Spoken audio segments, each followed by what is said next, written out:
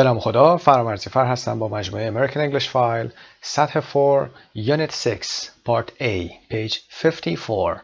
موضوع این درس در مورد موسیقی و نحوه تاثیر اون بر احساسات هست. بخش اول درس با تمرکز بر واژگان و تلفظ کلمات قرضی borrowed words هست. کلماتی که قرضی هستن از زبانهای دیگه وارد میشن. کلمات رایجی مثل cello، choir، ballet و کلمات خارجی دیگه در زبان انگلیسی هست. فعالیت اسپیکینگ در این بخش داریم که در اون باید بتونید در مورد سلیقه و تجربه خودتون در موسیقی صحبت بکنید. سوالات به صورت صوتی از شما پرسیده میشه. قبل از اینکه به متن سوال نگاه کنید اونجا حتما باید پاسخ بدید. مقاله از تایمز رو میخونیم در صفحه بعد که در اون یک جوان ناشنوای آمریکایی قدرت شنوایی خودش رو به دست میاره و به ناگهان برای اولین بار در عمرش قادر به شنیدن صدای موسیقی میشه. خب بریم قسمت quote. Music with dinner is an insult both to the cook and the violinist. G.K. Chesterton, UK author. خب G.K. Chesterton که خالق مجموعه داستانی 50 قسمتی فادر براون هست که یک کشیش کارآگاه هست و در سالهای 1874 تا 1936 زندگی میکرده. اهل UK هست، بریتانیا، و میگه موسیقی زمان شام، حالت زندگی که داره پخش میشه، بی احترامی هست هم به آشپز و هم به نوازنده ویولون. بریم قسمت پایین 6A Music and Emotion. 1. Vocabulary and pronunciation. Music. Words from other languages. 3.29. Listen and match what you hear with a word in the list. به فایل صوتی گوش میکنیم و با هم ادامه میدیم. 3.29. 1.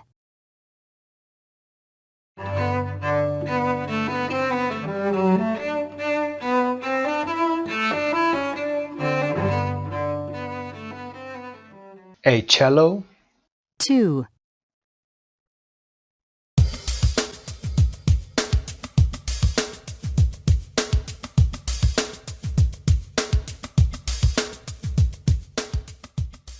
Somebody was playing the drums. 3.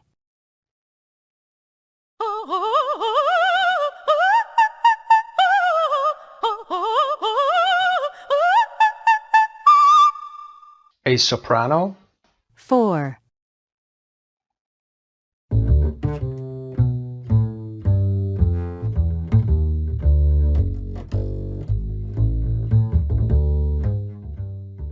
A bass guitar. تلفظ رو دقت داشته باشید. در متن کتاب هم ملاحظه بفرمایید که استرس ها رو کجا گذاشته. 5.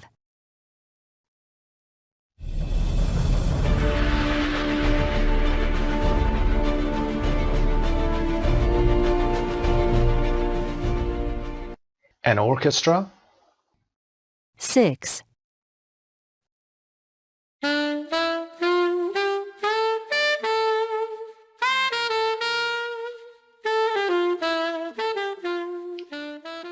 A saxophone. 7.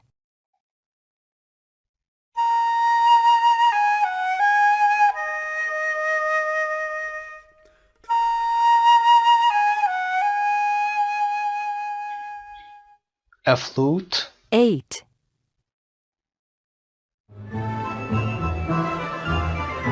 Stop. Okay, we're going to take it again from bar 69. Okay.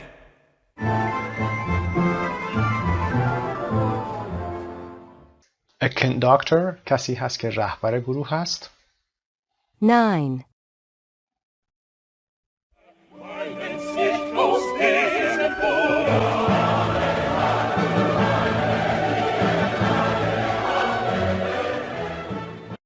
A choir که گروه سرود هست. 10.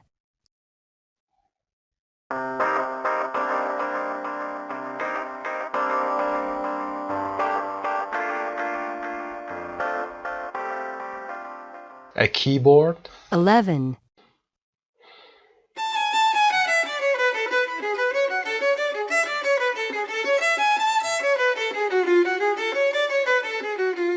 A violin. خب پس a bass guitar number 4 بوده. A cello number 1 هست. A choir که گروه سرود بوده. number 9 هست. A conductor number 8. drums number 2 بوده و an orchestra number 5. A soprano 3 هست. A flute number 7. A violin 11. A keyboard 10 و a saxophone که number 6 هست.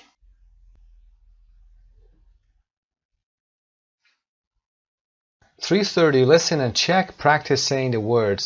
What other words do you know for instruments and musicians? 3.30. 1.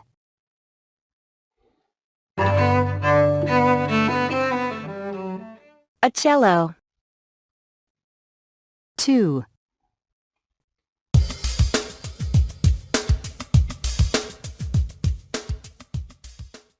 Drums. 3.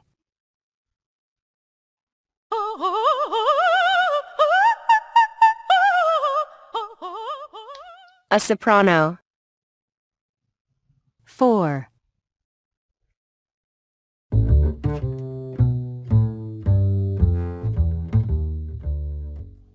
A bass guitar. 5.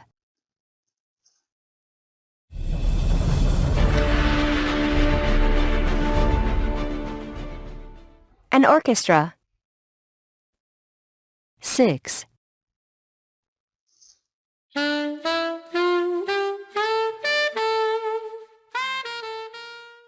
A saxophone. 7.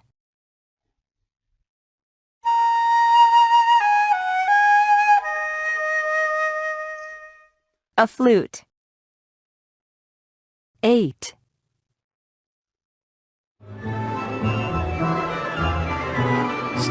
Stop.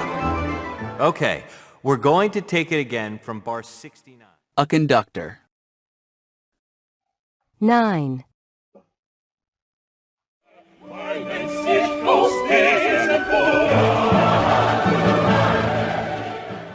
A choir.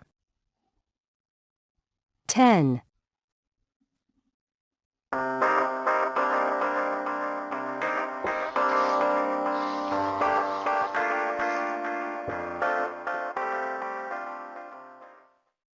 A keyboard. 11.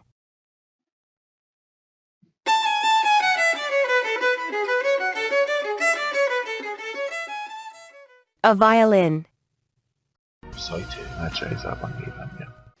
پاسخ‌ها رو هم در این قسمت قرار میدیم به همراه جمله‌های کمکی که آورده شده. میتونید چک بفرمایید، پاس کنید و بعد ادامه بدید درس رو.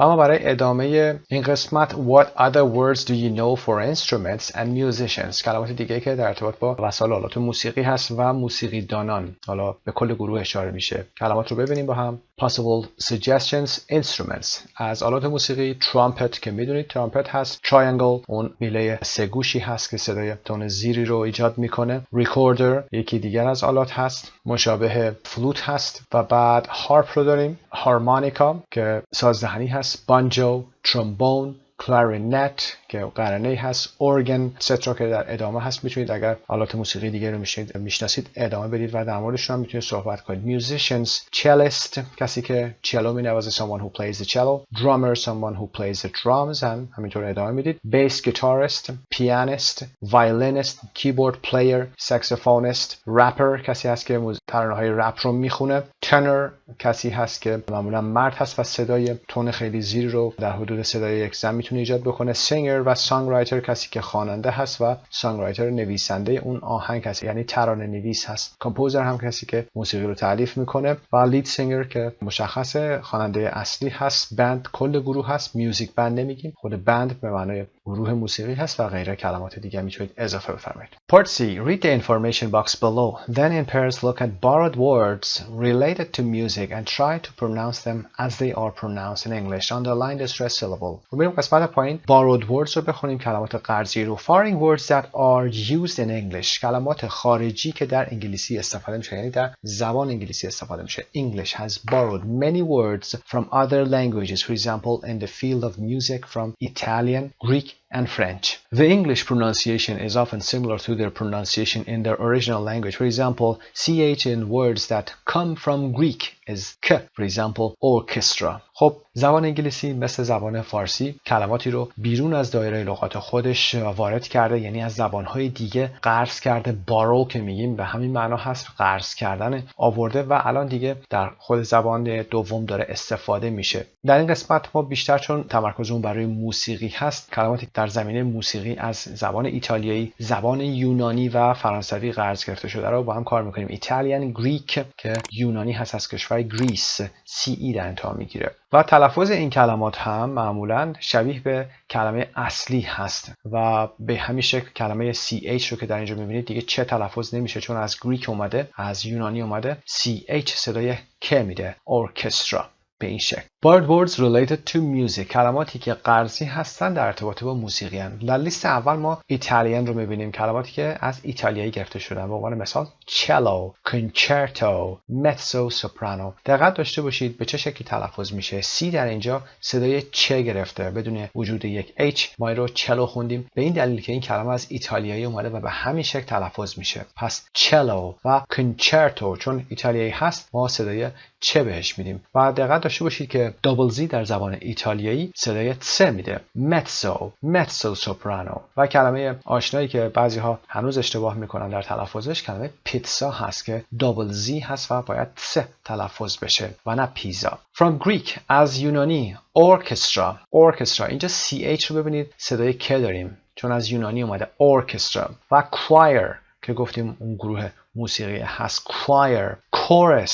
chorus کسی که از اعضای گروه موسیقی هست یا گروه سرود هست. مایکروفون PH رو ببینید میشناسید حتما، مایکروفون PH صدای ف گرفته. و rhythm این حالت HI صدای I رو گرفته، صدای E رو گرفته، rhythm. و سیمفونی دوباره PH رو میبینید که صدای ف گرفته. اما از فرنچ بالlet ET در اینجا صدای A گرفته، بالlet. و کلماتی که از فرانسوی اومدن در انگلیسی اونهایی که EN دارن صدای آن میگیرن، مثل آنکور و یا ژانر که در فارسی میگیم از کلمه فرنچ ژانر گرفته شده. GEN رو ما ژان باید بخونیم. خب listen and check how are the pink letters pronounced. کلمات رو با هم گوش میکنیم. 3.31 From Italian cello,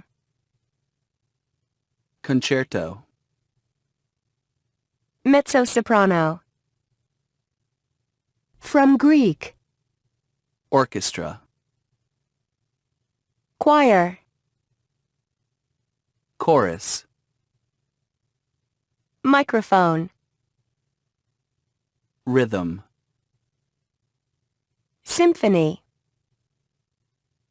From French ballet, encore, genre, خب rules رو هم اینجا آورده. The letter C in cello and concerto is pronounced چ. فونتیک چ رو میشناسید. The letter double Z in mezzo are pronounced ц. The letter CH in orchestra, choir and chorus are pronounced ک. بخاطر اینکه از گریک اومدن. The letters PH in microphone and symphony are pronounced ف. The letters RHY in rhythm are pronounced ر. The letters ET in ballet are pronounced A. The letters EN in encore are pronounced on. The letter G in genre is pronounced j, and letters EN are pronounced on because they come from French language. Okay? خب لیست کلمات رو هم میبینید که آورده شده به ترتیب فهرستی که در بالا بود، اما این کلمات استرساش رو هم زیرشون رو آندرلاین کرده، میتونید چک بفرمایید، پاس کنید و بعد ادامه میدیم. Would the partner try to figure out which language these words come from and put them in the right columns? Do you know what they all mean? خب این فایل صوتی رو با هم گوش میکنیم. 332 رو listen and check میکنیم. شما بعد از اینکه کلمات رو در ردیف مناسبش قرار دادید حتما تکرار بفرمایید، بعد در مورد کلمات صحبت خواهیم کرد. 3.32 From Italian barista, cappuccino, graffiti, macchiato, paparazzi, villa, From Greek architecture, hypochondriac, philosophy, photograph, psychic, Psychologist. From French. Bouquet. Chauffeur. Chef. Chic. Croissant. Fiancé. از لیست ایتالیایی شروع میکنیم. باریستا کسی هست که در کافی شاپ کار میکنه. کاپوچینو رو که میدونید. گرافیتی علائمی که روی در دیوار نوشته میشه. ماکیارو که اسپرسوی تلخ است با مقدار شیر. پاپاراتزی به کسانی گفته میشه که عکاسانی هستن که به دنبال سلبریتی ها میدونن و عکساشون رو میگیرن و به روزنامه‌های معروف میفروشن. ویلا که میدونید ویلا هست. اینا کلماتی هستن که از ایتالیایی اومدن. اما گریک که کلمات یونانی هست. آرکیتکچر معماری هست. میدونید صدای CH رو در اینجا میبینید که صدای که داره. هایپوکاندریاک صدای CH رو میبینید و هایپوکاندریاک رو در درس‌های گذشته کار کردیم. کسی که خود بیمار انگار هست. فلسفی فلسفه هست. PH رو میبینید دو تا PH داریم که هر دو صدای ف میدن. فوتوگراف همین شکل صدای ف.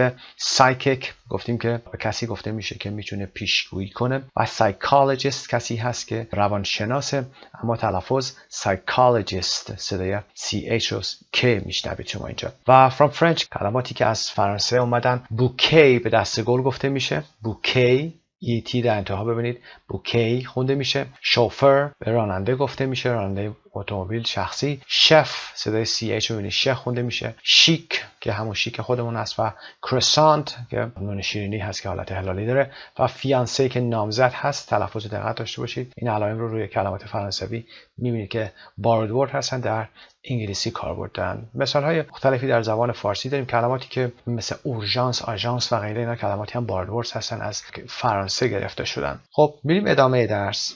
Part 2 Speaking. Ask and answer the questions with a partner. خب این سوالات رو ما میتونیم بذاریم به عهده خودتون و شما میتونید بخونید و بیایید پاسخ بدید. اما چون سپیکینگ هست و ما میخوایم که شما بدونین که نگاهی کرده باشید به متن و متن در ذهنتون آشنا بشه، قبلش فقط به فایل صوتی گوش میکنید. من سوالها رو براتون میخونم، شما پاز بفرمایید بعد از هر قسمت و به سوالات بنده پاسخ بدید. به هر شکلی که میتونید پاسخ بدید. اگر yes no هست حتما رعایت کنید yes رو و no رو به همین شکل. اگر میخواید هم میتونید تغییرش بدید. خب بریم سوالات رو با هم کار کنیم. Your music. Question 1. Do you have a favorite kind of music? For example, yes. My favorite kind of music is pop. Do you have a favorite song? Do you have a favorite piece of classical music? For example, symphony, sonata, etc. Do you have a favorite band? Do you have a favorite solo artist? Do you have a favorite composer? Do you have a favorite conductor? خب اینا رو پاس میکنید و پاسخ میدید. بعد میتونید به متن نگاه کنید که این کلمات اگر متوجه نشدید یه چکی بفرمایید. بریم قسمت بعد که yes no هست. پاسخهایی که yes هست رو با yes پاسخ بدید و اونایی که no هست رو با no. به این شکل به عنوان مثال Do you play a musical instrument? Yes. For example, I play the guitar. What instrument or instruments do you play? How long have you been playing it? Have you had or are taking lessons? Have you had lessons؟ به این شکل هست. و یا Are you taking lessons؟ کلاس رفتی. و سوال دومش میگه آیا کلاس میری؟ Can you read music؟ میتونی نوت‌های موسیقی رو بخونی. Have you ever played in a band or orchestra? خب این سوالات با yes بوده. با yes پاسخ بدید. به عنوان مثال Yes, I've been playing it for a long time. Yes, I am taking, for example, piano lessons. و یا Yes, I can read music. Have you ever played? Yes, I have played. For example, once or twice. به این شکل میتونید بگید. سوالات بعدی با no پاسخ بدید. Have you ever tried to learn to play an instrument? Why did you stop learning? Is there an instrument that you would like to learn to play? Yes. For example, I would like to learn to play the harmonica. سوالات بعدی. Have you ever sung in a choir? Song حالت سومش هست. Sing, sang, sung. Past participle. آیا تا به حال در یک choir در یک گروه سرود شما ترانه‌ای رو خوندید در یک گروه موسیقی؟ Have you ever performed in front of a lot of people? To perform اجرا کردن. In front of a lot of people در برابر تعداد زیادی مردم. Have you ever taken part in a musical talent contest? talent contest همون مسابقه های استعدادیابی و میوزیکال که هست برای موسیقیه. taken part شرکت کردن. participate attend. concerts. Have you ever been to a good concert recently? Yes, I have. No, I haven't.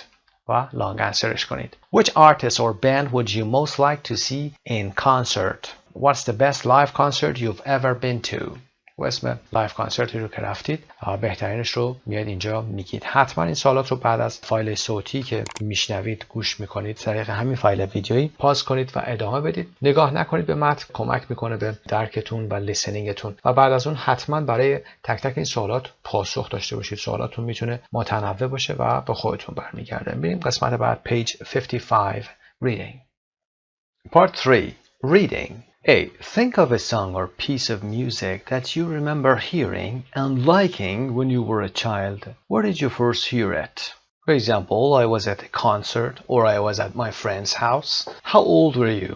I was, for example, سنتون رو میتونید بگید. Why did you like it? Because it made me feel relaxed or it made me happy. Part B. Look at the title of a newspaper article. Then read the article once. Why did the writer choose this title? خب با این قسمت میریم آرتیکل سمت راست رو میخونیم و بعد برمیگردیم به سوالاتی که در قسمت پایین هست پاسخ میدیم. What music would you play to an alien? What music؟ چه موسیقی رو شما برای یک alien پخش میکنید؟ alien به کسی میگیم که بیگانه هست و معنای کلی alien به صورت کلی general این هست که موجودات فضایی یعنی از خارج از سیاره زمین رو بهشون میگیم alien. I can hear music for the first time ever, wrote Austin Chapman, a 23-year-old filmmaker from California. What should I listen to? آستین چپمن 23 ساله که فیلم میکر هم هست، فیلمساز هست و اهل کالیفرنیا در امریکا هست میگه من میتونم برای اولین بار توی عمرم صدای موسیقی رو بشنوم. I can hear for the first time ever یعنی تا به الان. ever رو گفتیم در جمله های مثبت به کار میبریم. 23-year-old اینجا صفت این فیلم میکر هست و ادامه میده what should I listen to؟ باید به چی گوش کنم یا بهتره که به چی گوش کنم. شد رو گفتیم برای بهتره یا بایستی که میخوایم ترجیح بدیم چیزی رو استفاده میکنیم. خب what should I listen to؟ باید به چی گوش کنم؟ این رو آستین چپمن میگه. بریم داستان آستین چپمن رو بخونیم که چه اتفاقی براش افتاده. Austin, you see, was born profoundly deaf. آستین کاما گذاشته که یه مکسی بکنیم. You see دوباره یه مکسی بکنیم. میدونید آستین was born به چه شکلی به دنیا آمد؟ profoundly deaf. profoundly به معنای عمیقاً، به غایت، به مقدار زیادی. حالا وقتی از profoundly استفاده میکنیم یه نوع قید هست و deaf رو آورده. deaf به معنای ناشنوا هست. deaf تلفظش هست و بریم کلمه profoundly رو ببینیم.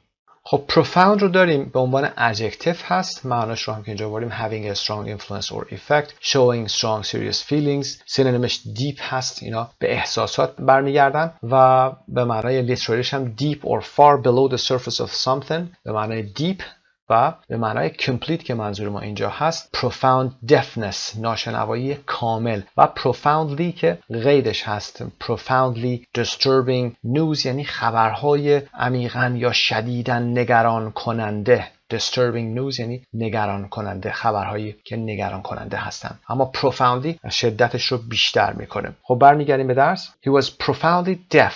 عمیقاً یا به شدت deaf بود، ناشنوا بود. For his whole life music has been a mystery. برای تمام زندگیش موسیقی براش چی بوده؟ mystery بوده، معما بوده، درک نمی‌کرده. I had seen people make a fool of themselves singing or moving wildly on the dance floor, he says. اون میگه که من I had seen people past perfect استفاده میکنه، ماضی بعید هست. اون موقع دیده بودم که make a fool of themselves مردم خودشون رو مضحکه دیگران میکنن و یا آبروی خودشون رو میریزن چون درک نمیکرده. وقتی که میدیده که آواز میخونن و یا moving wildly که به شدت یا وحشیانه حرکت میکنن در dance floor که سالن رقص هست و یا اون صحنه رقص هست و ادامه میده I had also seen people move to tears by a song which was probably the hardest thing for me to understand. و دوباره میگه که I had also seen. also رو ببینید کجا قرار داده؟ بین فعل کمکی had و seen که قسمت فعل اصلی ما هست قرار داده. I had also seen. also برای همچنین، پس در بین فعل کمکی و فعل اصلی قرار میگیره. دیدم آدمایی رو که move to tears با song. move to tears یعنی که به گریه افتادن، یه دفعه‌ای به شدت به گریه افتادن میشه move to tears. tear هم که میدونید که اشک هست. با یه آهنگ یا یه ترانه به گریه می افتادن which was probably the hardest thing for me to understand که احتمالاً سخت‌ترین چیزی بود که من بخوام اونو درک بکنم. Then just a few weeks ago then رو میذاره یه کاما just a few weeks ago مکس میکنه his parents suggested that he try a newly developed hearing aid that they had heard about. فقط چند هفته پیش بود که his parents والدینش suggested that. suggest به معنای اولا تلفظش رو بگیم و بهتره که اصلا بریم لغتش رو ببینیم و همونجا توضیح بدیم در دیکشنری. suggest دو تا تلفظ داره، یکی suggest هست و یکی suggest هست. به عنوان verb به معنای پیشنهاد دادن هست. to tell someone your ideas about what they should do, where they should go, etc. وقتی که به کسی میگید که کسی چیکار بکنه، کجا بره، چطور کاری رو انجام بده، ایده‌تون رو بهش میگید، بهش propose میکنید، پیشنهاد میکنید، suggest میکنید. و ساختارش رو هم ببینید suggest و یا suggest that به این شکل. خوب دقت داشته باشید suggest از افعالی هست که برای بیان شک و آرزو و غیره تو اون گروه قرار میگیره. ما بهش در گرامر میگیم subjunctive. subjunctives میتونید چک کنید در کتابای گرامر. به این شکل استفاده میشه، یعنی شما بعد از suggest نمیتونید to بیارید بگید مثلا I want to go, I suggest to go. به این شکل اصلا امکان پذیر نیست. بعد از suggest میتونید that رو بیارید، آپشنال هست، یا اینکه that رو نیارید. مثال رو ببینیم her mother suggested that و یا suggested that he should go and see the doctor. مادرش پیشنهاد کرد که بهتره اون یعنی دختره پیش دکتر بره. و یا I suggest you call him first. من پیشنهاد میکنم که شما به اون پسر یا اون آقا زنگ بزنید. اینجا نگفتیم her mother suggested that و یا بدون that بیایم to رو بعدش بگیم و این قسمت پایین هم همینطور I suggest you to call him رو نگفتیم، مثل افعال دیگه نیست. پس suggest بعدش to نمیاد، ممکنه که ing داشته باشه، مثل مثال بعدیمون که یک ساختار هست خودش. I suggest doing something for example. پیشنهاد کاری رو میدم. Tracy suggested meeting for a drink after work. Tracy برای بعد از کار پیشنهاد یه جلسه‌ای برای نوشیدن، حالا یه نوشیدنی رو داده. Tracy suggested meeting.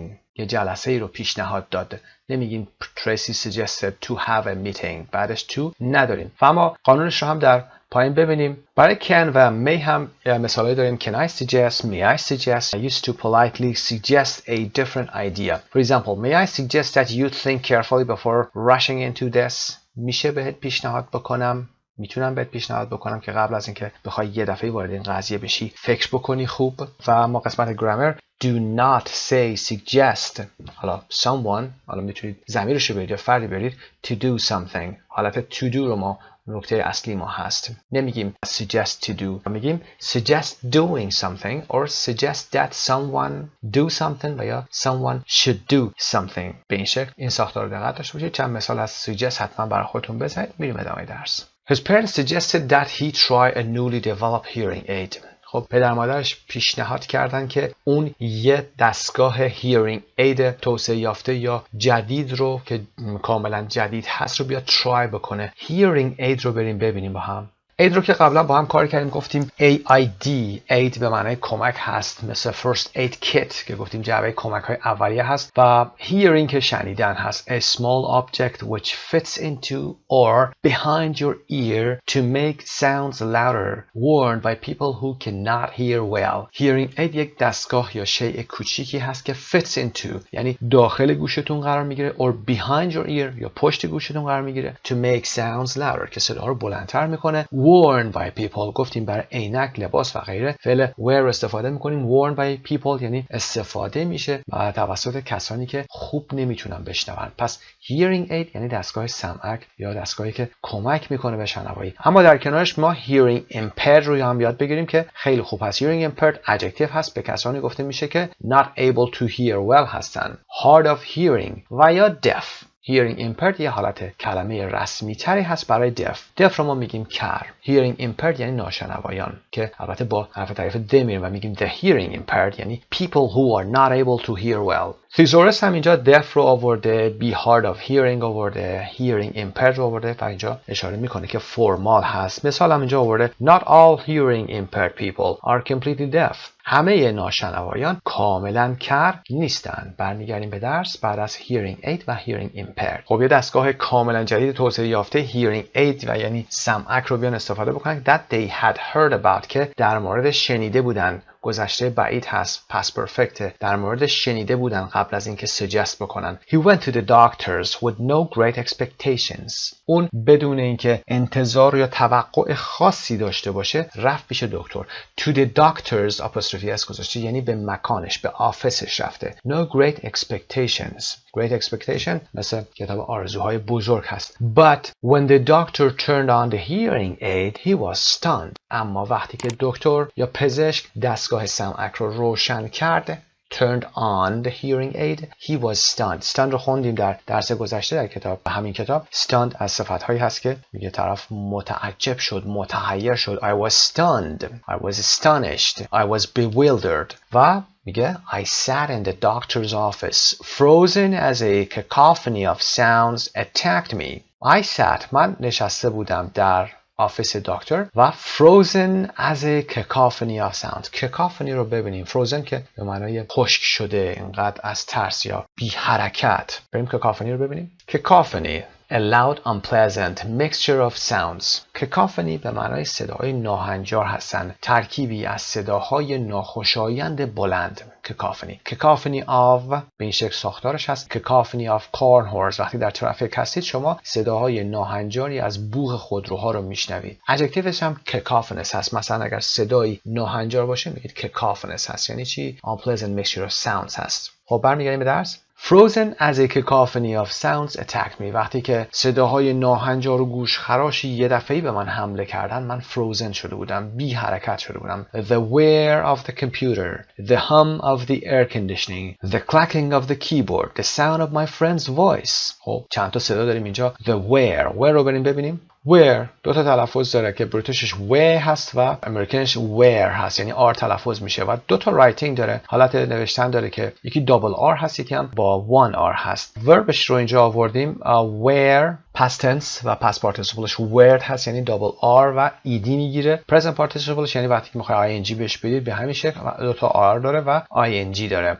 To make a fairly quiet regular sound like the sound of a bird or insect moving its wing very fast. where معمولا به صداهای وزوز گفته میشه در حرکت سریع، مثل صدای پرواز شیئی، مثل همین کوادکوپترها، مثل این پهپادا، این صدای ویر رو دارن. helicopters whirred overhead. هلیکوپترها از بالای سر ما ویرد کردن، یعنی با اون صدای حرکت پروانه هاشون از بالای سر ما عبور کردن. و یا the whir که نونش هست قسمت دوم، ما بیشتر این رو میخوایم. the whir of an electric motor که یک موتور الکتریکی صداش ویر داره، یعنی اون صدای وزوز یک موتور الکتریکی. خب بریم به کلمه بعدی ببینیم. صدای هم به عنوان نون اینجا آوردیم a low continuous sound. صدای هم صدای مداوم و آروم همهمه‌ای هست که تقریبا نامشخصه. مثلا the distant hum of traffic، صدای ترافیک، صدای حرکت ماشینا که از دور میاد، اون صدای هم داره. و یا hum of excitement or approval, the sound of people talking because they are excited. وقتی در یک کنسرت یا قبل از اینکه شروع بشه یا سینما یا جایی که اجتماع مردم هست، اونجا صدای همهمه و هیاهوی مردم رو هم با هم میگیم.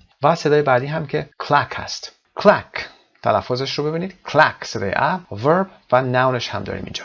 to make a continuous short hard sound. صدای hard باید باشه، مثل تق تق که شما یه وسیله هاردی رو به یک صفحه میکوبید. For example the sound of high heels clacking across the courtyard. خب در courtyard میدونید که حیاط جلویی هست، backyard حیاط پشتی هست. خب فکر کنید یه بچه‌ای با یه کفش پاشنه بلندی رو پوشیده و داره همینطور توی courtyard راه میره، حرکت میکنه. The sound of high heels clacking across the courtyard. و حالا کسی این high heels رو پوشیده، پاشنه بلند رو پوشیده و صدای clack یعنی همون تق صدای کفش میاد. و یا the clack of typewriters. یک مجموعه از تایپرایترها ببینید، دستگاهی که تایپ میکنن، اون صدایی که کیبورداش میاد clack است. و یا کیبوردهای معمولی هم وقتی پشت هم میزنیم صدای clack رو داره.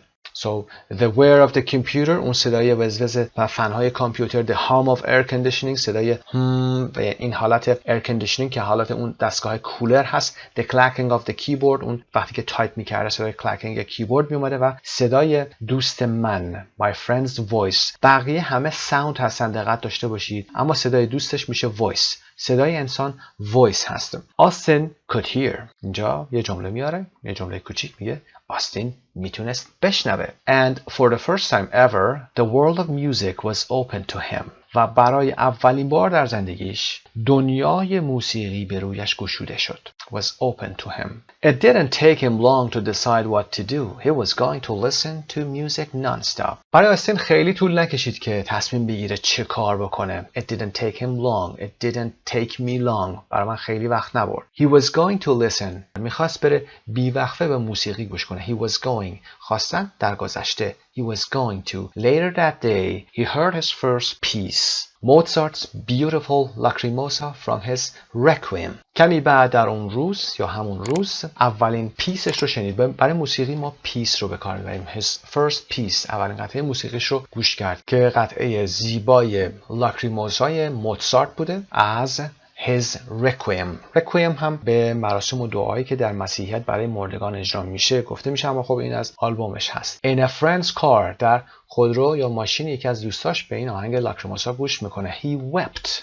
گریه کرد. He wept. So did everybody else in the car. So did رو کار کردیم ساختارشو. So did I. So did everybody. So did everybody به معنی که بقیه هم گریه کردن. Everybody else دیگران هم in the car در همون ماشین گریه کردن. The experience he says was like the first time you kiss a girl. این تجربه اینطوری اون میگه که به این شکل بود مثل بوسیدن یک دختر برای اولین بار بود. His friends went on to play him the Rolling Stones, Michael Jackson, Sigur Rós, Radiohead, Elvis and Pink Floyd. دوستاش این کار رو ادامه دادن و براش آهنگای رولینگ ستون، مایکل جکسون، سیگور راس، رادیوهد، الویس و پینک فلوید رو براش پخش کردن. But Austin knew that there was a vast universe of music to explore. So he decided to seek further help. اما آستین میدونست که There was a vast universe. vast به معنای وسیع بیکران هست. vast universe. universe هم که میدونید دنیا هست، کیهان هست. دنیای عظیمی از موسیقی براش وجود داشت که تو اکسپلور بره کشف بکنه. بنابراین تصمیم گرفت. ببینید قبل از so اومده یه کامل گذاشته و so رو شروع کرده. So he decided to seek further help. بنابراین اون تصمیم گرفته که دنبال کمک بیشتری بره و اطلاعات بیشتری بره کسب بکنه. further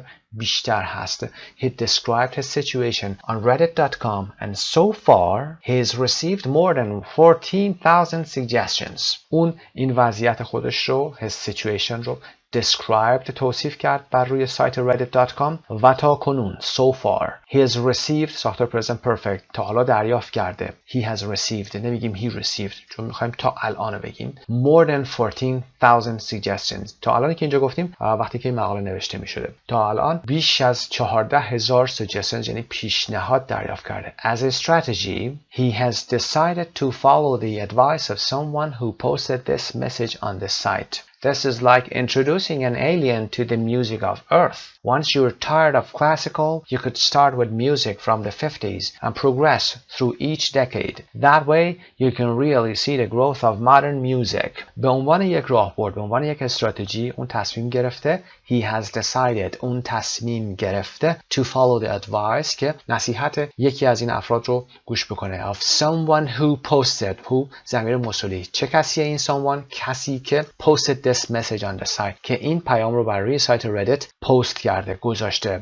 و گفته که this is like این مثل introducing an alien به یک آدم فضایی بیای موسیقی زمین رو معرفی بکنی. The music of earth. وقتی که once اینجا به کار بردیم وقتی که you're tired of classical وقتی که از موسیقی کلاسیک خسته میشید you could start with music from the 50s. میتونی از موسیقی های دهه 50 شروع کنی and progress through each decade. بعد از اون دوباره دهه به دهه پیش بری. progress ادامه دادن پیشرفت کردن through each decade از هر دهه به ترتیب همینطور رد بشی. That way به این شکل شما میتونی you can really see the growth شما واقعا میتونی رشد modern music رو ببینی که موسیقی جدید هست یا موسیقی مدرن هست رو ببینید. Austin adopted that system but chose to start much earlier with a piece by Guillaume de Machaut called Agnus Dei from the 14th century. آستین از همین سیستمی که گفته شد استفاده کرده اما chose to start اما انتخاب کرده که از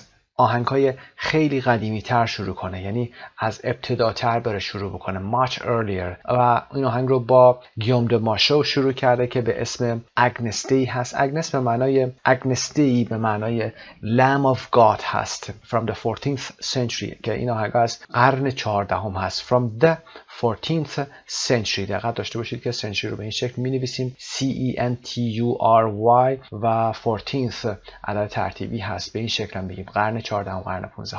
Currently he is listening to 4 or 5 hours of music a day. در حال حاضر currently هست روزانه 4 یا 5 ساعت به موسیقی گوش میکنه. Because he had never heard music before, Austin isn't influenced by nostalgia and via the internet he can listen to just about anything ever composed.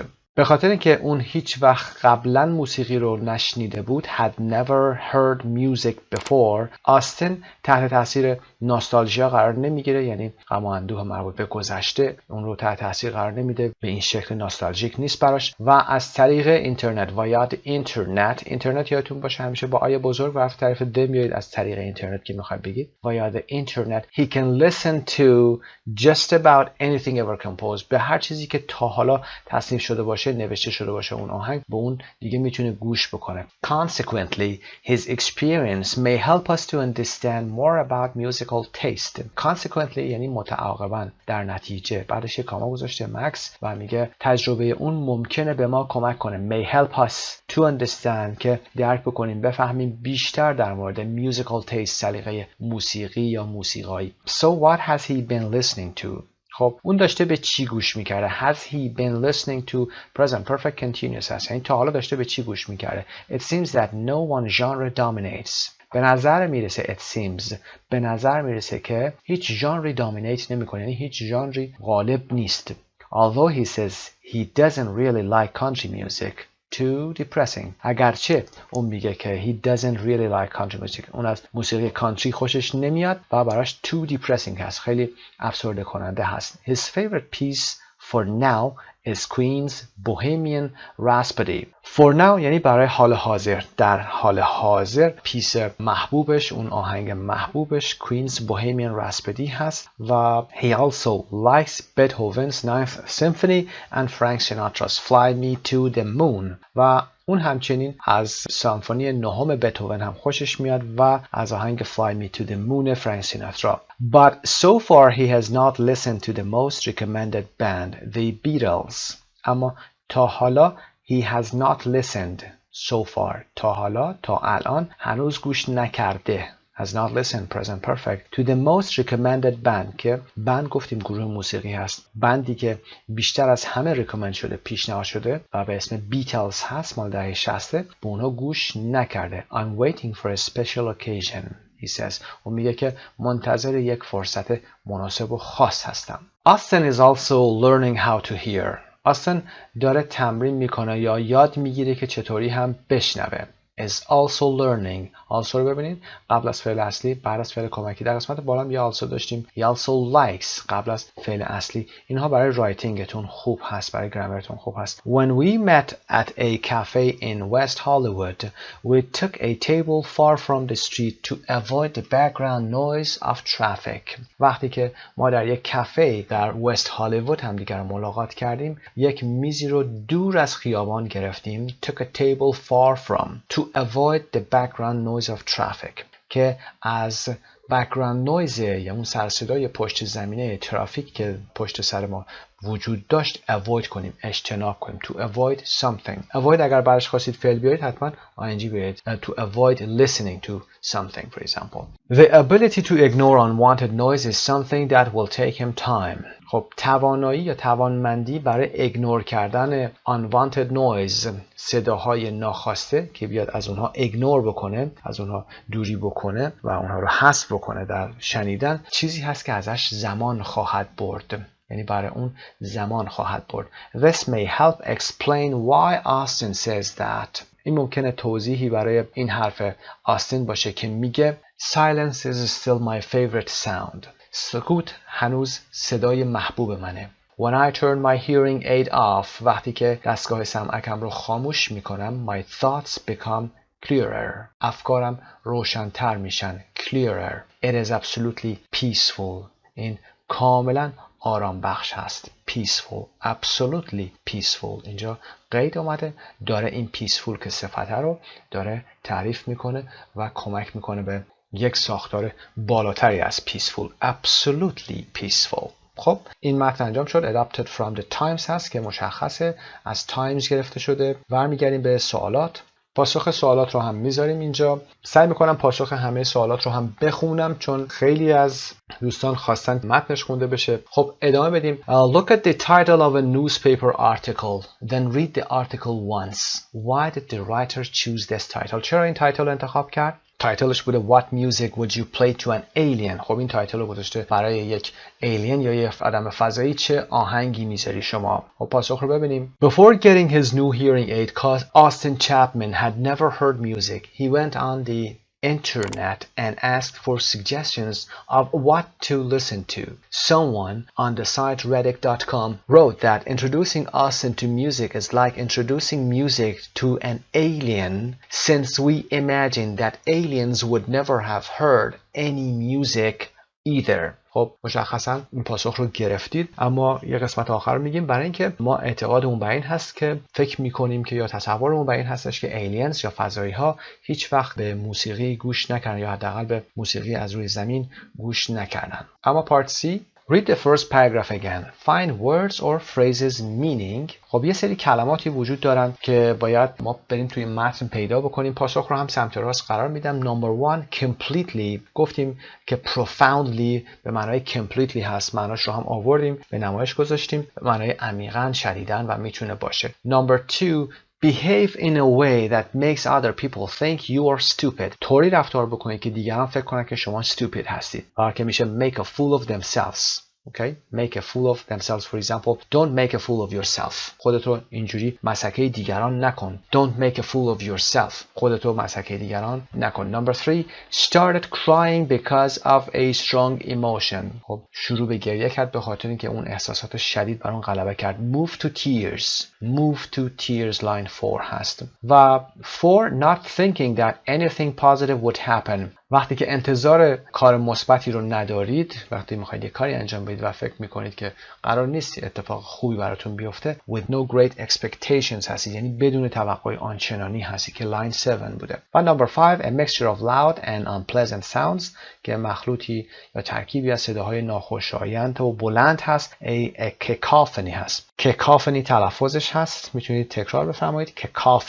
cacophony. میریم قسمت بعدی. What kind of sounds do you think where, hum and clacking in line 10 are? خب در موردشون توضیح دادیم اما پاسخ رو هم میذاریم اینجا. Where a low continuous sound, for example the sound made by the regular movement of a machine or the wings of a bird هست. خب صدای regular movement یک ماشین، حرکتی دستگاهی که جلو عقب بکنه، بالا پایین بره، این حالت، و بالهای پرنده هم همینطور. Hum, a low continuous sound, for example the sound made by a machine such as a refrigerator. هم صدای فن دستگاه ها میتونه باشه یا صدای یخچال میتونه باشه. Low continuous sound صدای مداوم کوتاهی هست و یعنی بلند نیست. Clacking, if two hard objects clack, they make a short loud sound when they hit each other. وقتی که دو تا شی محکم یا سفتی به هم دیگه برخورد بکنن صدای کوتاه بلندی ایجاد میکنن. کوتاه که اینجا میگم منظورم صدای بم هست، یعنی از لحاظ فرکانسی بالا نیست، زیر نیستش، فرکانس بالا نیست، مثل بم و زیری که میگیم، یعنی صدای مردانه و صدای زنانه، اون شکلی تصور بکنید. وقتی فرکانس بالا میگیم صدای زنانه فرکانس بالا، صدای مردانه فرکانس پایین هست. When they hit each other, hit وقتی به همدیگه برخورد میکنن. پس clacking مثل کیبورد هست، hum مثل صدای رفریجریتور یخچال هست، where میتونه صدای بال پرنده باشه، بال هلیکوپتر و غیره باشه. Part E, read the rest of the article again with a partner and in your own words say why the article mentions the following pieces of music or artists. در سمت راست پاسخ رو قرار دادیم و در سمت چپ هم که عنوانهاش هست، عنوان آهنگ ها هست. Number 1 De Lacrimosa هست from Mozart's Requiem. پاسخش De Lacrimosa is the first piece of music Austin listened to. It made him cry. برای اولین بار گوش کرده بود و اونو به گریه انداخت. Rolling Stones, Michael Jackson, Sigur Rós و Radiohead, Elvis and Pink Floyd که after Lacrimosa his friends played all these bands and singers. دوستاش این آهنگا رو براش پخش کردن. They played all these bands and singers. پس وقتی آهنگی رو پخش میکنید you play something. و music from the 50s آهنگایی که از دهه 50 هستن یعنی 1950. Number 3 someone on the reddit.com website told Austin to start with classical music and then move on to music from the 50s. از کلاسیکال شروع بکنه و ادامه بده بره دهه 50 رو شروع کنه. Number 4 Guillaume de Marchaux's Agnes D که Austin decided to listen to music from each decade and he started with Guillaume de Marchaux's Agnes D. Number 4 بوده. Number 5 country music. Austin doesn't like country music because he thinks it is too depressing. Number 6 Queen's Bohemian Rhapsody. This is his first piece for the time being. این اولین آهنگش بوده در حال حاضر. For the time being یعنی در حال حاضر. For example, this dictionary or this book is good for the time being. برای الان این دیکشنری خوبه. یعنی بعدش ممکنه دیگه مناسب نباشه. Number 7 Beethoven's Ninth Symphony and Sinatra's Fly Me to the Moon. There are 2 pieces of music he also likes. این قسمت آورده گفته 2 تا آهنگ دیگه هم وجود داره که اون دوست داره. 8 و 9 رو فکر میکنم که در کتاب چاپی نیاوردن. The Beatles و Silence هست که he hasn't listened to them yet. The Beatles هست و Silence رو میگه که number 9 هست. This is still his favorite sound. It makes him feel peaceful. خب میریم قسمت F. Talk to a partner. Why do you think the journalist says that Austin's experience may help us understand more about musical taste? خب با یکی باید این موضوع رو به بحث بذارید، صحبت بکنید و بگید که چرا ژورنالیست یا این خبرنگار فکر میکنه که تجربه آستین ممکنه که به ما کمک بکنه که بیشتر در مورد سلیقه‌های موسیقی ما درک کنیم یا بفهمیم. Imagine you were going to recommend music to Austin. Which قراره که شما حالا یه تصوری داشته باشید که میخواید حالا برید تو reddit.com به آستین پیشنهاد بدید که به چه آهنگایی گوش بکنه. سوالات رو میبینیم. Which song or piece of music would you suggest? چه ترانه‌ای و یا آهنگی رو شما suggest میکنید. Which decade would you suggest? چه دهه‌ای رو شما suggest میکنید، پیشنهاد میکنید. Which composer چه آهنگسازی رو. Which band چه گروهی رو. Which singer would you suggest؟ این رو با دوستتون حتما انجام بدید. اگر تنها هم هستید هر پاسخی که به نظرتون میرسه حتما بگید یا بنویسید و بعد با صدای بلند تکرار بکنید. این آرتیکل رو هم حتما یه نگاهی مجدد بهش داشته باشید، به کلمات جدیدش دقت داشته باشید، کلمات جدید رو جدا کنید و در دفترتون یادداشت بکنید. اسامی خاصی که در این حالا اسامی موزیکا و غیره اومده خیلی نیاز نیست، اما کلماتی که پیدا کردیم مثل cacophony, wear, hum, crack و مثل profoundly که قید بوده اینها رو حتما باشون کار بکنید. یه سری مثال هم باشون داشته باشید. خسته نباشید. به نام خدا. Unit 6A Part 2 page 56. Part 4 Listening and Speaking. Listen to some short pieces of music. How do they make you feel? Would you like to continue listening? و به چند قطعه موسیقی گوش میکنیم. میدونید که موسیقی اسم غیر قابل شمارش هست. اینجا با pieces ما تونستیم بگیم چند تا موسیقی. میگیم a piece of music یک قطعه موسیقی یا یک آهنگ و میگیم some pieces, 2 pieces, 3 pieces of music. با piece تونستیم اسم غیر قابل شمارش رو قابل شمارش بکنیم. خب به چند قطعه کوتاه موسیقی رو باید گوش بکنیم. How do they make you feel؟ اونها چه حسی رو بهتون میدن؟ Do they make you feel sad, happy, angry, etc. Would you like to continue listening؟ دوست دارید به گوش کردنش ادامه بدید؟ خب این فایل صوتی رو با هم گوش میکنیم. 3.33 1.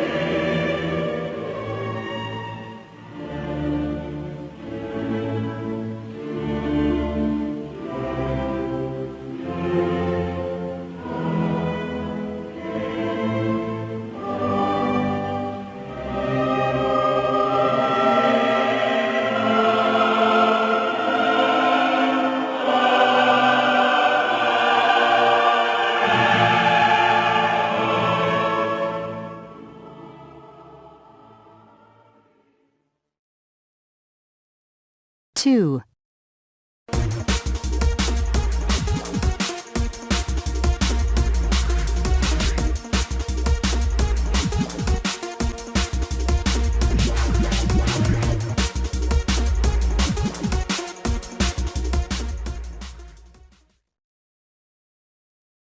3,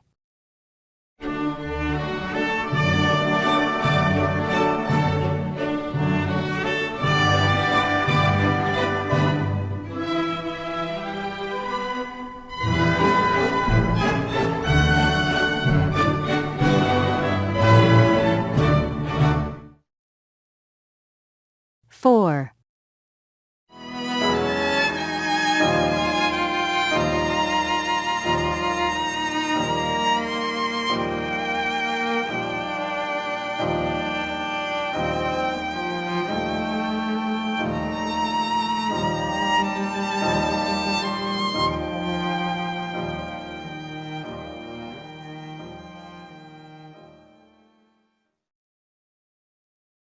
5,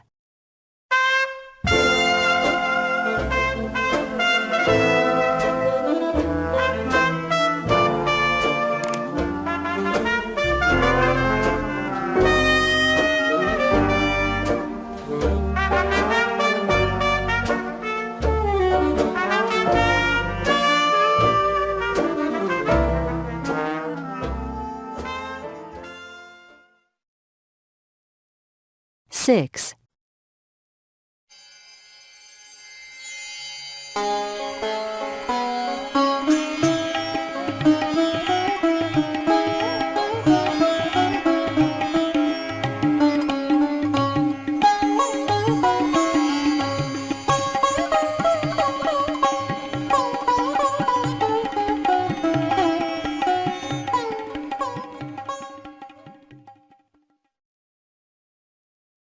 7,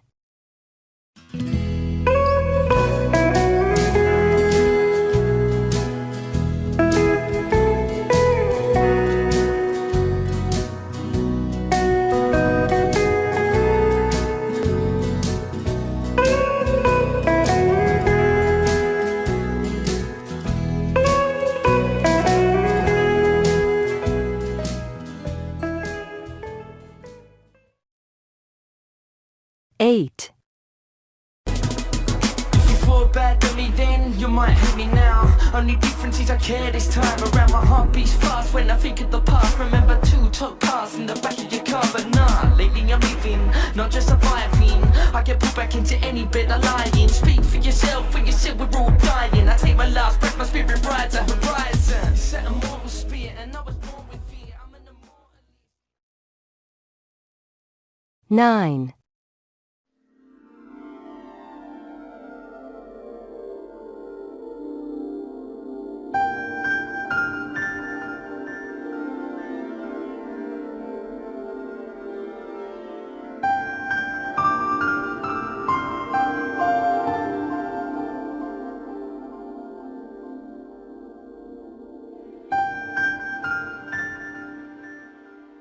خب جدا از اینکه پاسخ سوال رو میدید answer Q هم گذاشتیم اینجا. classical music بوده Lacrimosa from Mozart's Requiem. number 2 drum and bass بوده و number 3 waltz و number 4 contemporary classical music. contemporary به معنای معاصر هست. و number 5 traditional jazz. number 6 Indian sitar music. number 7 country music و number 8 rap و number 9 new age.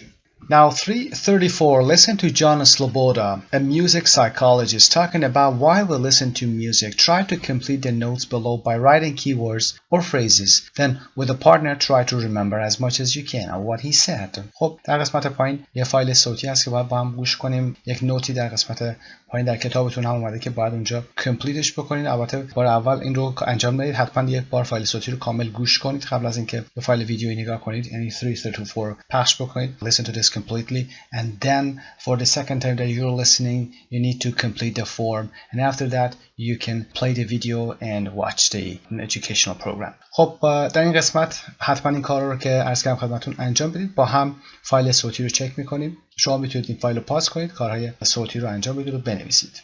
3.34 I think it's very interesting that human beings are the only animals which listen to music for pleasure. انسان ها تنها موجوداتی هستن که موسیقی رو برای پلژرش گوش میکنن. پلژر یعنی لذت بردن. A lot of research has been done to find out why we listen to music, and there seem to be three main reasons. Research has been done. گفتیم که برای ریسرچی که انجام بدیم از فعل do استفاده میکنیم. A lot of research has been done. مطالعات زیادی انجام شده، تحقیق زیادی انجام شده. To find out که کشف کردن هست. And there seems to be به نظر میرسه که three main reasons. سه تا دلیل عمده وجود داشته باشه. Firstly, we listen to music to make us remember important moments in the past. For example, when we met someone for the first time. Firstly رو نگاه بکنید. بعد از firstly که میخواد به ترتیب دلایل رو بگه یه کاما گذاشته.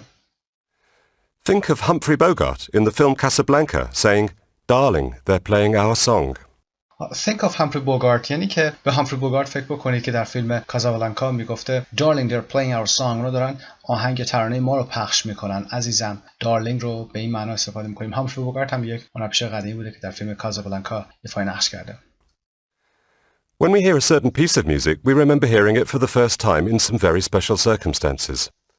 وقتی که a certain piece of music رو میشنویم when hear a certain piece of music یعنی یک آهنگ خاصی رو میشنویم we remember hearing ما به یادمون میاد که اینو شنیدیم for the first time in some very special circumstances. circumstance رو با هم ببینیم. circumstance تلفظ circumstance استرس بر روی قسمت سر قرار میگیره. noun هست the conditions that affect a situation action event etc. circumstance رو به مقتضیات میگیم حالت جمعش که باشه circumstances. شرایط محیط موقعیت رو میگیم. مثال در قسمت پایین رو با هم کار میکنیم. under no circumstances یعنی تحت هیچ شرایطی or in no circumstances British English has used to emphasize that something must definitely not happen. چیزی نباید تحت هیچ شرایطی اتفاق بیفته. For example, under no circumstances are you to go out. تحت هیچ شرایطی شما اجازه بیرون رفتن ندارید.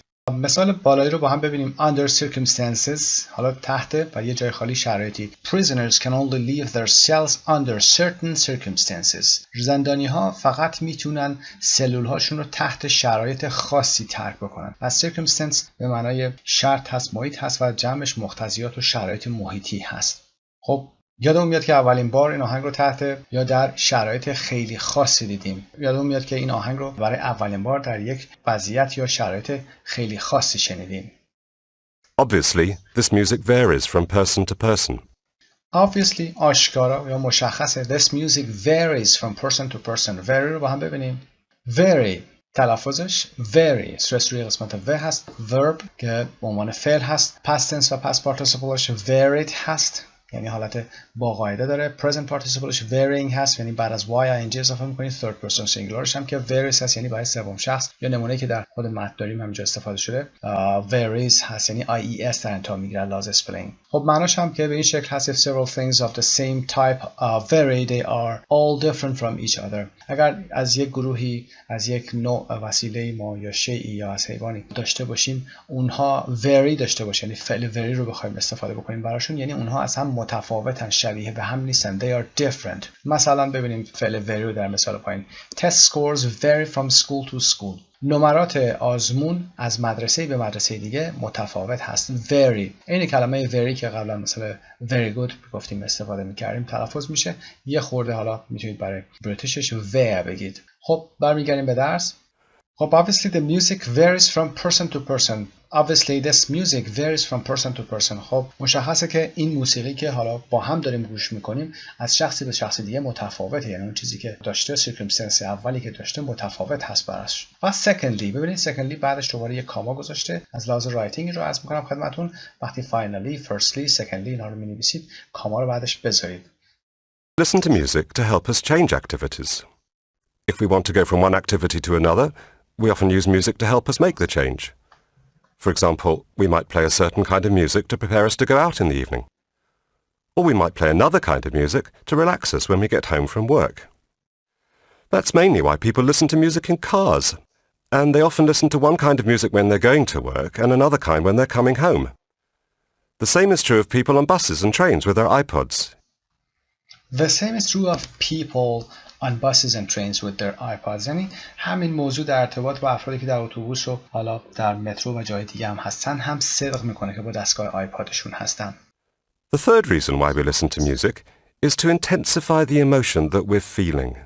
To intensify something یعنی شدت بخشیدن به چیزی. Intensify a verb هست. The third reason why we listen to music. سومین دلیلی که ما به موسیقی گوش میکنیم این هست to intensify the emotion that we are feeling. اون احساساتی رو که ما داریم میخوایم شدت ببخشیم بهش. حالا اگر sad هستیم میخوایم ناراحت تر بشیم یا happy هستیم میخوایم خوشحال تر بشیم. For example, if we're feeling sad, sometimes we want to get even sadder, so we play sad music. به عنوان مثال اگر احساس میکنیم که ناراحت هستیم بعضی وقتا که میخوایم حتی ناراحت تر بشیم to get even sadder. sadder حالت comparative sad هست so we play sad music. Or we're feeling angry and we want to intensify the anger, then we play angry music. Or when we're planning a romantic dinner, we lay the table. We lay the table میز آماده میکنیم. We light candles. We light candles شمعها رو روشن میکنیم. light به عنوان روشن کردن شمع هست. And then we think, what music would make this even more romantic? و بعد فکر میکنیم که چه موسیقی میتونه این شرایط رو حتی رومانتیک ترش بکنه. خب پاسخ رو هم اینجا براتون قرار میدیم. Number 1 to make us remember important moments in the past. For example, when we met someone for the first time. Number 2 to help us to change activities. For example, we play a certain kind of music to prepare us to go out in the evening, another kind to relax us when we get home from work. Number 3, to intensify the emotion that we are feeling. For example, if we are sad, we'll play sad music to make us even sadder. If we are feeling angry, play angry music to make us angrier. We'll play romantic music to make a romantic dinner more romantic. Part C, 335. Now listen to John explaining how music can affect the way we feel. Complete the notes below by giving examples.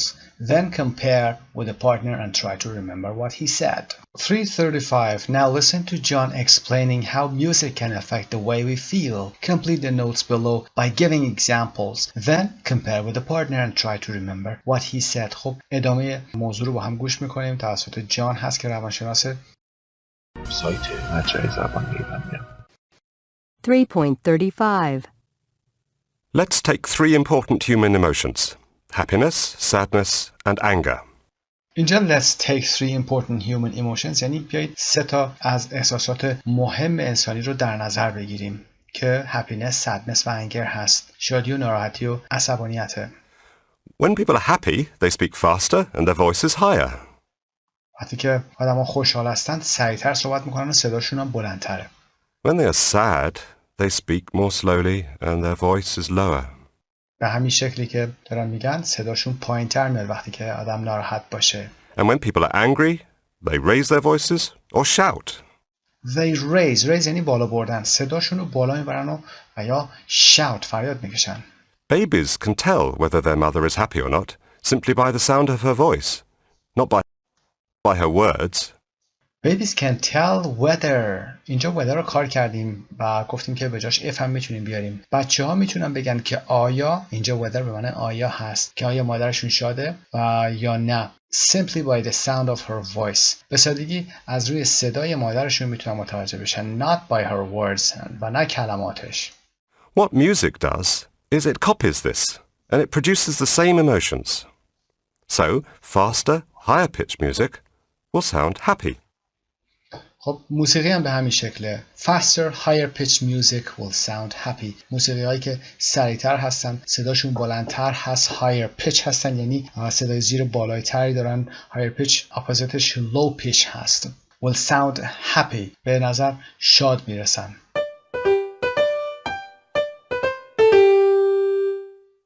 Slow music, with lots of falling pitches, will sound sad.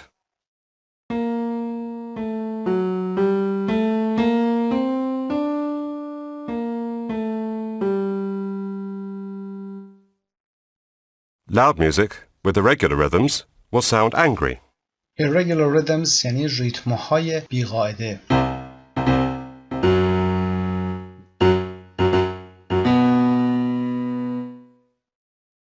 It doesn't matter how good or bad the music is.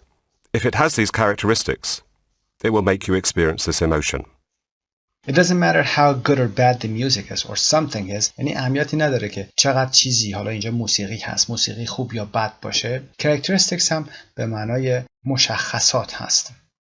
Let me give you some examples. For happy, for example, the first movement of Beethoven's Seventh Symphony.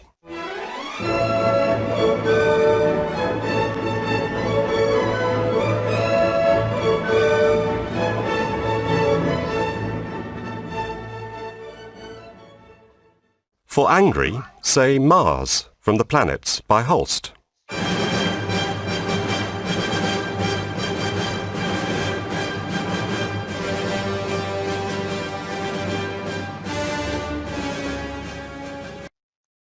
Say Mars اینجا میگیم یعنی به عنوان مثال مارس. And for sad, something like Albinoni's Adagio for strings.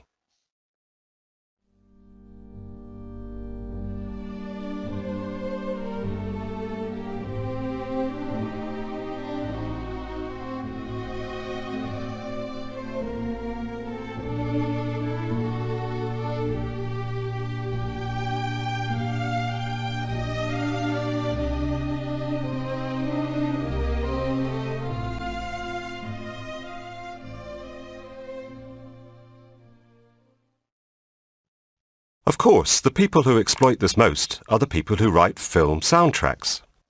exploit رو ببینیم با هم.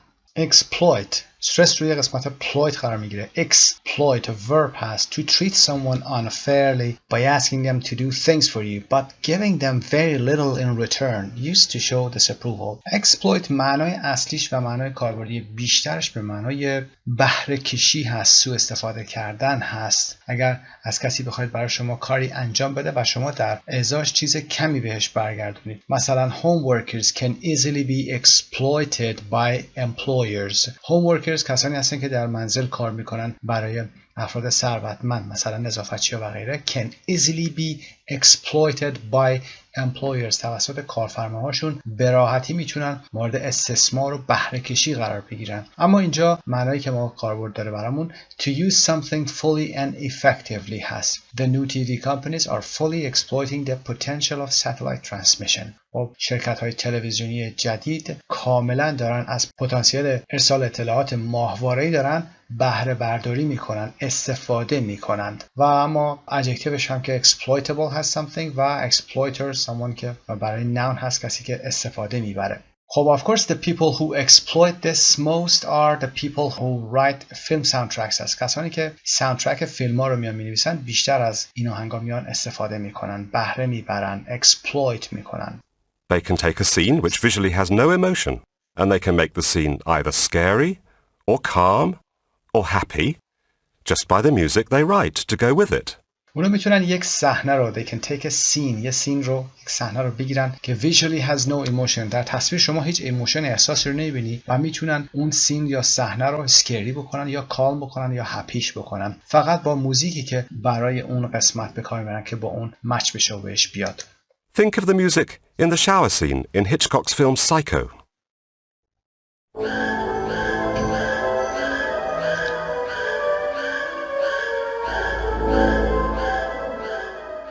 All you can see is a woman having a shower, but the music makes it absolutely terrifying. تمام چیزی که شما میتونید ببینید این که یه خانمی داره دوش میگیره ولی این موسیقی اون رو ترسناکش کرده.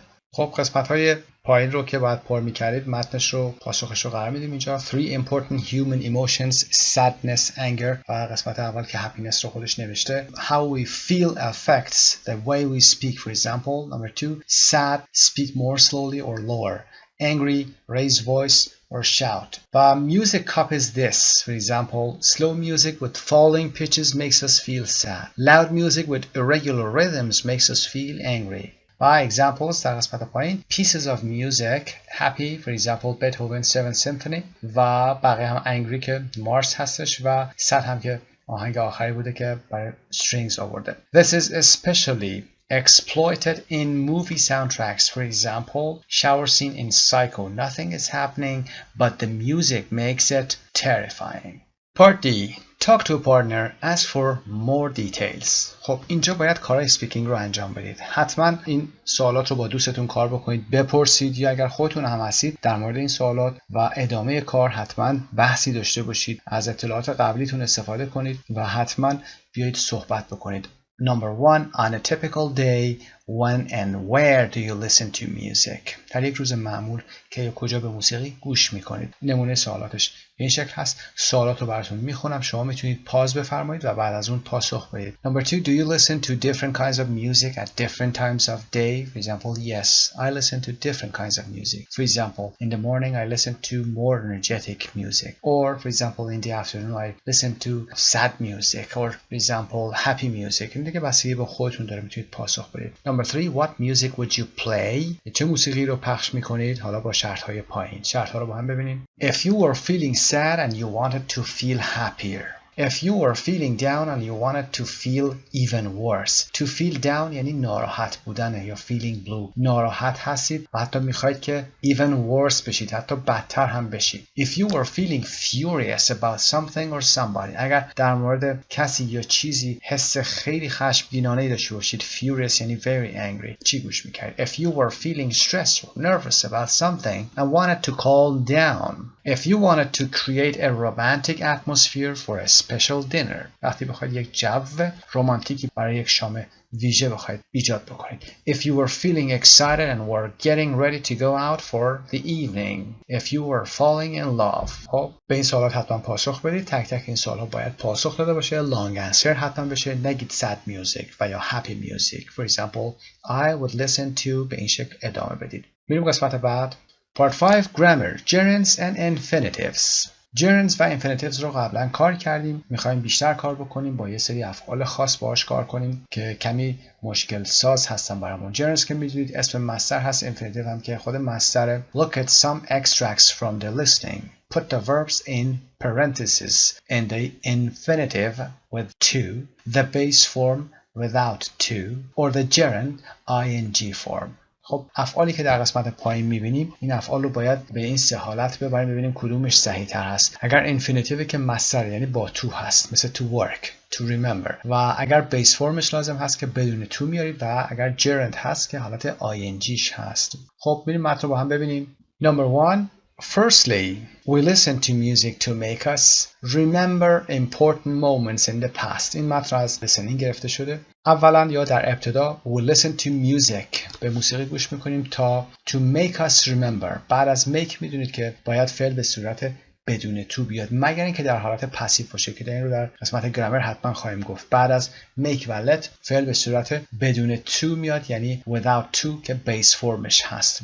Number 2. When we hear a certain piece of music, we remember hearing it for the first time. We remember hearing. اینکه اولین بار اینو شنیدیم یادمون میاد. Remember hearing it یعنی الان یادمون میاد که قبلا اینو شنیدیم. حالت gerund میاریم. در گرامر حتما توضیح خواهیم داد که این تفاوت بعد از remember to و یا اگر ing باشه چی هست.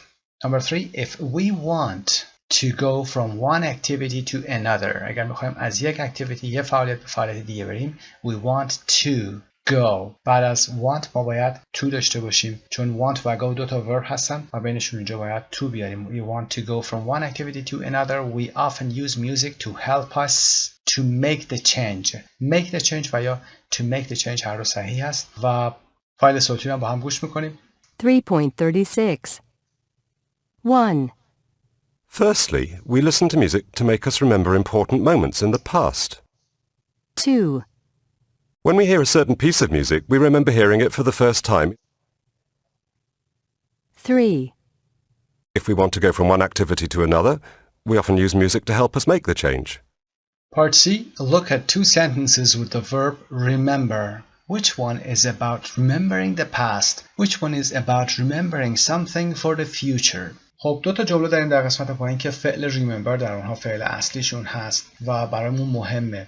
موضوع ما هم همین فعل هست. کدوم یکی از این فعل هایی که remember رو داره نشون میده در مورد گذشته هست و کدوم یکی از این افعال remember رو مربوط به آینده میکنه. Number 1. I remember meeting him for the first time. و number 2. Please remember to meet him at the train station. پاس رو هم میذاریم براتون.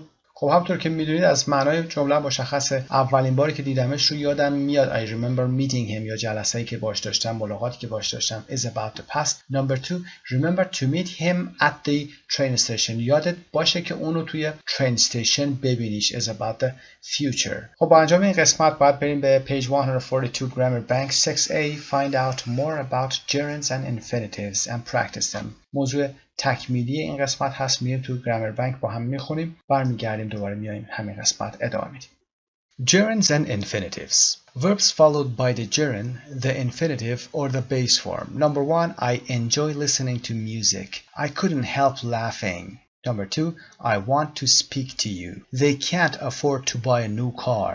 When one verb follows another, the first verb determines the form of the second. This can be the gerund, verb plus ing, or the infinitive with to, or the base form without to.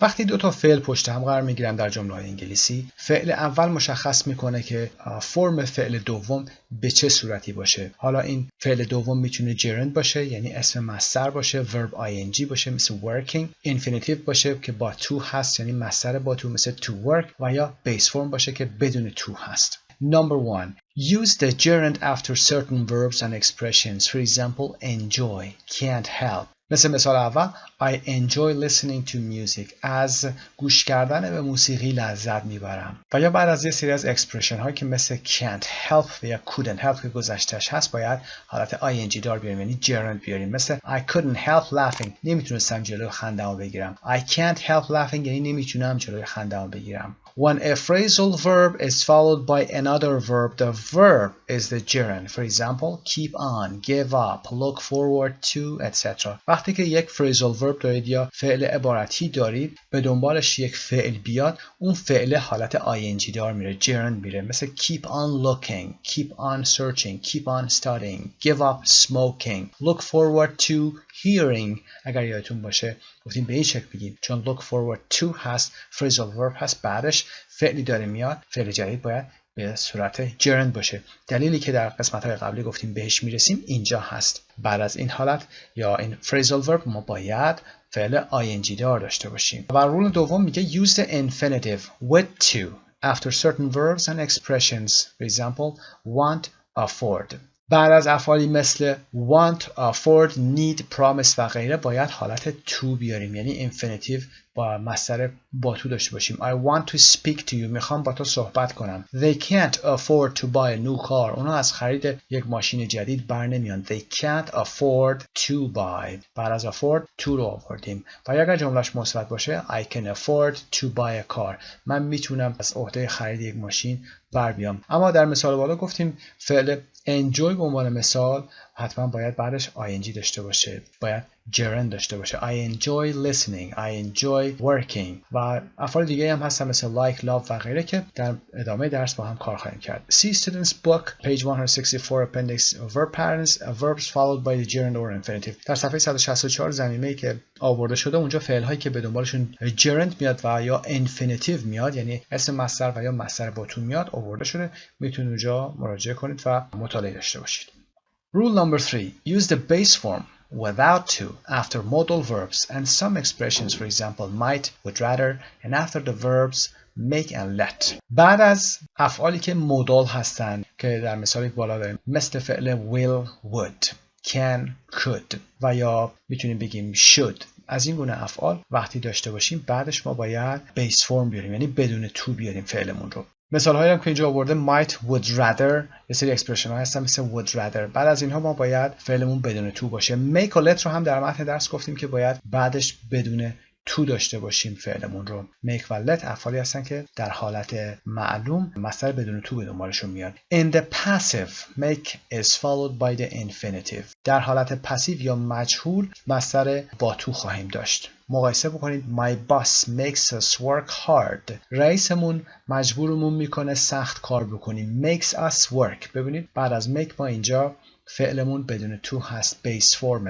و at school we were made to wear a uniform. در مدرسه مجبورمون کردن که ما لباس فرم بپوشیم. we were made to. اینجا ساختار پسیو هست.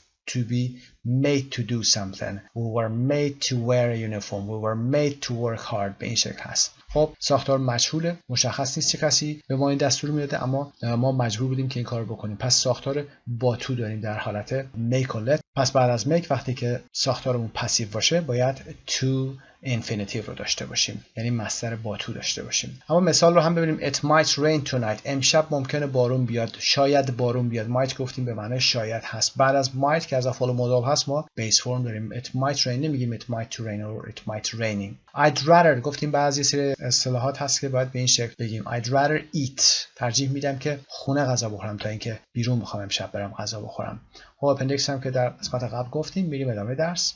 Verbs followed by the gerund and verbs followed by the infinitive. Like, love, hate, and prefer. Like, love, hate, and prefer are usually used with the gerund in English, but can also be used with the infinitive. افعال like, love, hate و prefer که معانیشون رو هم میدین. like دوست داشتن، love عاشق بودن، یا خیلی دوست داشتن، hate تنفر و prefer ترجیح دادن، معمولا در زبان انگلیسی بعدشون ما gerund داریم، یعنی اسم مصدر داریم، اما بعضی وقتا میتونن با infinitive یعنی مصدر با تو هم برن. We tend to use the gerund when we talk generally and the infinitive when we talk specifically. For example. خب وقتی که به صورت کلی صحبت میکنیم در مورد موضوعی معمولا از gerund استفاده میکنیم و وقتی که داریم در مورد موضوع خاصی، زمان خاصی، مکان خاصی داریم اشاره میکنیم، بعد از این افعال ما حالت infinitive رو میاریم، یعنی مصدر با تو. مثل I like swimming. یه حالت جنرال داره. من شنا کردن رو دوست دارم. I like swimming. و I like to swim first thing in the morning when there aren't many people there. دوست دارم اولین کاری که صبح انجام میدم وقتی که کسی اونجا نباشه یا آدمای زیادی اونجا نباشن شنا کنم. این اسپسیفیکه. I like to swim. دوست دارم شنا کنم. I like cooking. من آشپزی کردن یا غذا درست کردن رو دوست دارم. به صورت کلیه، ولی میگم I like to cook tonight. دوست دارم امشب غذا بپزم. مثال prefer ببینیم. I prefer riding a bike to driving. من دوچرخه سواری رو به driving ترجیح میدم. I prefer riding. به صورت کلیه، نظر کلی رو دارم میگم. و You don't need to give me a ride to the train station. I prefer to walk. نیازی نیست که شما منو تا ترین استیشن برسونی. ترجیح میدم پیاده برم. چون یه موضوع اسپسیفیک که از زمان خاصی داریم این حرف رو میزنیم. همین الان رو داریم صحبت میکنیم. نظر کلی نیست. ترجیح میدم که پیاده برم. اما مثال قبلیمون I prefer riding a bike. دوچرخه سواری رو به رانندگی ترجیح میدم. When like, love, hate and prefer are used with would, they are always followed by the infinitive. وقتی این افعال رو ما با would میاریم مثل would like, would love, would hate بعدش باید infinitive بیاریم. would like رو همیشه یادتون باشه این دو فعل دیگه رو هم حتما به خاطر خواهید سپرد. I would like to به این شکل. I would like to do something. مثال I would prefer to stay at home tonight. ترجیح میدم امشب خونه بمونم. I'd love to come with you. خیلی دوست دارم که با تو بیام. I'd love to, I'd prefer to, I'd like to, I would hate to do something. خب ادامه درس. Verbs that can be followed by either gerund or infinitive. افعالی که به دنبالشون حالا یا gerund میاد یا infinitive. اسم مصدر میاد یا مصدر با تو. Number 1, it started to rain. It started raining. Number 2, remember to lock the door. I remember going to Lima as a child. Sorry, I forgot to do it. I'll never forget seeing the Taj Mahal. خب میبینید که این افعال بعدشون هم حالت با تو داشته هم حالت ing. Number 1, some verbs can be followed by the gerund or infinitive with no difference in meaning. The most common verbs like this are start, begin and continue. بعضی از افعال میتونن حالا با infinitive بیان یا با gerund بیان. تفاوت معنایی آنچنانی هم نخواهند داشت. رایج‌ترین این افعال مثل start هست، begin هست و continue که در مثال بالا میبینید. It started to rain. بارندگی شروع شد. و یا It started raining. معنا تفاوت چندانی نداره. Number 2, some verbs can be followed by the gerund or infinitive with a change of meaning. بعضی از افعال وقتی که پشت سرشون ما gerund یا infinitive بیاریم تغییر معنایی داریم. اینجا رو یک نکته هست خیلی مهم هست و معمولا از سوالات بسیار بسیار مهمی هست که در گرامر آورده میشه. ساختار remember هست بعدش ing یا بعدش infinitive. forget هم همینطور. وقتی remember رو با infinitive میارید یعنی با مصدر با تو میارید جملهش به این معنا میشه. حالا هر فعلی که میخواد بعدش باشه. Remember to do something. For example, number 2 is remember to lock the door. معناش این هست، یعنی you remember first then you do something. پس remember با infinitive اومده، مصدر با تو اومده، یعنی که فعل remember رو اول شما انجام میدید، یعنی به خاطر بیار، به خاطر میارید و بعد کاری رو انجام میدید. حالا اون کاری که اینجا گفته شده remember to lock, remember to call، یعنی اول یادت بیاد بعد زنگ بزن، یا یادت بیاد که زنگ بزنی. remember plus gerund ببینیم به چه صورتیه. وقتی remember رو با gerund میاریم، یعنی بعدش فعلش ing هست، معنای جمله اینه you do something then you remember it. For example, I remember going to Lima. وقتی remember با ing اومده، یعنی فعل بعدش ing دار بوده، یعنی که شما کاری رو اول انجام دادی، بعد این فعل به خاطر آوردن حالا برای شما انجام میشه. مثل I remember going to Lima. من یادم میاد که وقتی بچه بودم به لیما رفتم، یا رفتن به لیما اون مکان هست رو به خاطر میارم. کدوم زودتر انجام شده؟ going to Lima اول انجام شده. I remember بعد این رو به خاطر دارید میارید. کودک بودید این کار رو انجام دادید، الان که بزرگسال شدید به خاطر میارید. اما تو مثال بالا گفتیم remember to lock، پس وقتی که infinitive آوردیم یعنی که اول به یاد بیار بعد اون کار رو انجام بده. Forget plus infinitive. You didn't remember to do something. Forget به علاوه مصدر با تو معنای جملهش به این صورته: شما یادتون نبود که کاری رو انجام بدید. مثلا sorry I forgot to do it. forgot گذشته هست، یادم رفت، فراموش کردم to do it که اون کار رو انجام بدم، یعنی یادتون نبوده، حالت مصدر با تو هست. اما forget با gerund چه معنی میده؟ You did something and you won't forget it. It is more common in the negative. شما کاری رو انجام دادید و اون انجام دادن رو هیچ وقت فراموش نمی کنید. معمولا هم به حالت نگاتیو میاد، مثل I never forget seeing the تاج محل. دیدن تاج محل که در هندوستان هست رو فراموش نمی کنم، یا هرگز فراموش نمی کنم. کاری رو انجام دادید، you did something.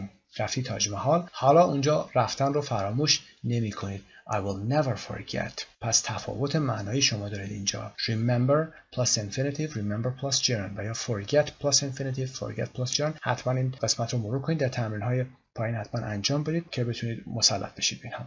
Number 2. I tried to open the window. Try calling Yi on her cell phone. You need to clean the car. The car needs cleaning.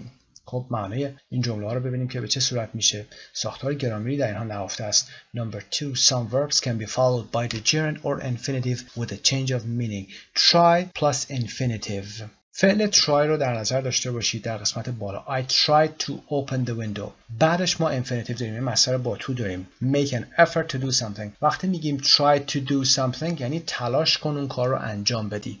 I tried to open the window. تلاش کردم، سعی کردم که پنجره رو باز بکنم. اما وقتی try plus gerund میاد یعنی experiment to see if something works. آزمایش کن که ببینی آیا چیزی حالا کار میکنه یا نه. مثل try calling Yi on her cell phone. یه امتحان بکن به تلفن یی زنگ بزن، حالا یک اسم چینی هست. یا امتحانی بکن بهش رو تلفنش زنگ بزن یا به گوشیش زنگ بزن. Try for example putting on these clothes. این لباسا رو یه ترای بکن. پس try با gerund یعنی آزمایش کن ببین آیا درست هست یا نه، یا نتیجه میگیری یا نه. اما try با infinitive یعنی تلاش کن که اون کار رو انجام بدی. Make an effort بکن. و اما ساختار need plus infinitive و need با حالت gerund.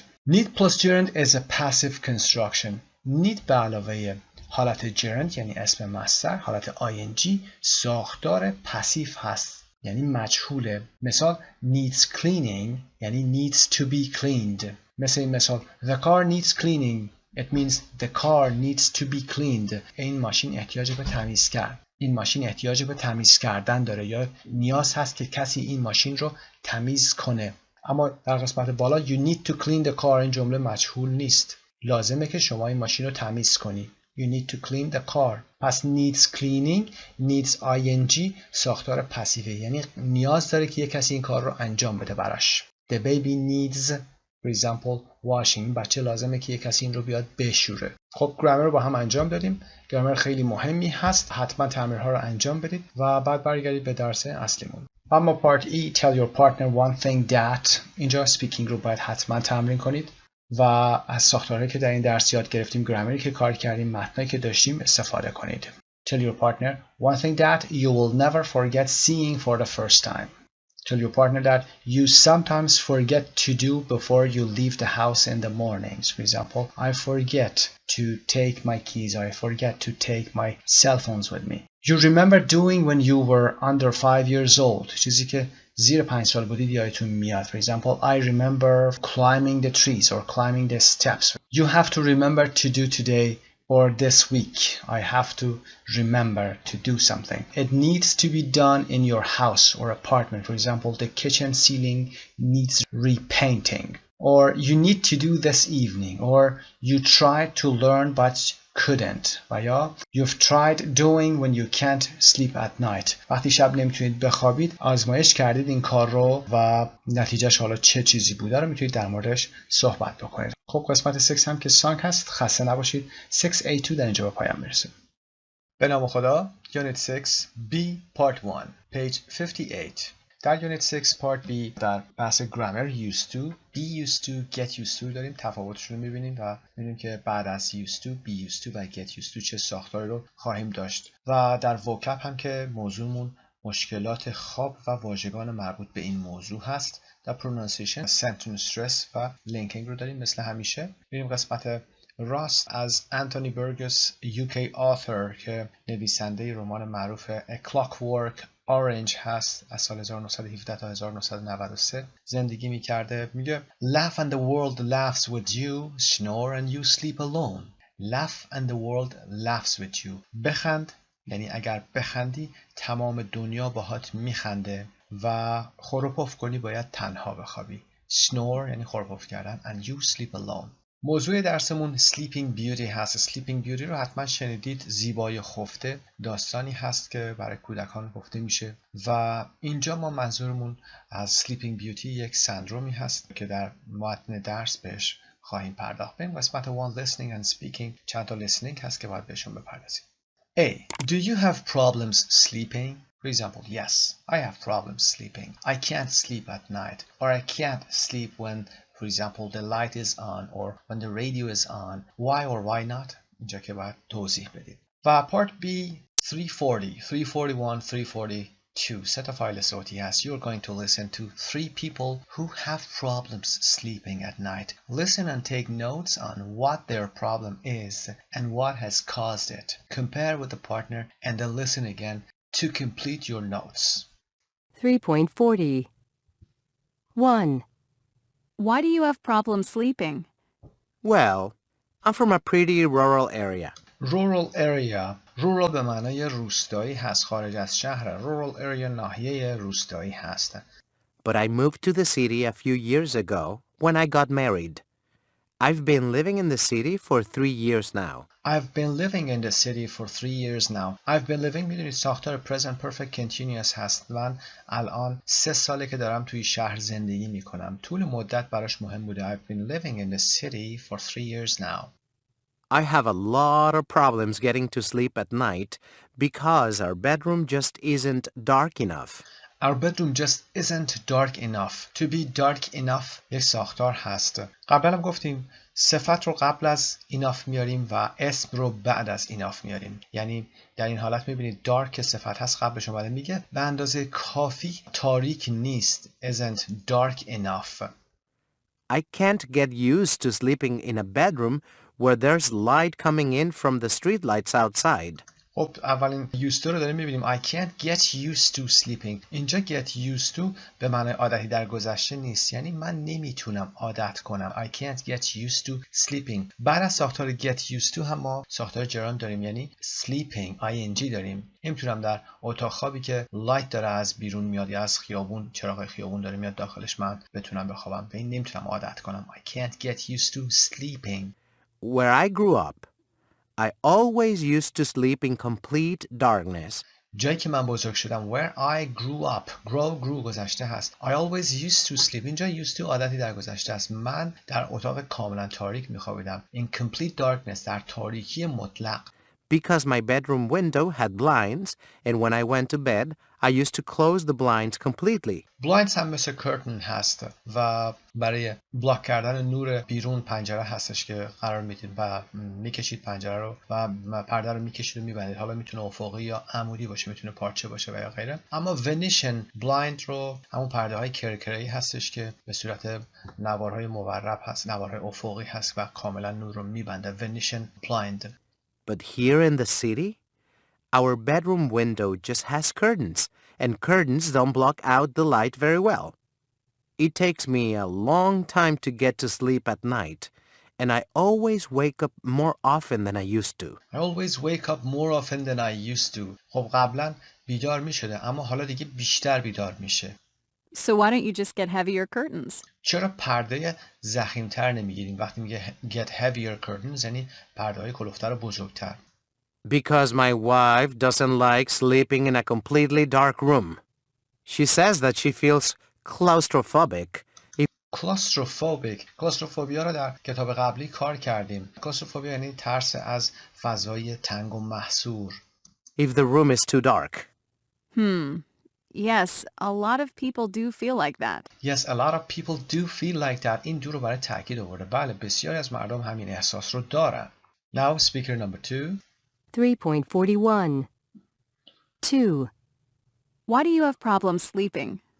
Well, I'm a police officer, and so I have to work different shifts, which means I work at night every other week. I have to work different shifts. باید شیفت‌های مختلفی رو کار بکنم. Which means به این معنا هست که I work at night every other week. Every other week یعنی یک هفته در میان. ساختاری هست. Every other day یعنی یک روز در میان. به این شکل. So I start work at 10 o'clock at night and end at 6 in the morning the following day. The following day یعنی روز بعد. نمیگیم tomorrow. داریم نقل قول میکنیم یا صحبت میکنیم باید از این ساختار استفاده میکنیم. The previous day, the following day. نمیگیم yesterday. داریم به صورت کلی صحبت میکنیم. The main problem is that my body's used to sleeping at night, not during the day. My body is used to sleeping. یه ساختار دوباره در اینجا داره به ما نشون میده is used to. فعل to be هست به علاوه used to. اینجا ما باید بعدش حتما ساختار gerund داشته باشیم. بدن من عادت داره به خوابیدن در شب. My body is used to sleeping. بعد از used to که قبلش حتما اینجا ما نشون بدیم که body is یعنی body is. فعل to be داریم باید بعدش ساختار gerund داشته باشیم چون توی اینجا در گرامر هم خواهیم گفت که اینجا preposition هست بخشی از infinitive نیست. So, it's hard to get used to being awake all night and trying to work and concentrate when your body is just telling you to go to bed. But isn't it something you get used to? Actually, no, because I work during the day for 1 week and then the next week I work at night, which means that just when my body has gotten used to being awake at night, then I go back to working in the day. And then, of course, I can't get to sleep at night because my body thinks it's going to have to work all night. The other problem is that when I get home after working a night shift, بعد از after ببینید ما ساختار ing داریم مربوط به گرامر این درس نیست اما ببینید after preposition هست نمیگیم after to work at night میگیم after working چون preposition داریم ساختار gerund داریم در اینجا. everyone else is just starting to wake up, so that means that it can be really noisy. The neighbors turn the radio on and bang doors and They turn the radio on and bang doors. Bang doors یعنی در رو به شدت میبندن با صدای بلند میبندن. They bang doors. and shout to wake their children up. فریاد میکشن که بچه هاشون رو بلند کنن یا از خواب بیدارشون کنن. Shout to wake their children up. So even though I'm really tired, it's just very hard to get to sleep. How many hours do you usually sleep? Before I became a police officer, I used to sleep about 8 or 9 hours a night. But I think now I probably don't sleep more than 6 hours. Speaker 3. 3.42. 3. Why do you have problems sleeping? I have a lot of problems sleeping because of jet lag. جت لگ میدونید اون احساسی هست که بعد از سفرهای هوایی طولانی به آدم دست میده، یعنی ساعت خواب به هم میریزه، ساعت بیولوژیکیتون به هم میریزه و احساس خستگی طولانی دارید و 1-2 روز طول میکشه بسته به سفری که داشتید تا خوب بشید.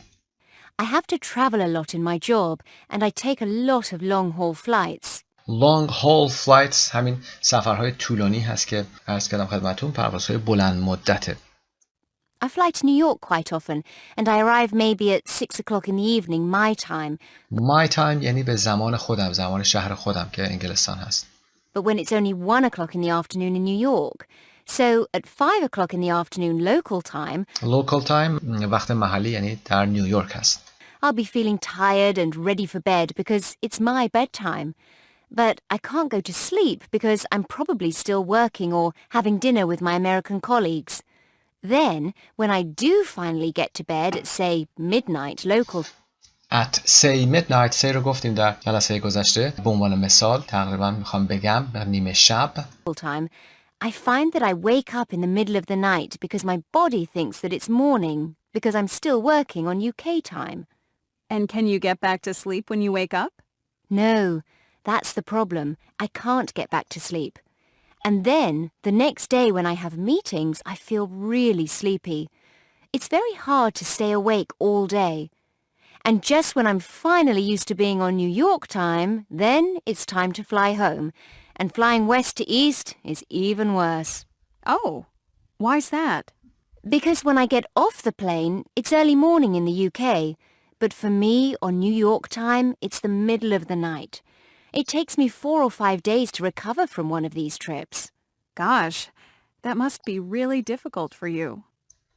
گاش به معنای عجب و یا خدایا و یا ای وای هم میتونه باشه. خب قسمت سوم رو هم انجام دادیم. بریم برای ادامه کار. سایت مجموعه زبان ایرانیا. برای speaker 1 ببینیم مشکلات رو. Speaker 1, he's from a rural area and moved to the city 3 years ago. He has problems getting to sleep and wakes up when he is asleep.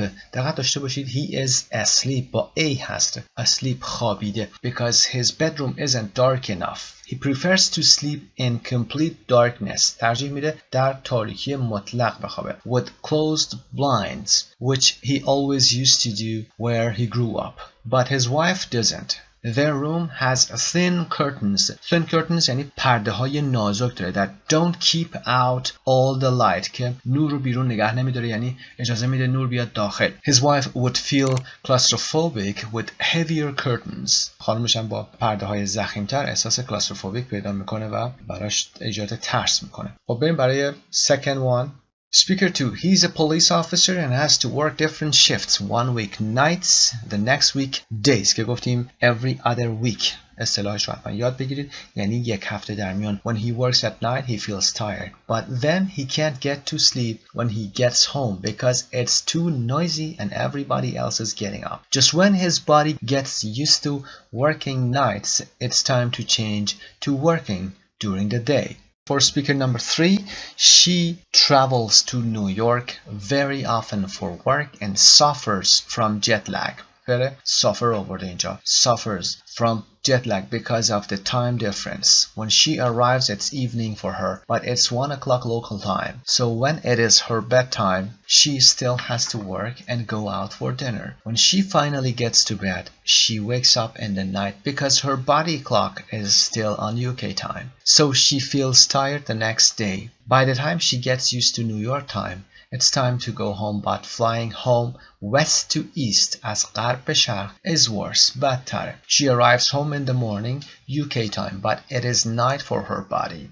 خب در قسمت پایین یه سپیکینگی داریم. اینا رو میتونید پاسخ بدید و حتما استفاده بکنید برای سپیکینگتون. Do you usually sleep with your bedroom completely dark or with the curtains or blinds open? For example, I usually sleep in a complete darkness or with the curtains or blinds open. Do you have problems sleeping if there is too much or not enough light for you? For example, you can say, yes, I can't sleep when there is too much light in the bedroom, or I need a night light to sleep with. من یک چراغ خواب لازم دارم که چراغ خواب رو night light میگیم. Number 2, have you ever worked at night? آیا هیچ وقت شب کار کردید؟ هیچ وقت تا به حال. Have you ever worked at night? Yes, I did. I worked at night, for example, 2 or 3 years ago, or I used to work at night. Did you have any problems sleeping the next day? You can say yes or no. Why or why not? Do you think you would be able to work at night and sleep during the day? Or do you think you would be able فکر میکنید قادر به کار باشید to work at night موقع شب and sleep during the day؟ این رو ببینید برای خودتون پاسخ بدید. For example, میتونید بگید Yes, I think I would be able to work at night and sleep during the day. Number 3, have you ever flown long haul? Yes, once for example, or twice, or my job is like this. I have to fly long haul flights, for example. Where to? مقصدتون رو میگید. Did you get jet lag? Yes, I got jet lag when I was flying to New York, for example. How long did it take you to get over it? To get over something گفتیم به معنای فائق آمدن بر چیزی، غلبه کردن بر چیزی. چقدر براتون زمان برد to get over it? For example, it took me 3 days to get over it. Part 2. Grammar. Used to, be used to, get used to. Look at some extracts from the listening. قسمت پایین چند جمله اومده که این اکسترکت ها رو از همون لیسنینگ که کار کردیم گرفتن. Match the highlighted phrases to their meanings. 1 to 3. What form is the verb after? A. Used to, be or get used to.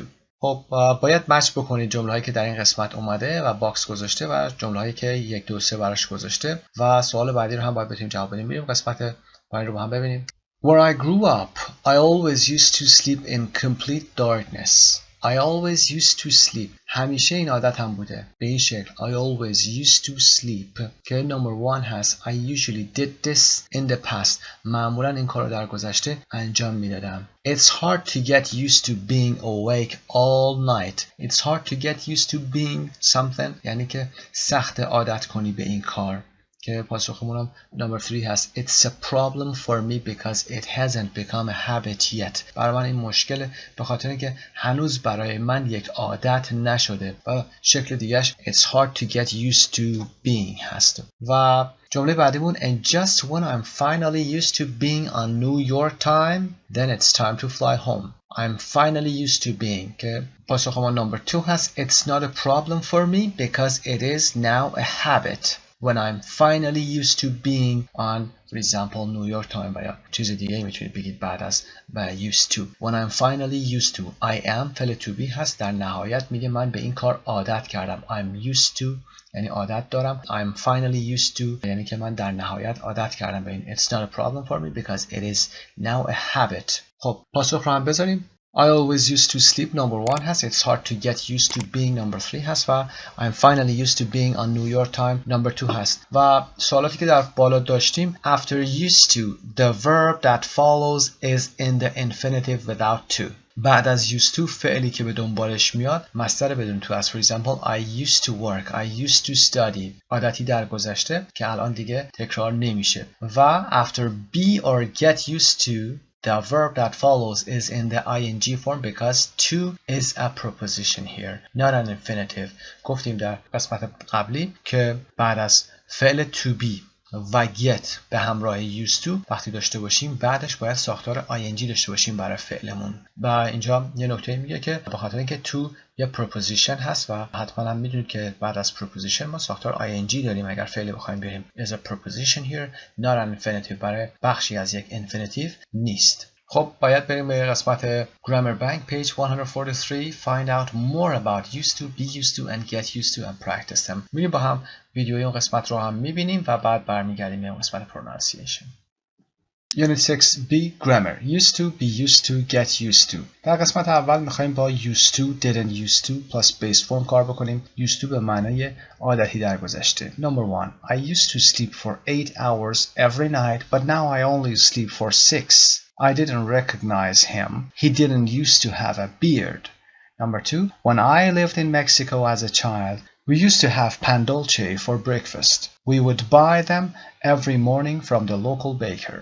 خب رول با هم بخونیم. Number 1 we used to or didn't used to که منفیش هست plus base form to talk about past habits or repeated actions or situations or states that have changed. از ساختار used to همونطور که میدونید و حالت منفیش didn't used to به علاوه base form یعنی فعلمون حالت اصلیش باشه یعنی بدون تو و ing برای صحبت در مورد عادت‌های درگذشته یا فعالیت‌های تکراری یا موقعیت‌ها یا حالت‌هایی که الان دیگه تغییر کردن that have changed یعنی الان ما دیگه تغییر رو می‌بینیم. Used to doesn't exist in the present tense. For present habits use usually plus the simple present. For example, I usually walk to work. ساختار used to رو فقط برای گذشته، عادت‌هایی در گذشته هستن استفاده می‌کنیم و نمی‌تونیم used to رو برای زمان حال استفاده کنیم و بگیم که عادتی رو در زمان حال داریم میگیم. مثلا وقتی می‌خوام بگیم که معمولاً پیاده میرم سر کار، راه میرم سر کار، میگیم I usually walk to work or I usually take taxi or I usually take the bus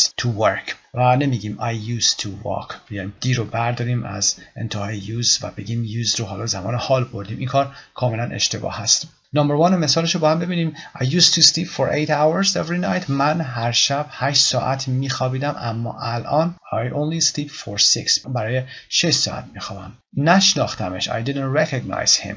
He didn't used to have a beard. اون ریش نداشت. یعنی الان ریش گذاشته. Number 2, we can also use would to refer to repeated actions in the past. However, we don't use would for non-action verbs. For example, be, have, know, like, etc. برای اینکه عادتی در گذشته نشون بدیم میتونیم از would هم استفاده بکنیم. اگرچه ما با افعال نان اکشن که همون غیر کنشی بودن مثل افعال حسی هستن بعضیشون، ما حالت would رو نمیاریم. این گونه افعال میتونن be بودن، have به معنای داشتن و know دانستن و like دوست داشتن و غیره میتونه باشه. نمیتونیم بگیم I didn't recognize him. He wouldn't have a beard. این ساختار اشتباه هست. would رو میتونیم برای گذشته به کار بریم. به عنوان مثال When I was at school or when I was young we would play in the garden. ما توی حیاط بازی می‌کردیم. اگر بگیم we played in the garden گذشته ساده به کار بریم یعنی که ما در حیاط بازی کردیم. جایی که خواستید چیزی رو بگید به این شکل باشه فعلش یعنی بازی می‌کردیم، غذا می‌خوردیم، میگیم we would eat, we would play و این ساختار رو می‌سازیم. مثال رو با هم ببینیم. Number 2 When I lived in Mexico as a child we used to have pan dulce for breakfast. وقتی که در مکزیکو زندگی می کردم when I lived in Mexico وقتی که بچه بودم we used to have pan dulce. pan dulce sweet bread هست، نونهای شیرینی قندی هست، از مکزیک هم هست ریششون. خب ما برای صبحانه این غذا رو می خوریم، نون قندی می خوردیم. We would buy them every morning from the local baker.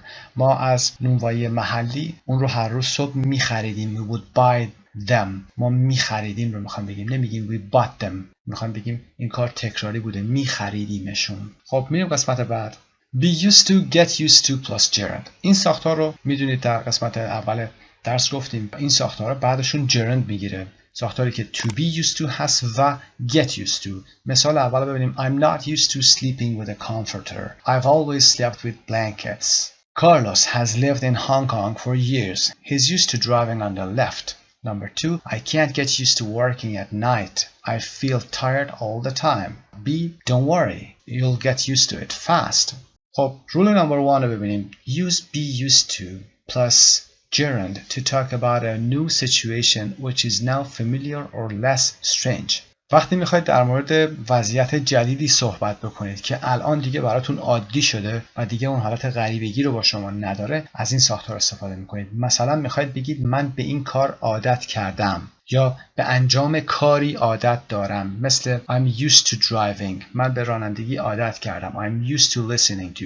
به شنیدن به شما عادت کردم. I'm used to sleeping for example with a comforter که در مثال بالا هست. عادت کردم. و یا حالت منفیش I'm not used to sleeping with a comforter. comforter همون لحاف هست. لحاف ها با بلانکت فرق داره، همونطور که در اینجا می‌بینید بلانکت هم آورده. لحاف یه پوششی هست که داخلش حالا با پر و یا چیزهای دیگه پر میکنن. I'm not used to sleeping with a comforter. عادت به خوابیدن با لحاف ندارم. I've always slept with blankets. همیشه I've always slept. ساختار present perfect یعنی از گذشته تا الان. همیشه با بلانکت خوابیدم، با پتو خوابیدم. Carlos has lived in Hong Kong for years. سال هاست که کارلوس در هنگ کنگ زندگی کرده، یعنی الان هم هست. He's used to driving on the left. در هنگ کنگ هم رانندگی در سمت چپه و شما سمت چپ میشی رانندگی میکنی. He's used to driving. اون به رانندگی در سمت چپ عادت کرده. پس وضعیت جدیدی هست که دیگه شما باش عادت کردی و دیگه براتون غریب نیست. یک کاری بوده که شما انجام دادی و الان باش دیگه خوب گرفتی. Number 2, use get used to plus gerund to talk about a new situation which is becoming familiar or less strange. Get used to ساختاری هست که با gerund میاد، یعنی بعد از اون هم شما باید حالت gerund داشته باشید. For example, I can't get used to working at night. نمیتونم به کار کردن در شب عادت کنم. اینجا در توضیح هم میگه talk about a new situation، وضعیت جدیدی که داره براتون فامیلیر میشه و یا less strange میشه. حالا اگر منفی باشه میگه شما نمیتونید به اون عادت بکنید. I feel tired all the time، همیشه احساس خستگی میکنم. و بی میگه don't worry you'll get used to it fast، زود بهش عادت میکنی. you will get used to it fast. اگر خواستید فعل بیارید بعد از ساختار get used to باید ساختار gerund داشته باشید. The difference between be used to and get used to is exactly the same as the difference between be and get plus adjective.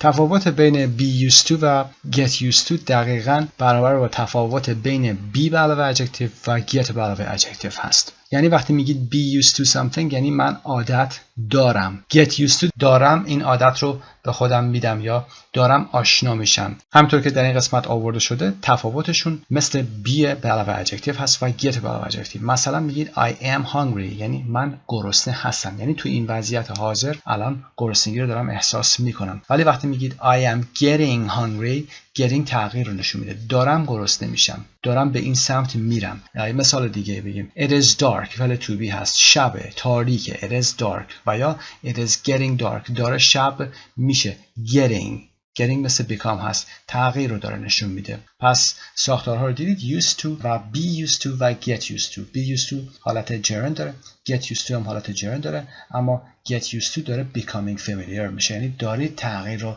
احساس میکنید. خب برمیگردیم به درس اصلی با هم. Pronunciation, sentence stress and linking. 345. Listen and repeat 3 sentences. Notice the rhythm and how the words are linked. خب حتما با تلفظ sentence stress و linking آشنا هستید. ببینید اینجا برای ساختار used to working به چه صورت ما تلفظ میکنیم. وقتی میخواید کلمه used to رو تلفظ بکنید ببینید د و ت تقریبا در یک جایی در دهان ادا میشن و شبیه هم هستن تقریبا. به همین دلیل د و ت به هم میچسبن و یه صدای ت رو ایجاد میکنن. و اینکه صدای تو نمیگیم معمولا، یه صدای بین تو و ا هست که میشه تو. used to. I'm used to working.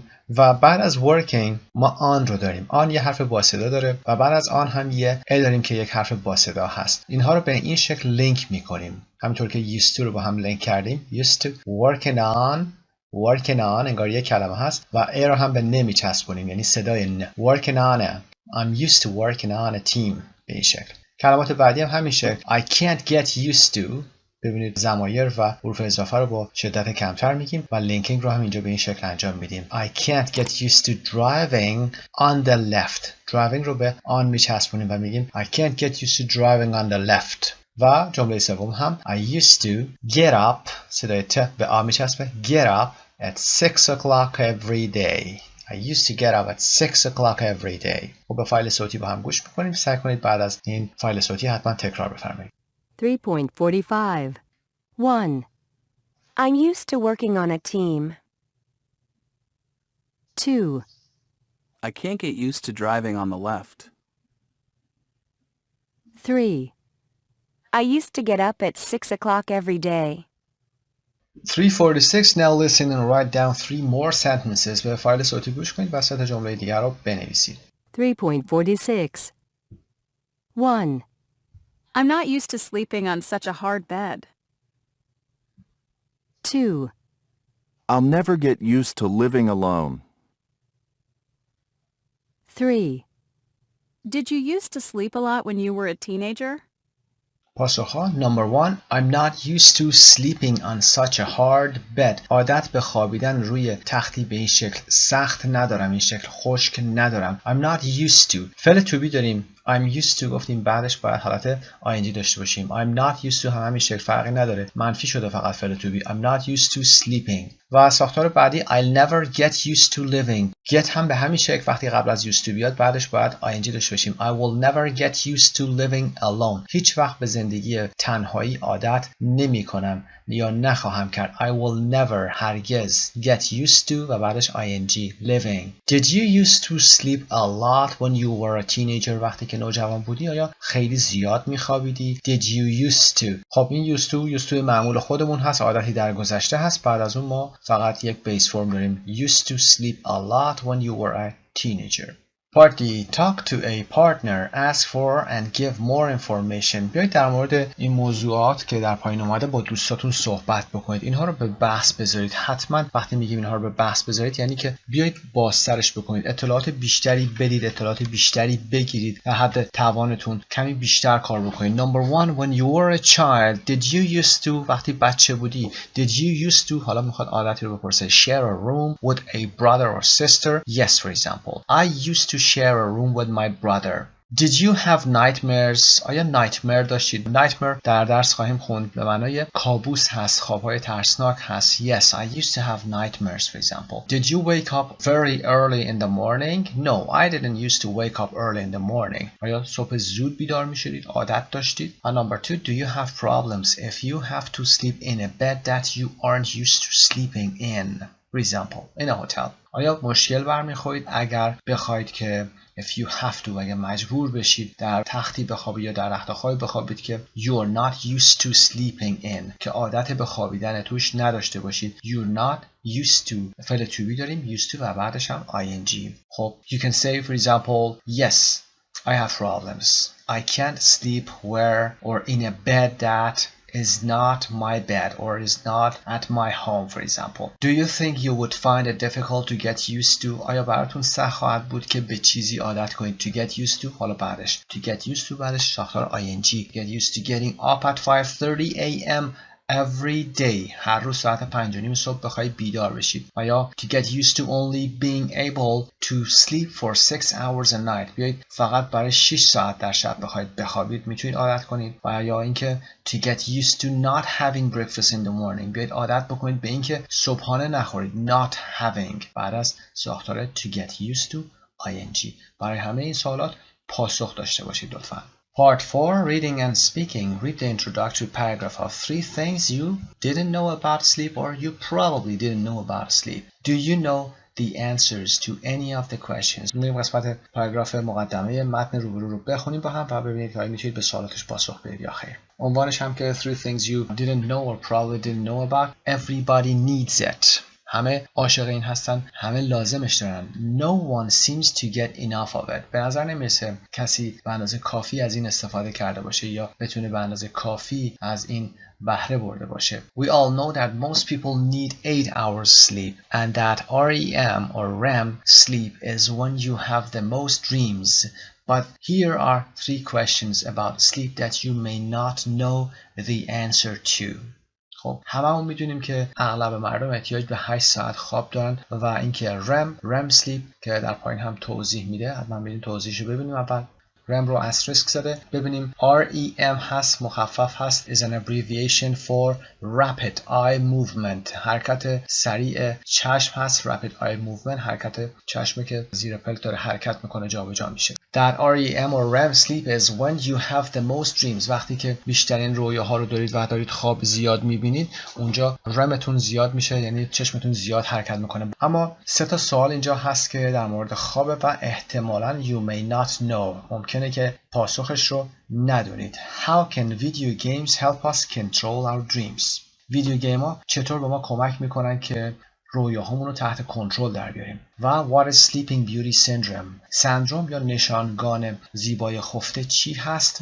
و what did our ancestors used to do in the middle of the night that we don't؟ خب ancestors یعنی اجداد ما. used to do اجداد ما چه کاری رو میکردند در نیمه شب که that we don't که ما انجام نمیدیم. خب بریم متن رو با هم میخونیم و بعد باید برگردیم به true false رو پاسخ بدیم. Living your dreams. A university psychologist in Canada believes that people who play video games are more likely to be able to control their own dreams. یه روانشناس دانشگاه در کانادا معتقده که کسانی که ویدیو گیمز بازی میکنن، بازی‌های ویدیویی، are more likely to be able. احتمال میره که بیشتر قادر به کنترل دریمشون باشن، رویاها و خوابهاشون باشن. Jane Gackenbach studied the dreams of regular video gamers and non-gamers and found that people who frequently played video games experienced lucid dreams more often. Jane Gackenbach خوابهای دو گروه رو میاد مقایسه میکنه که یک گروهش ویدیو گیمرز های رگولار بودن، یعنی کسانی که به صورت معمول ویدیو گیم بازی میکردن، و یک گروه هم که نان گیمرز بودن، یعنی بازی نمیکردن هیچ وقت تو عمرشون. and found that و مشخص کرد که کسانی که frequently played video games به صورت منظم ویدیو گیمز رو بازی میکردن lucid dreams بیشتری داشتن. A lucid dream is one in which we are aware that we are dreaming. لوسید دریم رویایی هست یا خوابی هست که بهتره بگیم که در اون ما به خوابی که داریم میبینیم هوشیار هستیم و آگاه هستیم که این یه خواب هست. In a lucid dream, the dreamer is sometimes able to control or influence what is happening to them in the dream, very similar to controlling the action of a character in a video game. در رویاهایی که لوسید هستن، خوابهایی که لوسید هستن، the dreamer، کسی که داره خواب میبینه، گاهی وقتا قادر هستش که خوابی رو که داره اتفاق میفته رو بیاد تحت تاثیر قرار بده و تغییرش بده. خیلی شبیه به کنترل فعالیت‌های کاراکتری که در یک ویدیو گیم هست. Dreams and video games are both parallel universes, says Gackenbach. گاکنباک میگه که خواب و رویا هر دو دنیای موازی هستند. Gamers spend hours a day in a virtual reality and they are used to controlling their game environments and this seems to help them to do the same when they are dreaming. گیمرز کسانی که ساعتها در طول روز به صورت ویرچوال ریالیتی میان بازی میکنن که ویرچوال ریالیتی میگه واقعیت مجازی از تصاویر سه‌بعدی رو میان ایجاد میکنن و they are used to controlling. ساختار are used to رو هم ببینید از لحاظ گرامری فعل to be بعد used to علاوه ing هست. عادت دارن به کنترل محیط بازیشون یا محیط‌های بازیشون و this seems to help و این به نظر میرسه که بهشون کمک میکنه که همین کار رو با وقتی که رویا دارن یا خواب دارن انجام بدن. Gackenbach also discovered that video gamers have fewer nightmares than non-gamers. گاکنباخ همینطور مشخص کرده که کسانی که ویدیو بازی میکنن خواب کمتری نسبت به نان-گیمرها دارن. Some experts believe that we have nightmares to help us practice for life-threatening situations in a safe environment. بعضی از کارشناسان معتقدند که ما رویا داریم یا ما خواب میبینیم و این خوابها به ما کمک میکنن که وضعیت‌های خطرناک زندگی رو در محیطی سیف یا امن تمرین بکنیم. Since video gamers already practice those situations regularly in games, Gackenbach's research suggests that video gamers may have less need of nightmares. سنس اینجا به معنای از اونجایی که کسانی که ویدیو گیم بازی میکنن خودشون این وضعیت ها رو به صورت منظم در بازی تمرین میکنن. تحقیقات گاکنبرگ نشون میده که ویدیو گیمرها احتمالاً احتیاج کمتری به کابوس و یا خوابهای شبانه وحشتناک دارن. But interestingly, when gamers do have a nightmare, they react differently to non-gamers. اما جالبه که وقتی که گیمرها، کسایی که بازی میکنن، اینها کابوس داشته باشن، اونا نسبت به کسانی که بازی نمیکنن واکنش متفاوتی رو نشون میدن. They react differently to non-gamers. What happens with gamers, says Gackenbach, is that when they have a scary experience in a dream, they don't run away like most of us do. گاکنباخ میگه وقتی که اونها یک تجربه ترسناکی رو میبینن توی خوابشون، اونها مثل اغلب ماها نمیدونن و فرار نمیکنن. They turn around and fight back. اونها برمیگردن و دوباره مبارزه میکنن با اون وضعیت خطرناک. در قسمت B یک true false داریم. Number 1, when we have a lucid dream, we know that we're dreaming. True. In a lucid dream, the person who is dreaming can never change what is happening. False. Number 3, gamers may be able to control their dreams because dreams are similar to computer games. True. Number 4, the reason we have nightmares may be to prepare us for certain dangerous situations. True. Number 5, video gamers have more nightmares than non-gamers because they don't experience dangerous life-threatening situations. False. Number 6, video gamers are braver in their dreams than non-gamers. True. اما پاسخ این قسمت رو هم قرار میدیم در اینجا. قسمت هایی که مربوط به پاسخ هست در متن اومده. For example, the first one is true. Line 6, a lucid dream is one in which we are aware that we are dreaming. خب این قسمت رو به این شکل انجام بدید. قبل از اینکه پاسخ رو نگاه بکنید حتما true false ها رو بگید و بعد بیایید توضیح بدید که چرا true هست چرا false هست.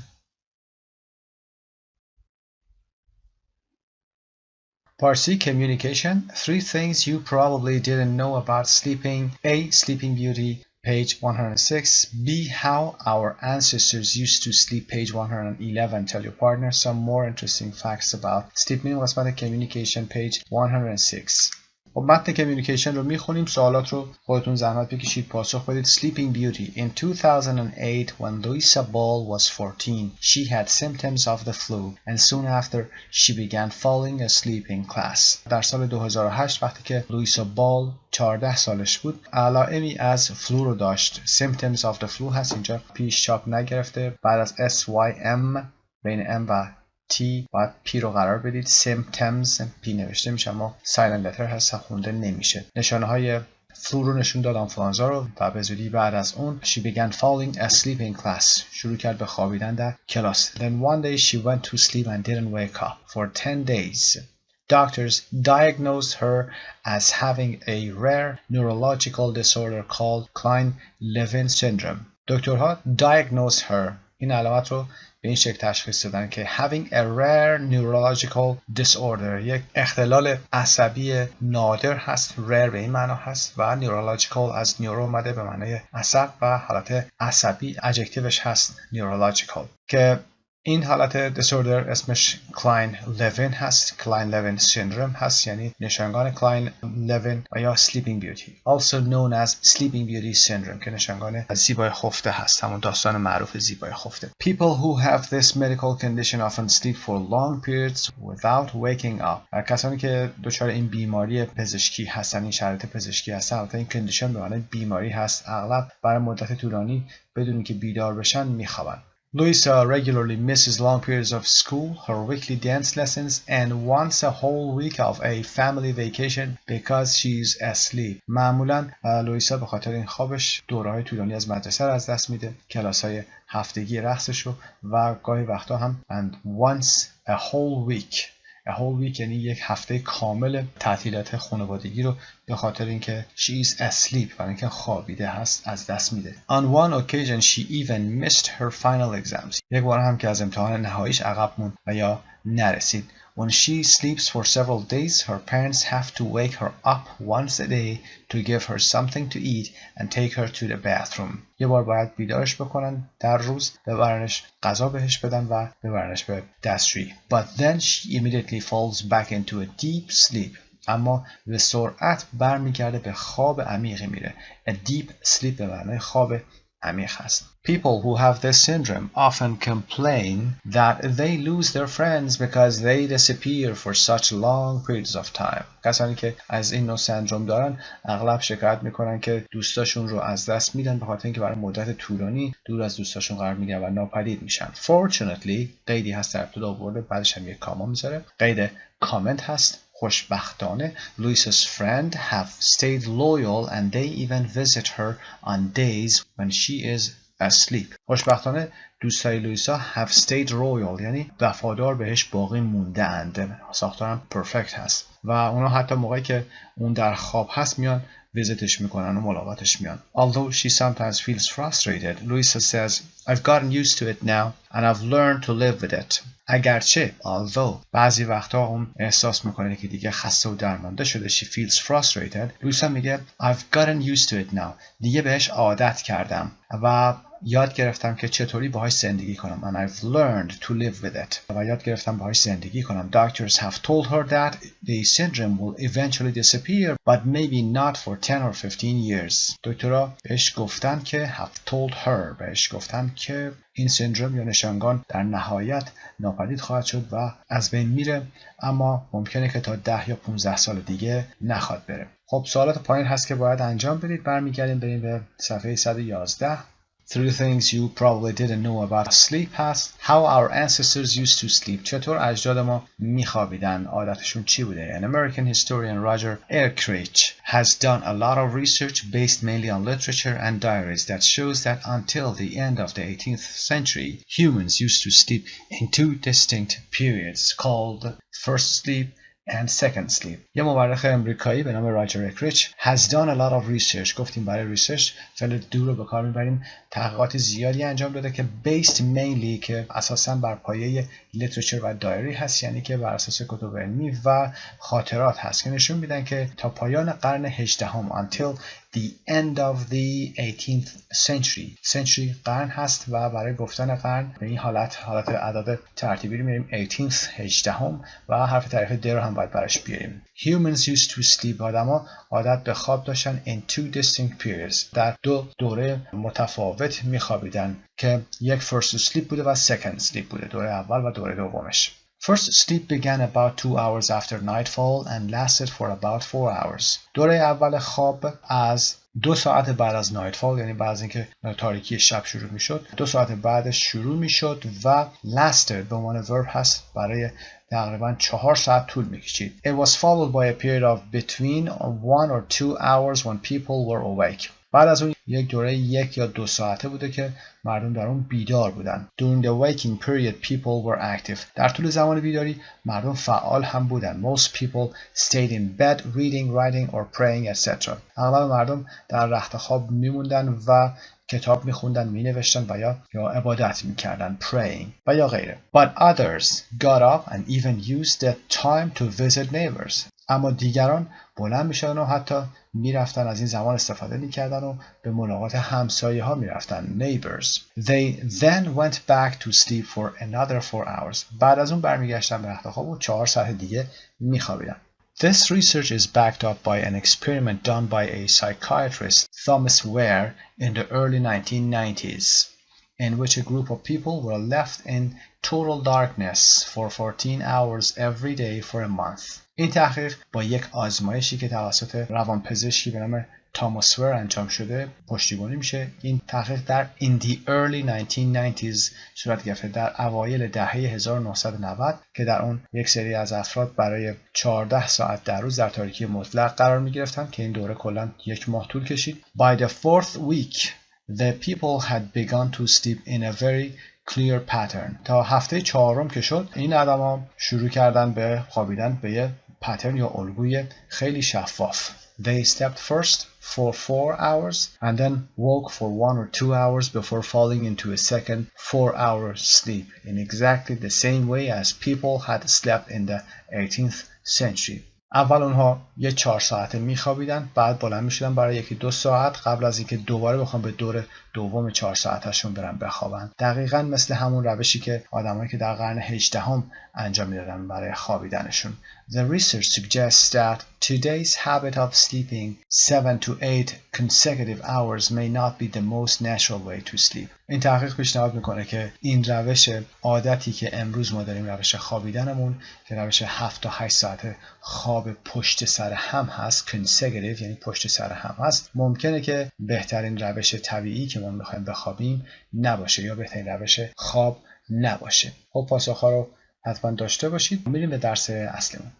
Vocabulary quiz. 1. A medical condition, often an unusual one, a syndrome. یه بیماری که اغلب غیر معمول هم هست، سیندروم هست یا نشانگان. Number 2. An adjective meaning staying faithful to somebody and supporting them.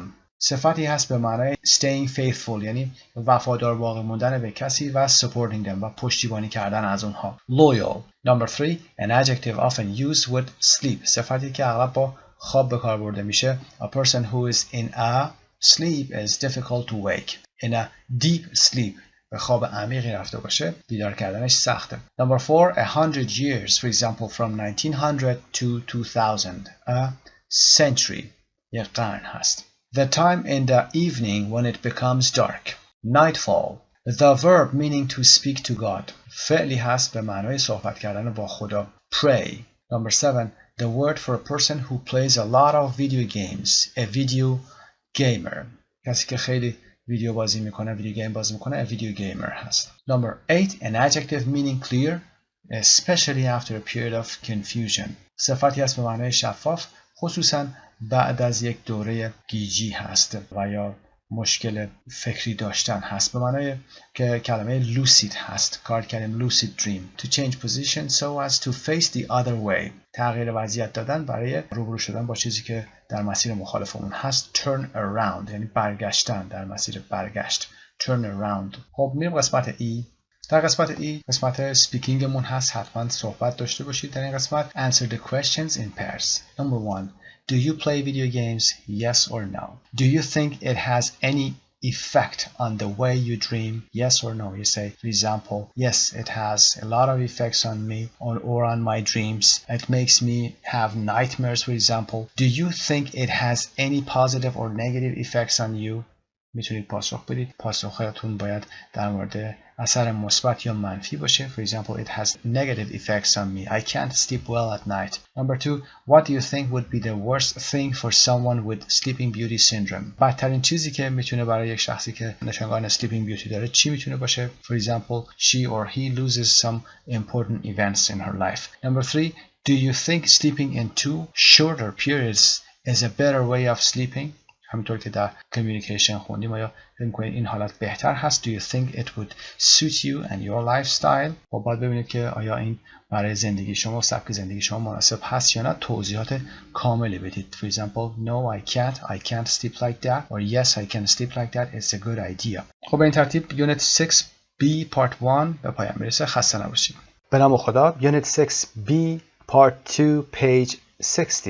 در این قسمت میخوایم در مورد خواب، مشکلات خواب، sleepwalking که خوابگردی هست صحبت بکنیم. Part A, look at the picture and the headline of the article. Why do you think the man cooks in the middle of the night? The chef who cooks in the middle of the night topicمون هست. Part B, 347. Now listen to the first part of a radio program and check your answers to A. What kind of things does he cook? Why is it a problem?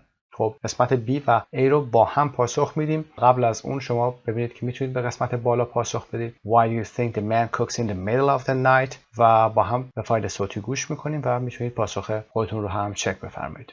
3.47 And finally today, the story of a sleepwalker who gets up in the middle of the night and goes to the kitchen and starts, you guessed it, cooking. A sleepwalker کسی هست که خوابگرده، یعنی در خواب راه میره. Sleepwalking اون پدیده هست یعنی خوابگردی. A person who gets up in the middle of the night and goes to the kitchen and starts, you guessed it، یعنی شما حدس زدید، درست حدس زدید که شروع میکنه به چه کاری؟ Cooking. Robert Wood, who's 55 years old, used to be a chef until he retired last year.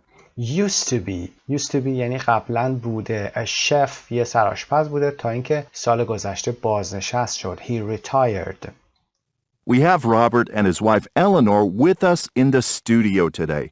Robert, tell us what happens. Well, I've been a sleepwalker for about 40 years now.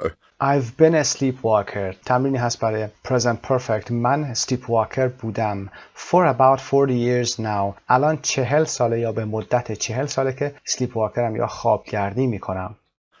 I think it first started when I was about 14 or so. خب فعل بعدی رو با past simple میگه چون یک نقطه زمانی در گذشته finish action رو میخواد بگه. و گفت I think it first started. فکر میکنم اول شروع شد when I was about 14 or so. وقتی 14 سال یا حالا کمتر بیشتر بودم این موضوع شروع شد. دیگه present perfect استفاده نکرده چون نقطه شروع یک نقطه بوده که finish action هست. تایمش تمام شده.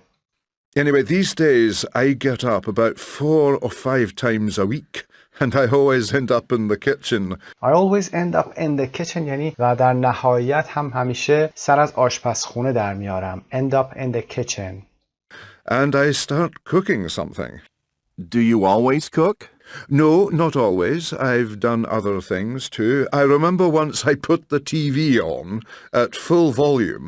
I remember once I put the TV on at full volume. یادم میاد که یک بار تلویزیون رو با صدای خیلی بلند روشن کردم و روشن گذاشتمش. And once I filled the bath with water, although I didn't get in it.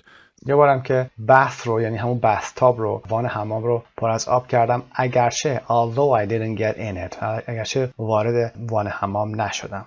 But I usually cook. Eleanor, do you wake up when this happens? Yes, I usually wake up because he's making a noise. I go downstairs and usually I find him in the kitchen. Once he was just laying the table, but other times he's been cooking. Once he was laying the table داشته میز رو میچیده but other times he's been cooking اون داشته غذا درست میکرده. He has been cooking present perfect continuous هست. داشته غذا درست میکرده. آشپزی میکرده. What kind of things does he cook? All sorts of things. I've caught him cooking omelets and spaghetti bolognese. I've caught him. caught گذشته catch هست، اینجا I've caught هست، پس پارتیسیپالش هستش، یعنی گیرش انداختم، گرفتمش. I've caught him cooking omelets. وقتی که داشته آملت درست میکرده یا اسپاگتی بولونیز درست میکرده گیرش انداختم. And even caught him frying chips once. That was a bit scary because he could easily have burnt himself or started a fire. He could easily have burnt himself. میگه کمی ترسناک بوده، میتونسته خودشو بسوزونه، یعنی دچار آتش سوزی بشه. or started a fire، میتونسته باعث شعله ور شدن چیزی بشه یا اینکه دست خودشو بسوزونه. Do you ever eat the things that Robert cooks? No. It always looks lovely, but I must admit I've never tried it. I must admit، باید بپذیرم، اقرار بکنم که I've never tried it، هرگز تست نکردم غذاشو. Not at 3 o'clock in the morning. And the trouble is, he always leaves the kitchen in a terrible mess. و دردسرم اینه که همیشه آشپزخونه رو خیلی به هم ریخته رها میکنه و میاد. Last time he sleepwalked, he spilt milk all over the place. Spilt که میدونید گذاشته spill هست. He spilt milk all over the place. اومده شیر رو همه جا پخش کرده و ریخته. So Robert, you don't know that you're cooking? No, I haven't. I really am asleep, and afterwards I just have no recollection of having cooked anything.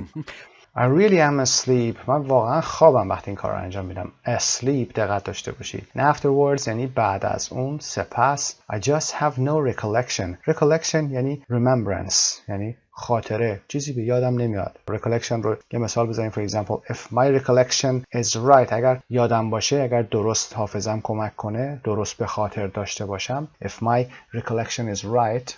You're getting some help to see if you can cure your sleepwalking, aren't you? Yes, I've been going to a sleep clinic in Edinburgh where they think they'll be able to help me. Well, good luck with that. And thank you both for coming into the studio today. Now, we're going to take a break, but join us again in a few minutes. خب سوالاتی رو مرور میکنیم. Why do you think the man cooks in the middle of the night? Robert cooks in the middle of the night because he cooks when sleepwalking. و question بعدی. What kind of things does he cook? Why is it a problem? He cooks all kinds of things. For example, omelets, spaghetti bolognese, chips, etc. Why is it a problem? It is a problem because he doesn't know he is doing it and it could be dangerous. Part C, read the newspaper article about Robert Wood. Can you remember any of the details about him? Try to fill in the blanks with a word or words. Then listen again to check. خب قسمت بعد کارمون این هست که بریم مقاله رو بخونیم و ببینید که یادتون میاد که رابرت وود چه چیزی گفته بوده در مورد خودش. قسمت‌های خالی رو پر می‌کنیم، بعد برمیگردیم ادامه درس. عنوان قسمت هم که گفتیم The Chef Who Cooks in the Middle of the Night هست و میریم شروع میکنیم خوندن متن رو. یه دور سعی کنید این متن رو خودتون بخونید قبل از اینکه ویدیو رو ببینید و از حافظتون کمک بگیرید، ببینید یادتون میاد که چه چیزهایی رابرت وود گفته بوده. قسمت‌های خالی رو پر بکنید. بعد از اینکه کار رو تمام کردید بیاید ویدیو رو پلی کنید و با هم چک کنید. Robert Wood often gets up in the middle of the night and goes downstairs to the kitchen. Robert Wood اغلب در نیمه شب in the middle of the night، یادتون باشه با حرف اضافه in و the middle of the night به این شکل گفته بشه، در نیمه شب بلند میشه و میره طبقه پایین. goes downstairs. upstairs طبقه بالا، downstairs یه سرم نوشته میشن هر دوتاشون. طبقه پایین to the kitchen. Not surprising you may think. شاید فکر کنید که عجیب نیست و ادامه میده. He's probably hungry and looking for something to eat. احتمالاً گشنشه و دنبال چیزی میگرده که بخوره. But you'd be wrong. اما شما دارید اشتباه میکنید. Robert starts cooking and he does this while he is fast asleep. رابرت شروع به آشپزی میکنه و این کار رو زمانی انجام میده که he is fast asleep. گفتیم که fast asleep یعنی در خواب عمیق بودن هست. اون وقتی این کار رو شروع میکنه در خواب عمیق هست. Mr. Wood, who is 55 years old and a retired chef, has been a sleepwalker for more than 40 years. خب متنش براتون ساده هست. میریم به قسمت پایین. The first time it happened, I was 14, he said. My parents heard me wandering downstairs in the middle of the night.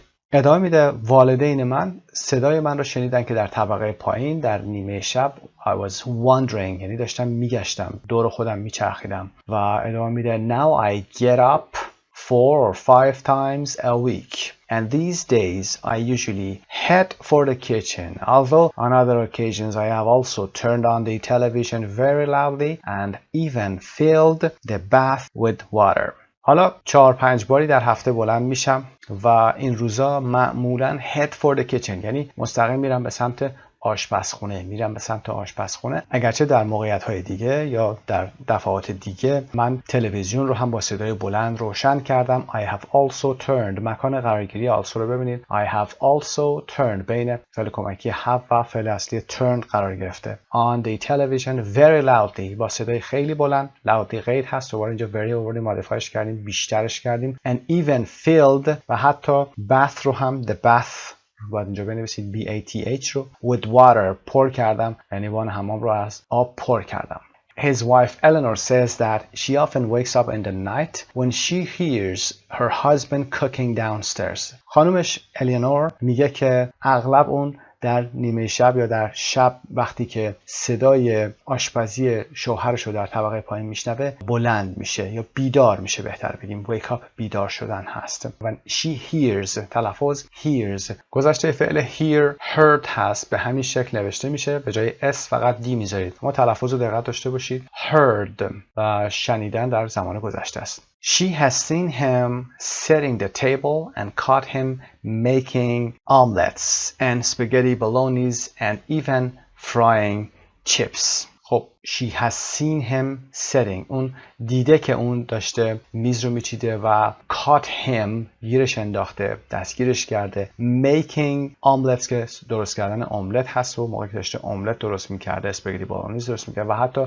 زمانی که frying chips داشته درست میکرده اونو گیر انداخته گرفتتش. The couple says that because of Mr. Wood's sleepwalking they only get a few hours sleep a night and are getting worried that Robert could start a fire without realizing. The couple says این زوج میگن که دقت داشته باشید در امریکن ما میگیم the couple says فعل رو برای زوج مفرد به کار میبریم این نکته براتون باشه. The couple says that این زوج میگه که به خاطر Mr. Wood's sleepwalking خوابگردی Mr. Wood اونا فقط هر شب مقدار کمی میخوابن یا یه چند ساعتی میتونن بخوابن و دارن نگران میشن یا نگرانیشون داره شروع میشه که رابرت could start a fire ممکنه رابرت باعث آتش سوزی بشه without realizing بدونی که حتی درک بکنه داره چیکار میکنه و مستر وود میگه I really am asleep and I have no idea I am getting up said Mr. Wood. مستر وود گفت من واقعا خواب هستم و اصلا هم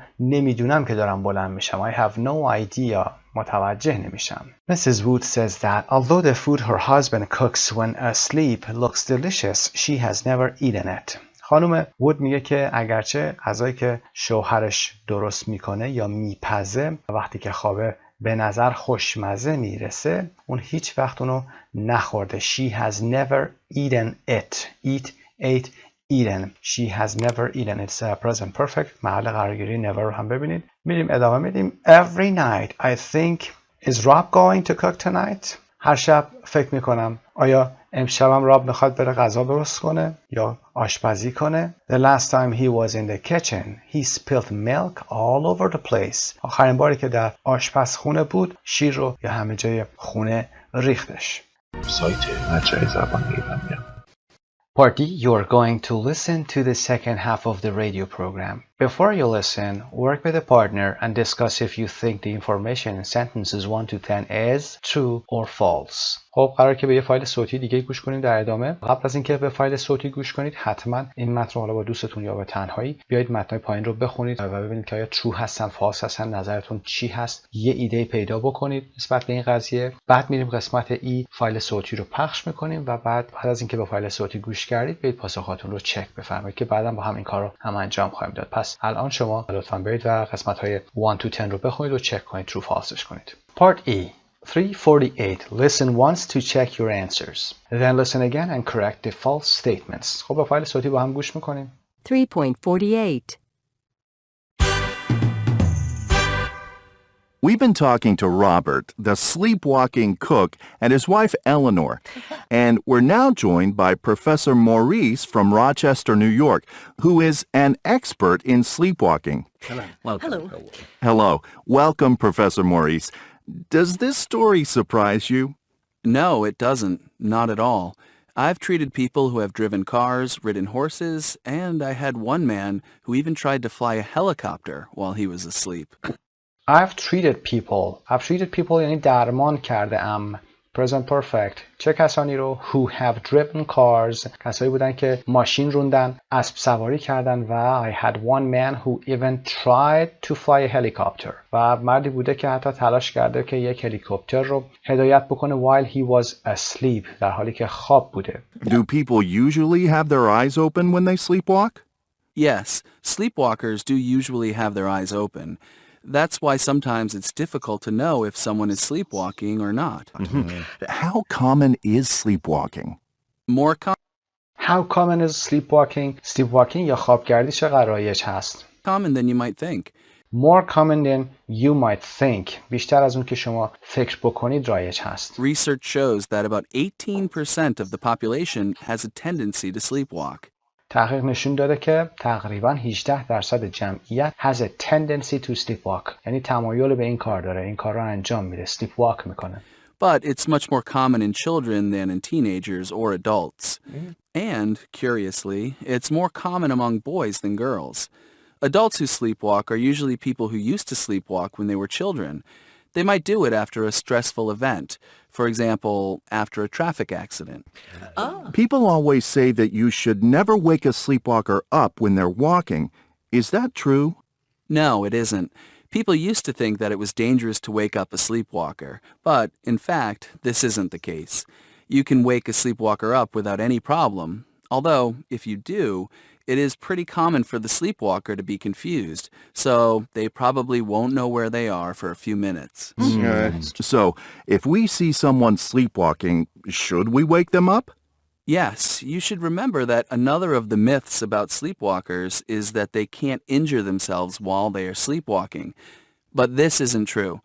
If a sleepwalker is walking around the house, they might trip or fall over a chair or If a sleepwalker is walking around the house, they might trip or fall over. Trip over or fall over یعنی ممکنه که روی چیزی بیفتن، پاشون به چیزی گیر بکنه. Over a chair or even fall downstairs. و یا حتی از پله ها پرت بشن پایین. Or even fall downstairs. There was a case a while ago of a 9-year-old girl who opened her bedroom window while she was sleepwalking and fell 30 feet to the ground. Luckily, she wasn't seriously injured. So, you see, Eleanor, you're right to worry that Robert might burn himself when he's cooking. You need to wake him up and get him back to bed. How long does sleepwalking usually last? How long does something last یعنی چقدر یه چیزی طول میکشه. How long does sleepwalking usually last؟ معمولاً sleepwalking یا خوابگردی چقدر طول میکشه؟ It can be very brief. For example, a few minutes. The most typical cases are people getting up and getting dressed or people going to the bathroom. But it can occasionally last much longer, maybe half an hour or even more, as in Robert's case. And what happens when sleepwalkers wake up? Do they remember the things they did while they were sleepwalking? No. As Robert says, a sleepwalker usually doesn't remember anything afterward. So, is a sleepwalker responsible for his or her actions? That's a very good question, actually. A few years ago, a man from Canada got up in the middle of the night and drove 20 miles from his home to the house where his parents-in-law lived and, for no apparent reason, he killed his mother-in-law. Parents-in-law پدر و مادر همسر هستن، یعنی پدر شوهر مادر شوهر و یا پدر زن مادر زن. و for no apparent reason یعنی برای دلیل نامشخصی نامعلومی he killed his mother-in-law. مادر زنش رو میکشه. The man was charged with murder, but he was found not guilty because he had been asleep at the time he committed the crime. The man was charged with murder. مرد متهم به قتل شد. Was charged with murder. Murder اسم قتل هست. But he was found not guilty. اما مجرم شناخته نشد. چرا؟ به خاطر اینکه خواب بوده. زمانی که he committed the crime. commit گفتیم مرتکب شدن هست. To commit a crime. To commit suicide. یعنی مرتکب خودکشی شدن و غیره. What a sad story. Professor Maurice, thank you very much for joining us today. خب true false رو با هم چک میکنیم. پاسخ رو هم سمت راست قرار دادیم. A sleepwalker can drive a car while he is asleep. True. Number 2, it is easy to know if someone is sleepwalking or not. False. در فایل صوتی اومده it isn't easy to know if someone is sleepwalking because sleepwalkers usually have their eyes open. خاطر این چشماشون بازه مشخص نیست. Number 3, about 8% of people sleepwalk from time to time. False. About 18% of the population have a tendency to sleepwalk. Number 4, sleepwalking is most common among young boys. True. Number 5, stress can cause people to sleepwalk. True. Number 6, you should never wake up a sleepwalker. False. You can wake a sleepwalker up without any problem. Number 7, sleepwalkers cannot hurt themselves. False. Sleepwalkers can hurt themselves. If a sleepwalker is walking around the house, they might trip or fall over a chair or even fall downstairs. Number 8, people usually sleepwalk for a short time. True. Number 9, sleepwalkers don't usually remember anything afterward. True. Number 10, sleepwalking is no excuse if you commit a crime. False. Sleepwalking is an excuse if you commit a crime. A man killed his mother-in-law while sleepwalking. The man was charged with murder, but he was found not guilty. Excuse اینجا به معنای توجیه هست، یعنی توجیهی نداره. Sleepwalking is no excuse. توجیه نداره. نمیتونید بگید که من sleepwalking میکردم و اومدم و یک کرایم رو مرتکب شدم. میگیم که خیر، میتونه یک اکسکیوز باشه، میتونه توجیه داشته باشه و یکی دست خودش نبوده سلیپ واکر. خب این کار رو میتونید انجام بدید. حتما به فایل صوتی قبلا گوش کنید. در گذشته هم عرض کردم خدمتتون فایل های صوتی رو قبل از اینکه فایل ویدیویش پخش بشه حتما گوش کنید، نوت برداری بکنید که لیسنینگتون قوی بشه، بعد به ویدیو مراجعه کنید. تقریبا همه قسمت ها رو باید بدون اینکه به ویدیو نگاه بکنید کار رو انجام بدید. یه مطالعه در اون 2 صفحه رو داشته باشید، جای خالی رو پر بکنید. اگر نکته گرامری هست، اگر ریفرتون میکنه به گرامر، برید گرامر رو بخونید. اگر وکب داره برید وکب رو بخونید و بعد برگردید این تمرین ها رو انجام بدید، فایل های صوتی رو گوش کنید و بعد بیایید فایل ویدیو رو حتما پلی بکنید. خب بریم قسمت بعد. Part F. Have you ever sleepwalked or do you know anyone who sleepwalks? What do they do when they sleepwalk? Where do they go? Does anyone try to wake them up? خب اینا رو بعد خودتون بتونید پاسخ بدید با فایل هایی که گوش کردید، متنی که خوندید کمکتون میکنه مسلما. خب نظر بنده هم اگر بخواید for example I can answer this question sleepwalk رو فعل بکنید. No, I have never sleepwalked in my life, but I know so many people or some people who walk or talk when they are fast asleep. When do they go? You can say, for example, they go to other rooms or they go to the yard or looking for food or they talk, for example. و does anyone try to wake them up? خب کسی تلاش میکنه که بیدارشون بکنه. Yes, sometimes people or members of the family try to wake them up. میتونید شکل‌های دیگه اگر خاطری دارید در موردش صحبت بکنید. خب میریم ادامه درس. Page 61. Part 6. Vocabulary and speaking. Sleep.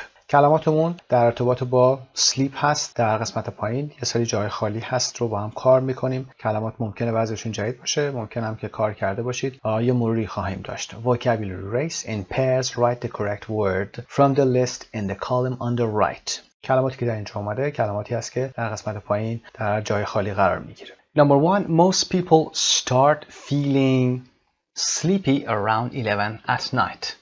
اغلب مردم هولوش ساعت 11 خوابالود میشن. Sleepy. Number 2. They often open their mouth and yawn. yawn در قسمت بالا اومده. Y-A-W-N. اغلب دهنشون رو باز میکنن و یان میکنن و خمیازه کشیدن هست. یان verb هست. They go to bed and set their alarm و یا set their alarm clock. میرن به رخت خواب و ساعتشون رو تنظیم میکنن برای بیدار شدن. Number 4. They get into bed and put their head on the pillow. میرن توی رخت خوابشون و سرشون روی pillow میذارن. P-I-L-L-O-W. بالش هست. Number 5. They cover themselves up with a comforter or with sheets and blankets. خب کلمه اول comforter هست. They cover themselves up. خودشون رو میپوشونن با چی؟ comforter همون لحاف هست که داخل لحاف ممکنه از پر و یا مواد مصنوعی پر شده باشه. دولایه هست. اما پتو خب میدونید یه پوششی هست که دولایه نیست. و sheets هم که میدونید ملافه هست. blankets پس میشه پتوها. comforter میشه لحاف و sheets که ملافه هست. جمع ملافه میشه sheets. Number 6. Soon they fall asleep. به زودی میخوابن یا زود خوابشون میبره. fall asleep. ای رو فراموش نکنید باید داشته باشه. Number 7.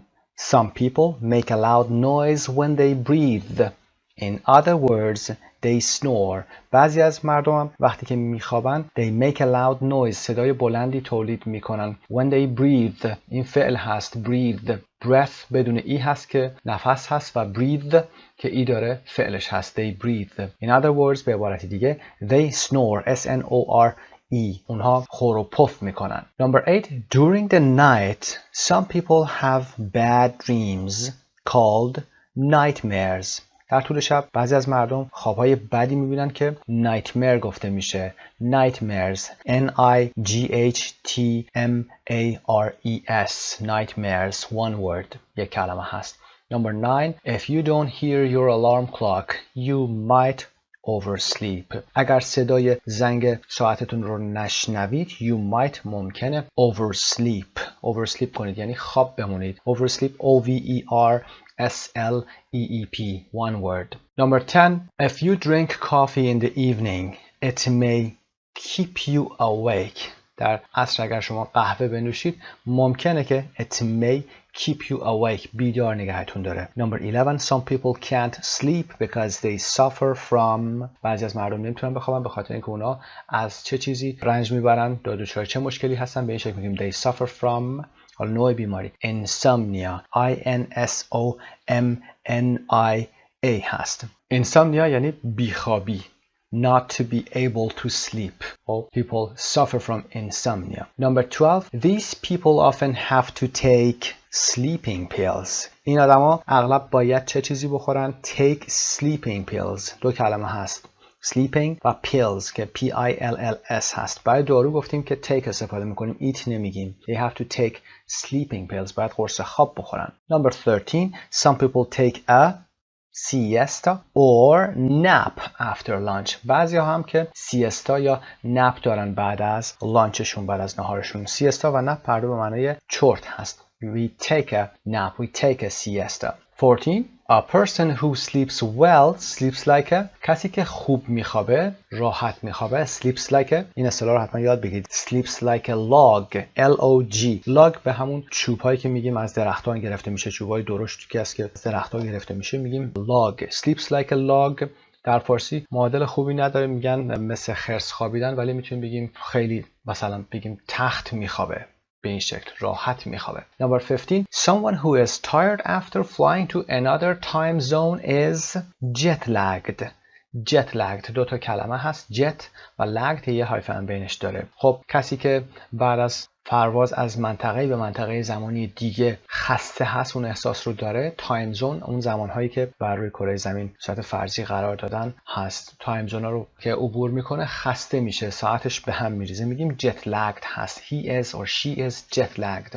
Okay, number 16. Someone who is sleeping very deeply is fast asleep. کسی که عمیق خوابیده یا خیلی عمیق خوابیده is fast asleep. میگیم he is fast asleep. خیلی عمیق خوابیده. خب به فایل صوتی این قسمت هم گوش میکنید، چک بفرمایید و بعد cover the column of words and test yourself. کلماتی که در کتابتون نوشتید رو روشو بپوشونید و چک بکنید. دو طرف رو میتونید چک بکنید. 3.49. 1. Most people start feeling sleepy around 11 at night. 2. They often open their mouth and yawn. 3. They go to bed and set their alarm clock. 4. They get into bed and put their head on the pillow. 5. They cover themselves up with a comforter or with sheets and blankets. 6. Soon they fall asleep. 7.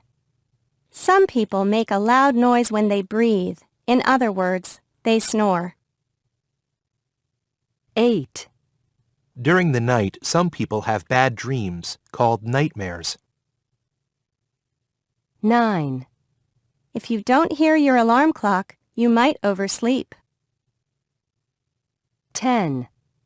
If you drink coffee in the evening, it may keep you awake. 11. Some people can't sleep because they suffer from insomnia. 12. These people often have to take sleeping pills. 13. Some people take a siesta or nap after lunch.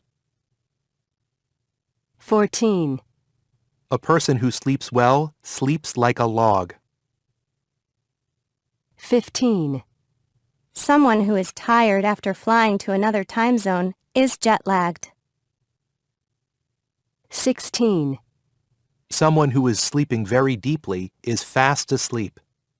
و اما برای قسمت آخر که speaking هست ask and answer the questions in pairs. A asks the blue questions and B asks the red questions. Ask for and give as much information as possible. خب این قسمت رو اگر با دوستتون میخواید بازی کنید، تمرین کنید، رول پلی بکنید، میتونید یکیش رو خودتون انتخاب کنید و یک گروهش رو دوستتون انتخاب کنید. سوالات آبی مربوط به شما بشه و سوالات قرمز مربوط به دوستتون بشه. و اگر تنها هستید که همه سوالات رو تمرین کنید و پاسخ این سوالات رو هم حتما بدید. بنده سوالا رو براتون میخونم و سعی میکنم که به سوالات پاسخ بدم. یه سری رو کمکتون میکنم، بقیه رو خودتون میتونید انجام بدید. For example, do you sometimes have problems getting to sleep? Yes, sometimes. Do you take or have you ever taken sleeping pills? For example, no, I've never taken sleeping pills because I don't have any problems getting to sleep. Do you have any tips for people who suffer from insomnia? آیا میتونید راهنمایی بکنید برای کسانی که از اینسومنیا در رنج هستن، مشکل دارن؟ For example, they should find a reason for their problem and should see a doctor, for example. Do you prefer to sleep with a comforter or with blankets? ترجیح میدید که با یک comforter یعنی لحاف بخوابید یا با blankets که پتوها هستن. For example, I prefer to sleep with a blanket. How many pillows do you have? For example, I have 2 pillows. What temperature do you like the bedroom to be? دوست دارید که اتاق خوابتون تو چه دمایی باشه؟ دمای اتاقتون چقدر باشه؟ For example, the room temperature should be about, I don't know, 10 degrees centigrade or 20 degrees centigrade. اینا سوالاتی هست که مربوط به خودتون میشه و خودتون باید پاسخ بدید. Do you find it difficult to sleep when you are traveling? For example, in buses or planes. آیا براتون سخته زمان سفر در اتوبوس یا هواپیما بتونید بخوابید؟ Yes, for example, it is very difficult for me to sleep when I'm traveling or I'm in the bus or in a plane. و قسمت بعد هم که is there any food or drink that keeps you awake or that stops you from sleeping well? Yeah, coffee is the worst for me. کافی جلوی خوابیدن من رو میگیره. Do you ever take a nap after lunch or during the day? Take a nap و siesta هم گفتیم take a siesta. بعد از نهار و یا در طول روز take a nap میکنید. Sometimes یا میتونید بگید of course I do. روش‌های مختلفی میتونید بگید. و how long do you sleep for? برای چه مدت میخوابید؟ همون take a nap رو میگید و یا siesta رو. For example, I sleep for about an hour or 2. یا پاسخ خودتون میتونه باشه. و how do you feel when you wake up? I feel great. I feel fantastic. Do you often have nightmares or recurring dreams? آیا کابوس دارید و یا recurring dreams? Recurring dreams خوابی رو که پشت هم هی میبینید، خواب ترسناکی هست و هی تکراریه. For example, yes or no. Do you usually remember what your dreams were about? Do you ever try to interpret your dreams? You can say sometimes I can remember them. و یا اینکه میتونید بگید no I can't remember them. و برای پاسخ بعدی میگید که to interpret your dreams یعنی تعبیر بکنید. Yes, but it is sometimes difficult to interpret my dreams. Have you ever stayed up all night to study for a test the next day? How well did you do on the test? خب اینها رو میرید برای خودتون پاسخ میدید، ادامه بدید. اینها بستگی به خودتون داره به چه صورتی پاسخ بدید. راهنمایی میکنیم اگر سوالی سخت باشه. آیا وقتی بوده که تمام شب بیدار باشید برای امتحان فرداتون و امتحانتون رو چطور دادید؟ Are you a light sleeper? آیا سبک میخوابید؟ Or do you sleep like a log؟ مثالی که گفتیم. و یا اینکه تخت میخوابید. How do you usually wake up in the morning؟ چطور بیدار میشید؟ Do you have a TV or computer in your bedroom? Do you often watch TV before going to sleep? Do you ever fall asleep on the sofa in front of the TV? خب این سوالات رو بلد هستید، میرید پاسخش چطور داده بشه. و اینکه روی سوفا در جلوی تلویزیون خوابتون میبره. Do you fall asleep? و do you snore؟ یا خورپف میکنید؟ Have you ever had to share a room with someone who snores؟ یا هیچ وقت با کسی که snore میکنه، خورپف میکنه مجبور شدید اتاقتون رو شیر بکنید؟ Was this a problem؟ آیا براتون مشکلی بود؟ Yes, for example, it was a big problem for me. I couldn't sleep. Have you ever fallen asleep at an embarrassing embarrassing moment. For example, during a class or in a meeting. یا شده که هیچ وقت در یک زمانی که خجالت آور باشه شما بخواید مثلا در طول کلاس یا در یک جلسه خوابتون برده باشه. Have you ever fallen asleep at an embarrassing moment? Embarrassing moment. And you were embarrassed. میتونید توضیح بدید. Have you ever overslept and missed something important? What was it? خب oversleep رو گفتیم و گفتیم که خواب موندنه. Have you ever overslept? Oversleep گذشتهش overslept هست و پس participleش هم overslept هست. Have you ever overslept؟ یا هیچ وقت خواب موندید and missed something important و یا چیز مهمی رو از دست دادید. What was it؟ میتونید در مورد کلاستون و یا غیره صحبت بکنید. خب درس 6B Part 2 در اینجا به پایان میرسه. آرزوی موفقیت دارم براتون. به نام خدا، فرامرزی هستم با دروس امریکن انگلیش فایل سطح 4 Unit 5 and 6 Review and Check. خب مروری داریم بر درس‌های 5 و 6. ببینید که درس‌های 5 و 6 رو چه کار کردید، چه چیزایی ازش یاد گرفتید. با گرامر شروع می‌کنیم. قسمت A رو با هم بریم. Complete the second sentence so that it means the same as the first. خب دو تا جمله داریم در هر یک از تمرین‌ها. جمله اول کامل هست و جمله دوم میخواد مشابه همون جمله اول بشه، یعنی معنا و مفهوم همون جمله دوم رو برسونه. Number 1 They escaped from the jungle because they found a river. اونها از جنگل فرار کردن. escape میدونید فعل فرار کردنه و because به خاطر اینکه they found a river، به خاطر اینکه رودخونه رو پیدا کردن. حالا میخوایم جمله دوم رو به همون شکل بگیم، به اون معنا برسونیم. They wouldn't have escaped from the jungle if the river. پاسخ رو میذاریم براتون. اونها فرار نمیتونستن بکنن یا فرار نمیکردن از جنگل اگر they hadn't found a river. اگر اونها رودخونه رو پیدا نکرده بودند از جنگل فرار نمیکردن یا نمیتونستن فرار بکنن. They wouldn't have escaped یعنی که این کار رو نمیتونستن بکنن یا نمیکردند. خب شرطیش چی میتونه باشه؟ شرطی نوع سوم هست. third conditional. اگر پیدا نکرده بودن would have escaped. would have plus past participle هست. پس در برابر در اون طرف جمله ما برای شرطمون باید ساختار شرطی نوع سوم یعنی past perfect. اگر پیدا نکرده بودند. had found ماضی بعید هست یا past perfect هست که منفی باید بشه. hadn't found اگر پیدا نکرده بودند فرار نمی کردند. Number 2 I can't go to dance classes because I work in the evening. نمیتونم به کلاس دنس برم به خاطر اینکه عصرها کار میکنم من. و I would be able to go to dance classes if I didn't work in the evening. اگر بعد از ظهر کار نمی کردم میتونستم یا قادر به رفتن به کلاس‌های دنس بودم. second conditional هست. would be able to go ساختار شرطی نوع دومه. برای قسمت شرطش هم باید گذشته رو بیاریم. گذشته ساده past simple. if I didn't work in the evening. فعل ما work باید به گذشته ساده بره. if I didn't work. Number 3 we went to that restaurant because you recommended it. ما رفتیم به اون رستوران به خاطر اینکه شما پیشنهادش داده بودی، شما معرفی کردی. و حالت دومش میتونیم به این شکل بگیم We wouldn't have gone to that restaurant if you hadn't recommended it. اگر شما به ما اون پیشنهاد رو نمیدادی، اگر شما اون رو توصیه نکرده بودی. hadn't recommended it. had plus past participle. recommend فعل regular هست با قاعده هست. hadn't recommended it که حالت منفی داره، فرقی نداره. و در این سمت ما میگیم we wouldn't have gone. would plus have plus past participle. پس اگر شما به ما پیشنهاد نداده بودید، شما معرفی نکرده بودید، ما هم نمی رفتیم. یعنی چی معنای این جمله؟ یعنی شما پیشنهاد دادید و ما هم رفتیم. شرطی نوع سوم به این معنا هست. Number 4 Martha goes to bed late so she's always tired in the morning. مارتا دیر میره به رخت خواب، دیر میخوابه، بنابراین اون همیشه در زمان صبح خسته هست. حالت دیگه این جمله میتونه به این شکل باشه If Martha didn't go to bed late. اگر مارتا دیر به رخت خواب نمیرفت She wouldn't be so tired in the morning. صبح اینقدر خسته نبود یا نمیشد. ساختار نوع دوم هست. didn't go گذشته ساده در جمله شرطمون و در قسمت بعدیمون جواب شرطمون She wouldn't be so tired. She would plus be.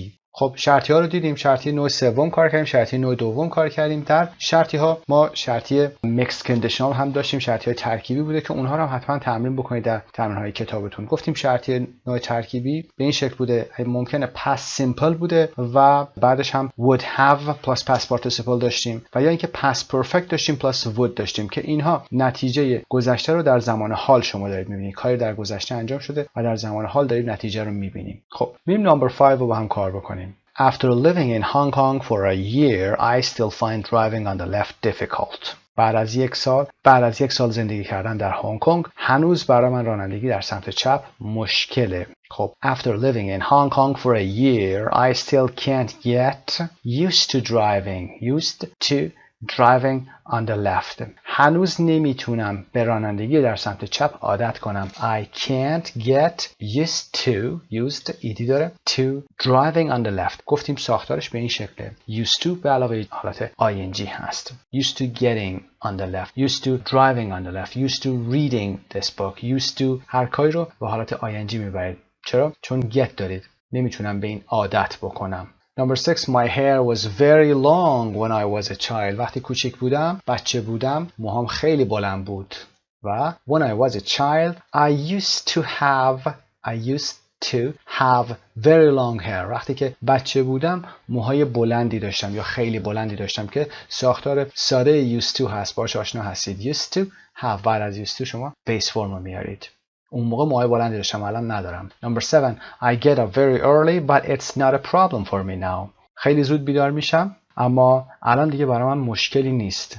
Number 7, I'm used to getting up very early. یعنی چی؟ من به صبح خیلی زود بیدار شدن عادت دارم. یعنی عادت کردم. I am used to و بعدش حالت ing. To be به علاوه used to فعل ing دار باید داشته باشید. I'm used to getting up. برای get هم همینطور در مثال بالایی بوده. دو مثال قبل. Get هم بعدش get used to ing هست. اما حالت used to ساده بعدش base form داره. پس فعل to be و get رو فراموش نکنید با ing میاد. Number 8, it's too bad I can't speak Spanish. خیلی بده که نمیتونم اسپانیایی صحبت بکنم. I wish I could speak Spanish. I wish ای کاش I could speak Spanish. ای کاش میتونستم اسپانیایی صحبت بکنم. اینجا منظورمون زمان حال هست. همین الان ای کاش میتونستم. زمان مربوط به گذشته نیست. معنی جمله ما در زمان حال هست. Number 9, I regret not learning to play the piano when I was younger. از اینکه وقتی جوان‌تر بودم پیانو نواختن رو یا پیانو زدن رو یاد نگرفتن پشیمونم. Learning to play the piano. I regret.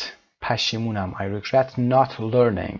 ساختارش رو کار کردیم. خب میخوایم اینو با I wish بگیم. ای کاش بگیم. I wish I had learned to play the piano when I was younger. ای کاش I had learned. من زمانی که جوان‌تر بودم یاد گرفته بودم. ماضی بعید به فارسی و یا past perfect به زبان انگلیسی. I wish I had learned. این ای کاش دیگه مربوط به زمان حال نیست. مثل بالا نیست بگیم ای کاشی که الان میتونستم اسپانیایی صحبت کنم. اینجا میگیم ای کاش یاد گرفته بودم. یاد گرفته بودم رو با past perfect بگیم. I wish I had learned و یا حالت مخففش هم اینجا آورده I'd learned. Number 10, I hate seeing your dirty clothes on the floor. متنفرم از دیدن لباسهای کثیف شما روی کف اتاق. میخواد I wish بگه ای کاش شما لباساتو روی زمین رها نمی‌کردی. I wish you wouldn't leave your dirty clothes on the floor. ای کاش لباسهای کثیفت رو روی کف اتاق رها نمی‌کردی. I wish you wouldn't leave. با would داره میگه. منظور زمان حال هست نه زمان گذشته. خب این قسمت رو با هم انجام دادیم. میریم قسمت پایین. Part B, complete the sentences with the correct form of the bold verb. I don't remember meeting you before.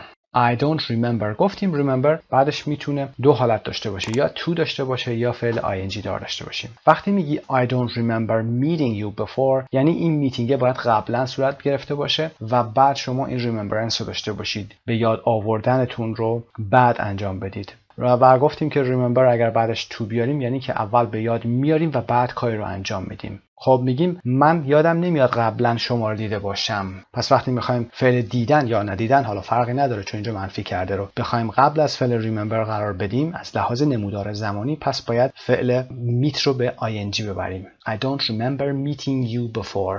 چرا؟ چون before داره اینجا. قبلا یادم نمیاد که شما رو دیده باشم. و the car needs cleaning. I'll take it to the car wash. Clean. The car needs cleaning. گفتیم این ساختار ing به معنای حالت پسیو هست. مجهوله. It needs to be washed. نیاز داره که شسته بشه. The car needs cleaning. به این معنا هست. و اینو به کار واش میبرم. Number 3. We managed to get to the airport on time. ما تونستیم. We managed به این معنا هست. تونستیم خودمون رو سر وقت به فرودگاه برسونیم. بعد از managed حالت to. Number 4. Please try not to be late tomorrow. Try not to be late. میخواد بگه فردا سعی کن که دیر نیایی.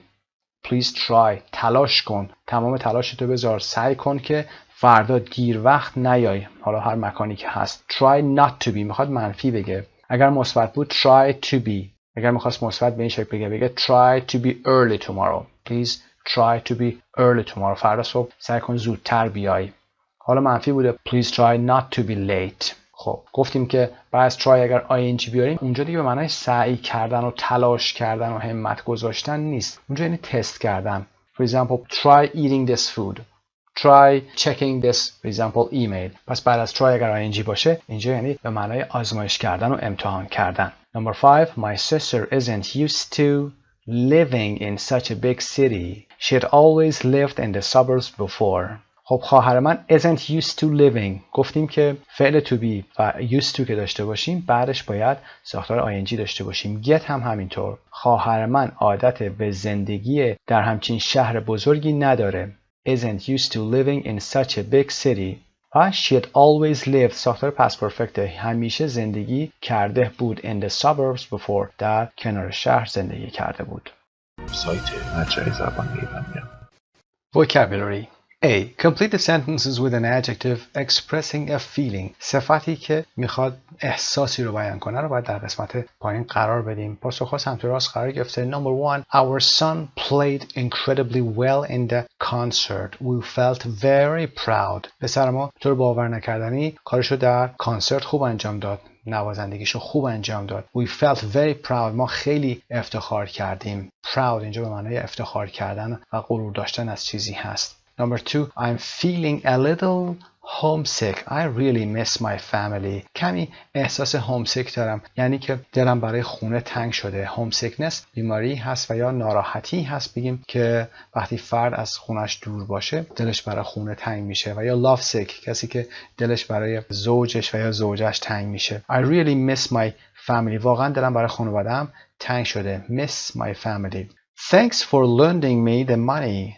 از اینکه پولو به من قرض میدی متشکرم. I'm very grateful. خیلی سپاسگزارم. I am very grateful یعنی سپاسگزار بودن. Number 4. I shouldn't have bought that bag. من بهتر بود اون کیفه رو نمی خریدم. I shouldn't have bought that bag. It was so expensive. خیلی گرون بود. Now I feel really guilty. الان احساس گناهکار بودن خیلی زیادی دارم یا واقعا احساس این میکنم که گناهکار هستم. این کار رو نباید میکردم. Number 5. When I heard that I had won the prize, I was completely stunned.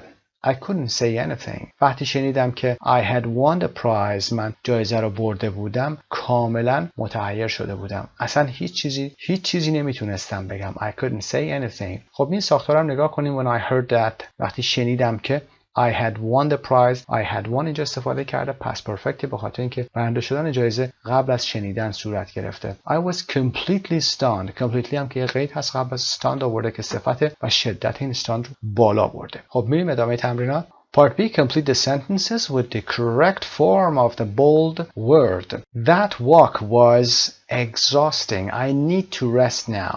That walk به معنای اون پیاده رویه یا اون راهی که رفتیم was exhausting یعنی واقعا خسته کننده بوده. استراحت نیاز دارم. I need to rest now. الان احتیاج به استراحت دارم. Exhaust. Number 2. I was really shocked when I read Tim's email. وقتی که نامه یا ایمیل تیم رو خوندم واقعا شاکت شده بودم. متعجب و متحیر شده بودم. I was really shocked. Number 3. You really embarrassed me at the party last night. Embarrass یعنی خجالت زده کردن. واقعا شب گذشته یا در مهمانی شب گذشته من رو خجالت زده کردی. باعث خجالت من شدی. You really embarrassed me. It's very stressful when you think that you are going to miss your flight. وقتی فکر میکنید که قراره یا الان پرواز تو از دست میدی it's very stressful پر از استرس هست. گفتیم stressful از اون صفت‌هایی هست که نمیتونید بگید stressing. I am stressed میتونید بگید ولی نمیتونید بگید it is stressing. میگید it is stressful. برای exhaust میتونید بگید exhausting and I'm exhausted. اما stress نمیشه به این شکل بشه it is stressing. خب number 5 it annoys me when people who don't know me use my first name. وقتی کسانی که منو نمیشناسن از اسم کوچیکم استفاده میکنن یا منو با اسم کوچیکم صدا میکنن این کار منو ناراحت میکنه. It annoys me. verb شده اینجا annoys me or it is annoying اگر بخواید صفت به کار ببرید. Number 6 last night's concert was really disappointing. The orchestra didn't play well at all. کنسرت شب گذشته واقعا disappointing بوده، مایوس کننده بوده. ارکسترا اصلا خوب کارش رو انجام نداد، اصلا خوب برنامه‌اش رو اجرا نکرد. disappoint disappointing. I was disappointed وقتی برای خودتون میخواید به کار ببرید. کار چطور بوده؟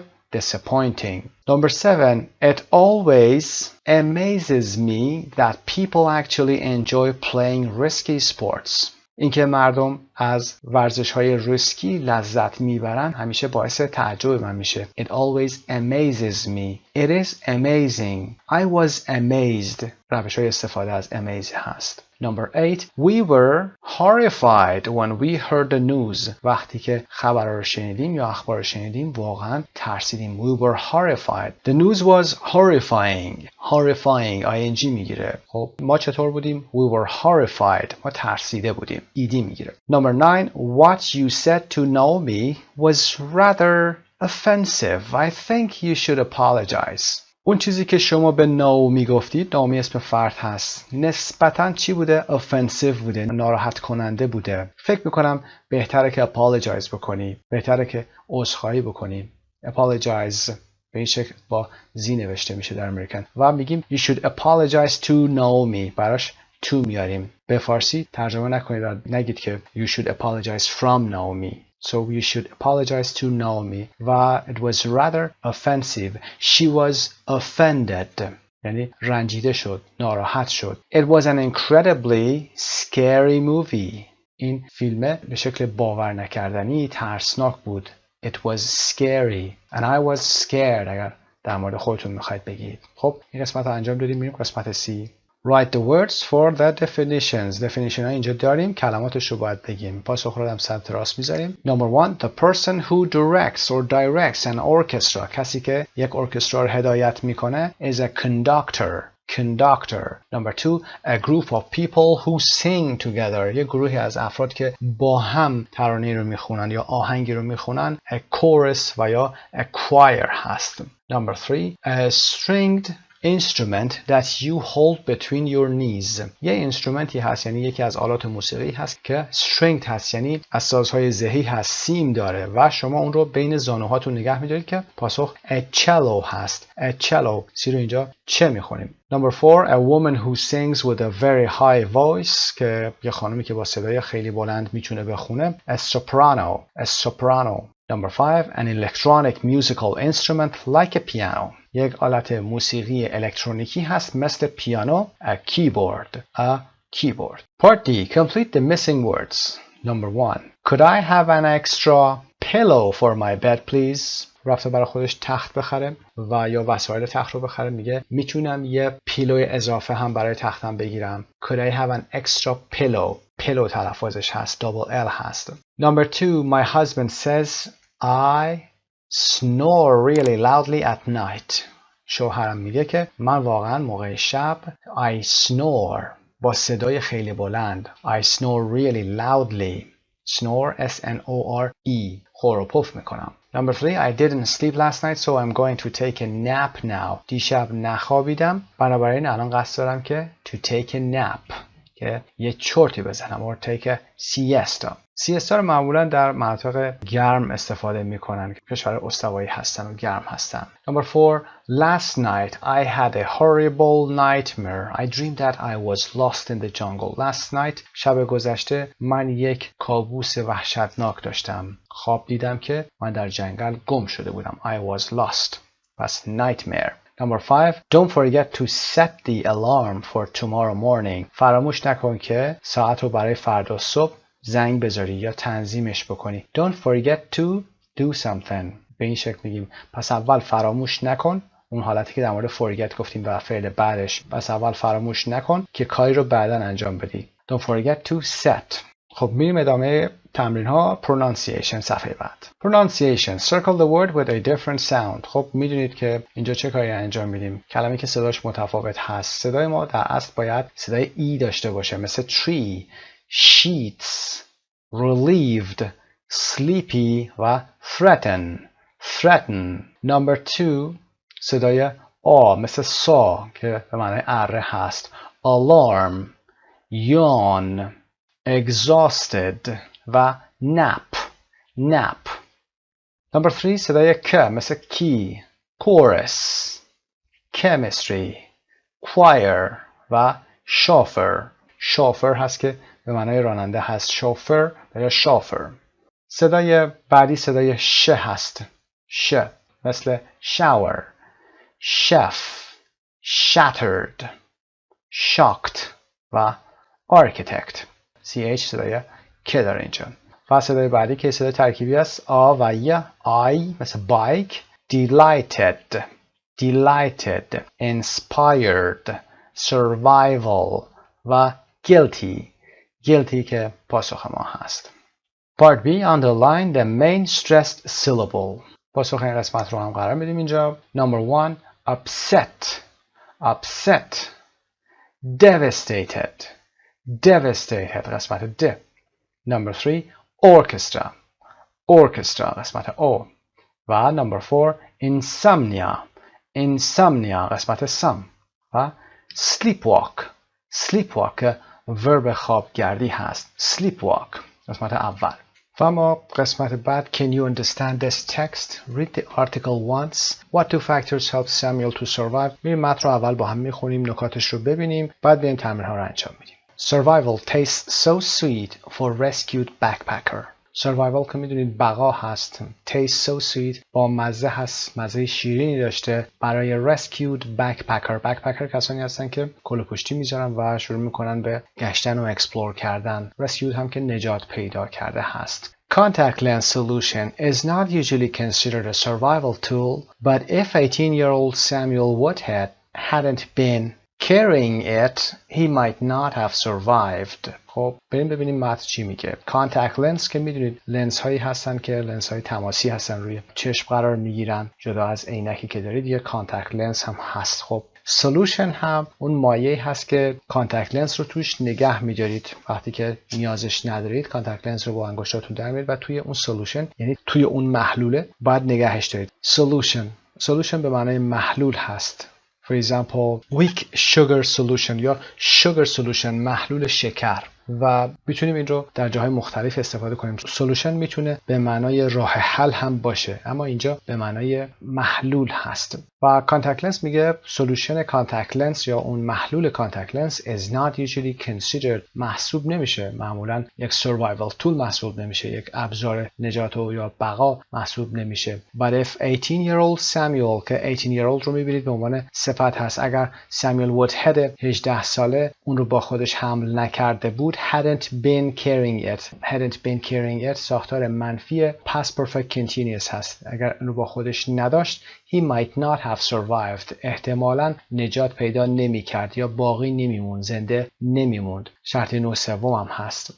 A student taking a break from school, Woodhead, went missing in the 100 degrees Fahrenheit heat of the Australian outback on Tuesday. توضیح داره میده در مورد وودهد. میگه دانش آموزی بوده که بریکی گرفته بوده، تعطیلاتی داشته از مدرسه و در دمای 100 درجه فارنهایت استرالیان اوتبک در روز سه‌شنبه گم شد. went missing گم شد. 100 degrees Fahrenheit که درجه فارنهایت هست، حرارت 100 درجه‌ای. و Australian Outback. Outback چی هست؟ Outback میدونید که استرالیا یک جزیره خیلی بزرگی هست که تقریبا میشه گفت نواحی ساحلیش که به سمت دریا هستن، یعنی اقیانوس هستن بهتره بگیم، اونجاها یه خورده رشد خوبی داشتن و یه قسمتایی که کوهستانی هست و مناطق خوبی هست از لحاظ آب و هوا. وگرنه قسمت‌های داخلیش، یعنی هرچی به سرزمین اصلی وارد میشی، تو مینلند میرید، زندگی سخت‌تر میشه و یه خورده شرایط آب و هوایی خشک‌تر و سوزان‌تر هست از لحاظ گرما. خب اوتبک به اون قسمت بخش بیابانی و دور از دریا در استرالیا گفته میشه و معروف هست، میدونم که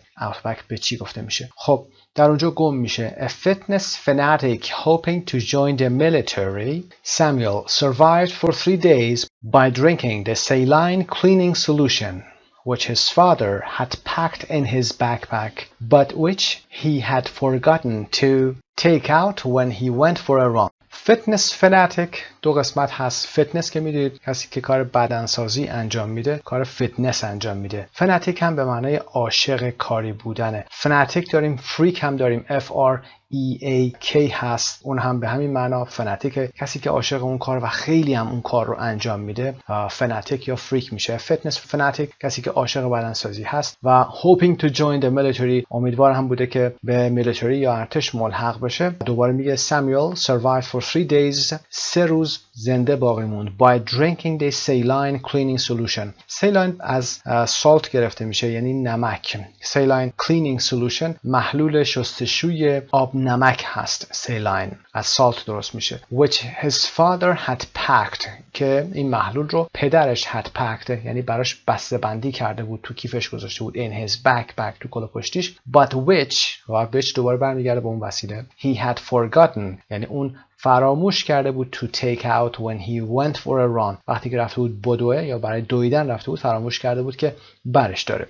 Samuel had been working for only 2 weeks as a ranch hand at Upshot Cattle Station near the town of Longreach in the vast state of Queensland. ساختار had been working رو میبینیم past perfect continuous، داشته کار میکرده، گذشته هست. فقط به مدت 2 هفته بوده که به عنوان رنچ هند داشته کار میکرده. رنچ اول بگیم چی هست. رنچ مزرعه هایی هستن که در اون حیوانات رو نگه میدارن و یا میتونیم بگیم فارم. حالا اینجا میتونیم بگیم هند، اینجا به معنای کارگر هست. حالا میتونه کمکی باشه، کارگر مزرعه یا کارگر مزرعه کشاورزی اونجا بوده. at Upshot که در Upshot Cattle Station مکانش هست، نزدیک شهر لانگریچ در ایالت وست، یعنی گسترده کوینزلند که در شمال شرقی استرالیا میشه. After setting out for his run, he lost his way. بعد از اینکه setting out، after آوردیم، حرف اضافه است، بعدش اینجا فعل حالت ing داره، مشخصه. gerund قبلا گفتیم. بعد از رهسپار شدن، set out یعنی رهسپار شدن، عازم شدن برای مسیر دویدنش که رهسپار میشه. he lost his way، راهشو گم میکنه. Australian authorities had feared for his survival in a region where heat, a lack of water, poisonous snakes and the possibility of injury could prove deadly. Authorities یعنی مسئولین، کسانی که کار نجات رو انجام میدادن، نگران شده بودن برای نجاتش یا باقی موندنش، زنده موندنش در ناحیه‌ای که یا منطقه‌ای که region منطقه هسته که در اون حرارت یعنی گرمای زیاد، فقدان آب، a lack of water, poisonous snakes مارهای سمی، poisonous صفت هست، OUS در انتها داره، مارهای سمی و the possibility امکان زخمی شدن میتونسته حتی براش مرگاور باشه، از این نگران بودن. After a helicopter rescue mission involving hundreds of people, he was found exhausted about 6 miles from the station. بعد از یک مأموریت نجات هلیکوپتری که این مأموریت میشنی که داره میگه involving که در اون hundreds of people بودن، یعنی صدها نفر. hundreds گفتیم اعداد رو جمع نمیبندیم مگر که بخوایم به این شکل بیان کنیم، میگیم hundreds of people یعنی صدها نفر، thousands of people هزاران نفر. و he was found پاسیف هست، پیدا شده بود، exhausted که از خستگی و درماندگی و بیرمقی، about 6 miles تقریبا 6 مایل در فاصله 6 مایلی استیشن یا اون ایستگاه که کتل استیشن بود پیدا شد. Alex Dorr, a pilot with the North Queensland Rescue Helicopter Service, said that He went in the dark to the area where the teenager had disappeared and used night vision cameras search for the missing boy. خب الکس دو رو معرفی میکنه که خلبانی هست که برای شرکت خدمات نجات هلیکوپتری کوینزلند شمالی کار میکنه. گفت که he went in the dark، اون در تاریکی رفت به area، تو اون منطقه، to the area که where the teenager had disappeared، که در اون منطقه اون نوجوان had disappeared past perfect هست، ناپدید شده بود، غیب شده بود. and used night vision cameras، و از دوربین های night vision یا همون دوربین های دید در شب استفاده کرده بود to search for the missing boy. search جستجو، برای جستجوی پسر گم شده استفاده بکنم. Where am I was all that he asked his rescuers when they found him in the early hours of the morning. وقتی که پسر رو اون رسکیورها در ساعتهای اولیه صبح رو پیدا کردن، تنها چیزی که گفته بود این بود Where am I؟ من کجا هستم؟ He was immediately taken for a medical assessment before being transferred to a hospital in Long Reach, but was found to be suffering from no more than sunburn and dehydration, although he had lost nearly 30 pounds. خب بلافاصله immediately right away he was taken برده شد، حالت پسیو داره، اون برده شد برای a medical assessment. medical assessment یعنی ارزیابی یا تشخیص، اینجا تشخیص بگیم بهتره، برای تشخیص پزشکی برده شد قبل از اینکه ترانسفر بشه به یه بیمارستانی در لانگ ریچ. but was found to be، اما به این شکل پیداش کردن، به این شکل مشخص شد که he was suffering from no more than sunburn، که فقط مشکلش sunburn بوده یعنی آفتاب سوختگی بوده و dehydration بوده. hydro به معنی آب هست، dehydration یعنی آب از دست دادن، dehydration هم در فارسی میگیم. و although اگرچه اون تقریبا 30 pounds هم وزن از دست داده بود، یعنی تقریبا 15 کیلو وزنش هم کم شده بود. Claire Derry, his mother, said she heard that he was safe from the captain of the plane as she was flying to Australia to join the hunt for her son.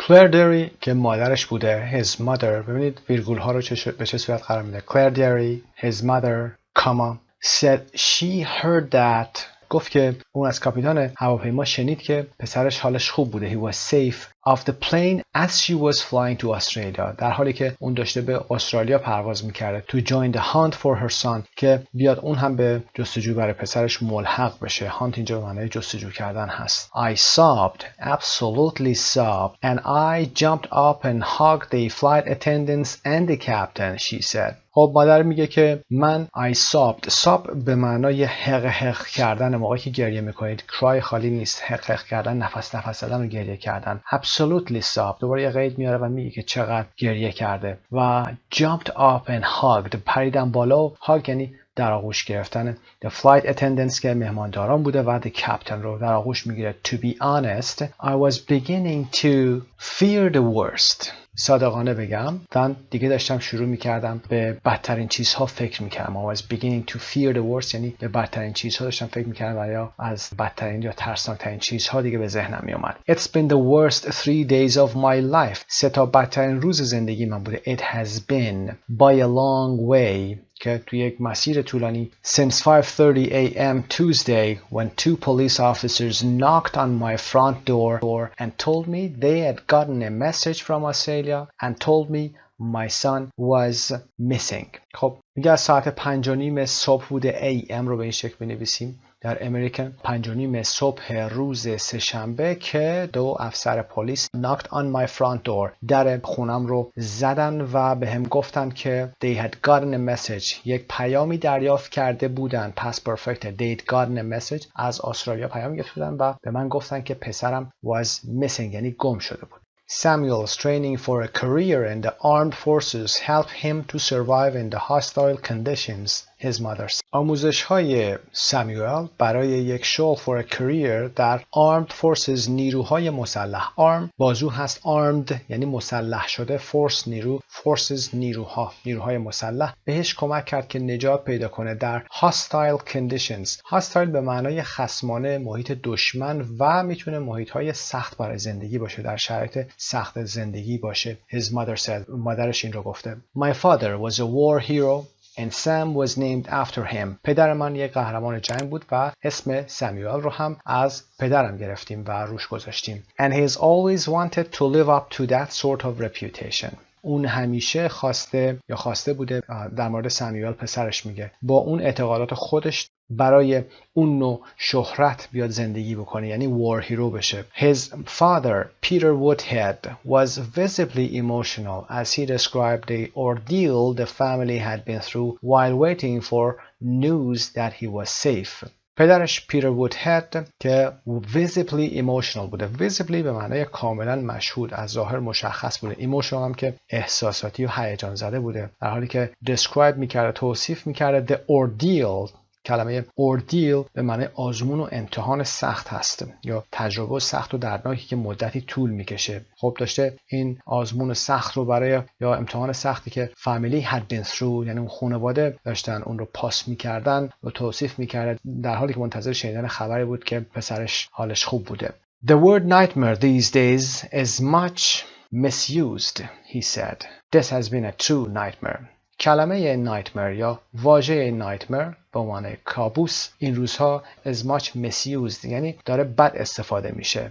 کلمه کابوس رو داره تعریف میکنه، یعنی اون کابوسی که ما داشتیم کابوس بزرگتر بوده. This has been a true nightmare. این nightmare یا این کابوس واقعا یک کابوس واقعی بوده. خب برمیگردیم به تمرین ها. قسمت قبل A و B رو انجام بدیم. برای قسمت A read the article once. What two factors helped Samuel to survive? دو تا فاکتوری که کمک کرد ساموئل نجات پیدا بکنه. His contact lens solution که which he drank که محلول کانتکت لنزش رو میاد مینوشه. which he drank محلول هست، گفتیم سولوشن رو. و solvent هم داریم، اگر میخواید یادداشت بفرمایید. solvent solvent به معنای حلال هست. محلول سولوشن، solvent حلال هست، یعنی چیزی که میتونه حل بکنه در خودش. solvent مثلا alcohol is a good solvent. الکل حلال خوبی هست. خب and the training he did for a career in the armed services و آموزش هایی رو که he did و یا دوره هایی رو که اون گذرانده بود برای شغلی در armed services که در نیروهای مسلح هست. خب این قسمت رو انجام دادیم. قسمت B رو هم فقط پاسخش رو میذاریم، هرچند در خود متن هم انجام دادیم. این رو از روی متن میتونید استفاده بکنید. Number 1A 2C 3C 4B 5A 6C 7C 8B 9A و 10B هست. در قسمت C هم choose 5 new words or phrases from the text, check their meaning and pronunciation and try to learn them. خب کلماتی بوده که میتونید از اونها استفاده بکنید. خود solution بوده، saline بوده، outback رو میتونید کار بکنید. For example fitness fanatic یا fitness freaky که عرض کردم خدمتون. ranch چی هست؟ ranch hand چی هست؟ این hand به معنی کارگر هست. assessment رو گفتیم به معنی ارزیابی هست، اینجا تشخیص. dehydration میتونه کلمه خوبی باشه براتون. و کلمات sob به عنوان verb هست. I sobbed، من حق کردم، گریه کردم. live up to something گفتیم زندگی به سبک و روش شخصی هست یا اعتقادات شخصی هست. visibly emotional احساساتی و هیجان زده بوده. ordeal کلمه جدیدی بوده. اینها رو میتونید تمرین کنید، پرونانسیشنشون تمرین کنید و سعی کنید برای هر کدوم از اونها یک مثال انگلیسی بزنید. خب میرسیم به قسمت movie. Can you understand this movie? Watch or listen to a short movie on sleep research. Choose A, B or C. قبل از اینکه این قسمت رو انجام بدید حتما به فایل صوتی 350 در فایل هاتون بگیرید و گوش بکنید بدونی که تصویر رو ببینید. بعد از اون مثل همیشه ویدیو رو ملاحظه بکنید، ویدیوی خود برنامه رو که اون هم با CD هاتون هست یا دیویدیتون که امروز کتابتون خریدید هست. بعداً بیاید ویدیوی آموزشی رو با هم ببینیم.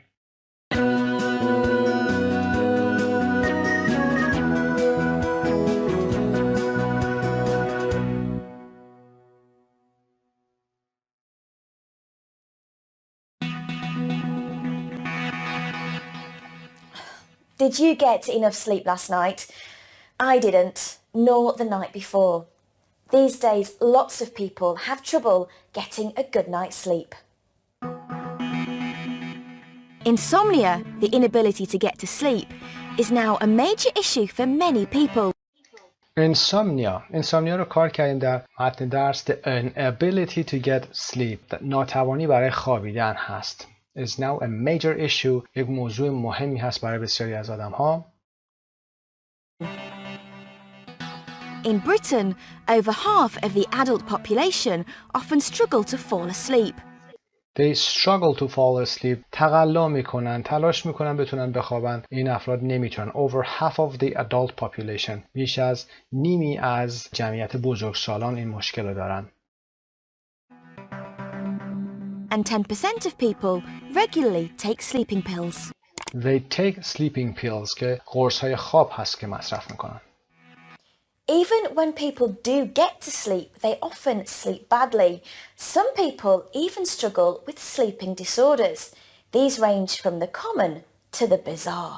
These range from the common to the bizarre. این disorderها، این اختلالها از اختلالات رایج هست، یعنی رنجش از اختلالات رایج هست تا to the bizarre، یعنی که خیلی عجیب هست. Common sleep disorders include sleepwalking and somniloquy.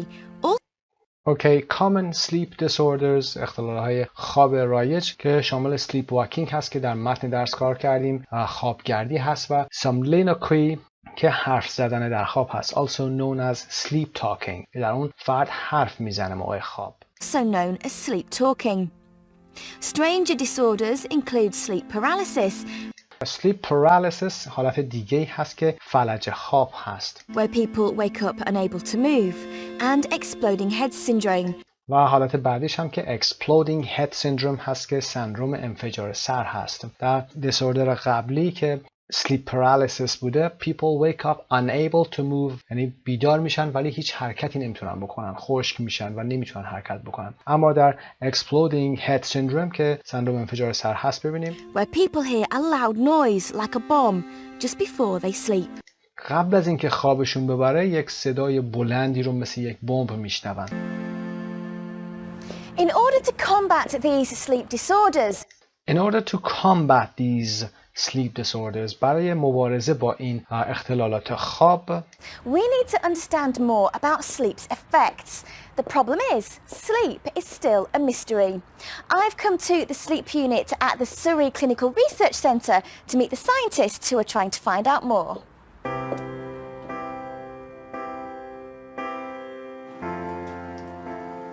These scientists all study sleep.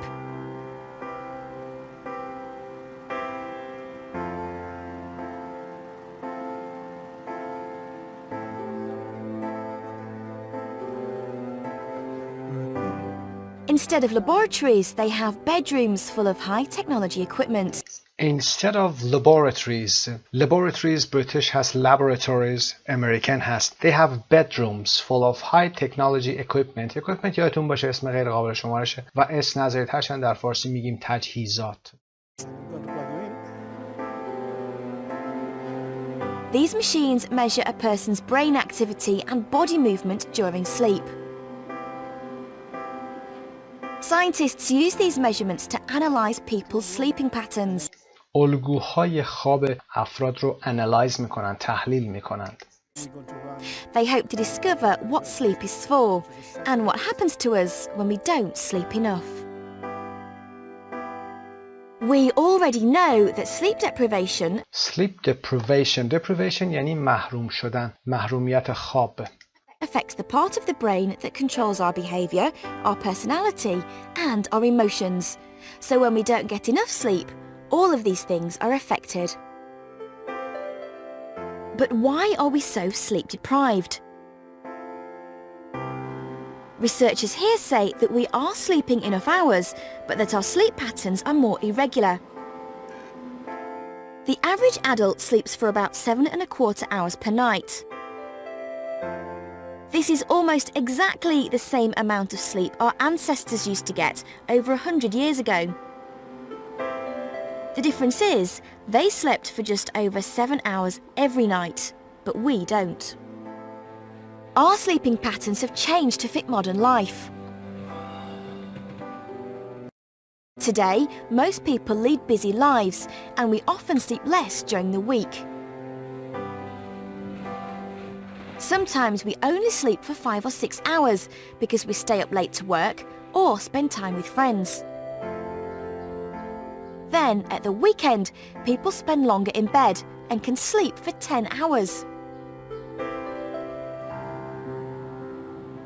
Perhaps this irregularity in sleeping patterns is something our brains find difficult to get used to, and this in turn affects our health and general well-being.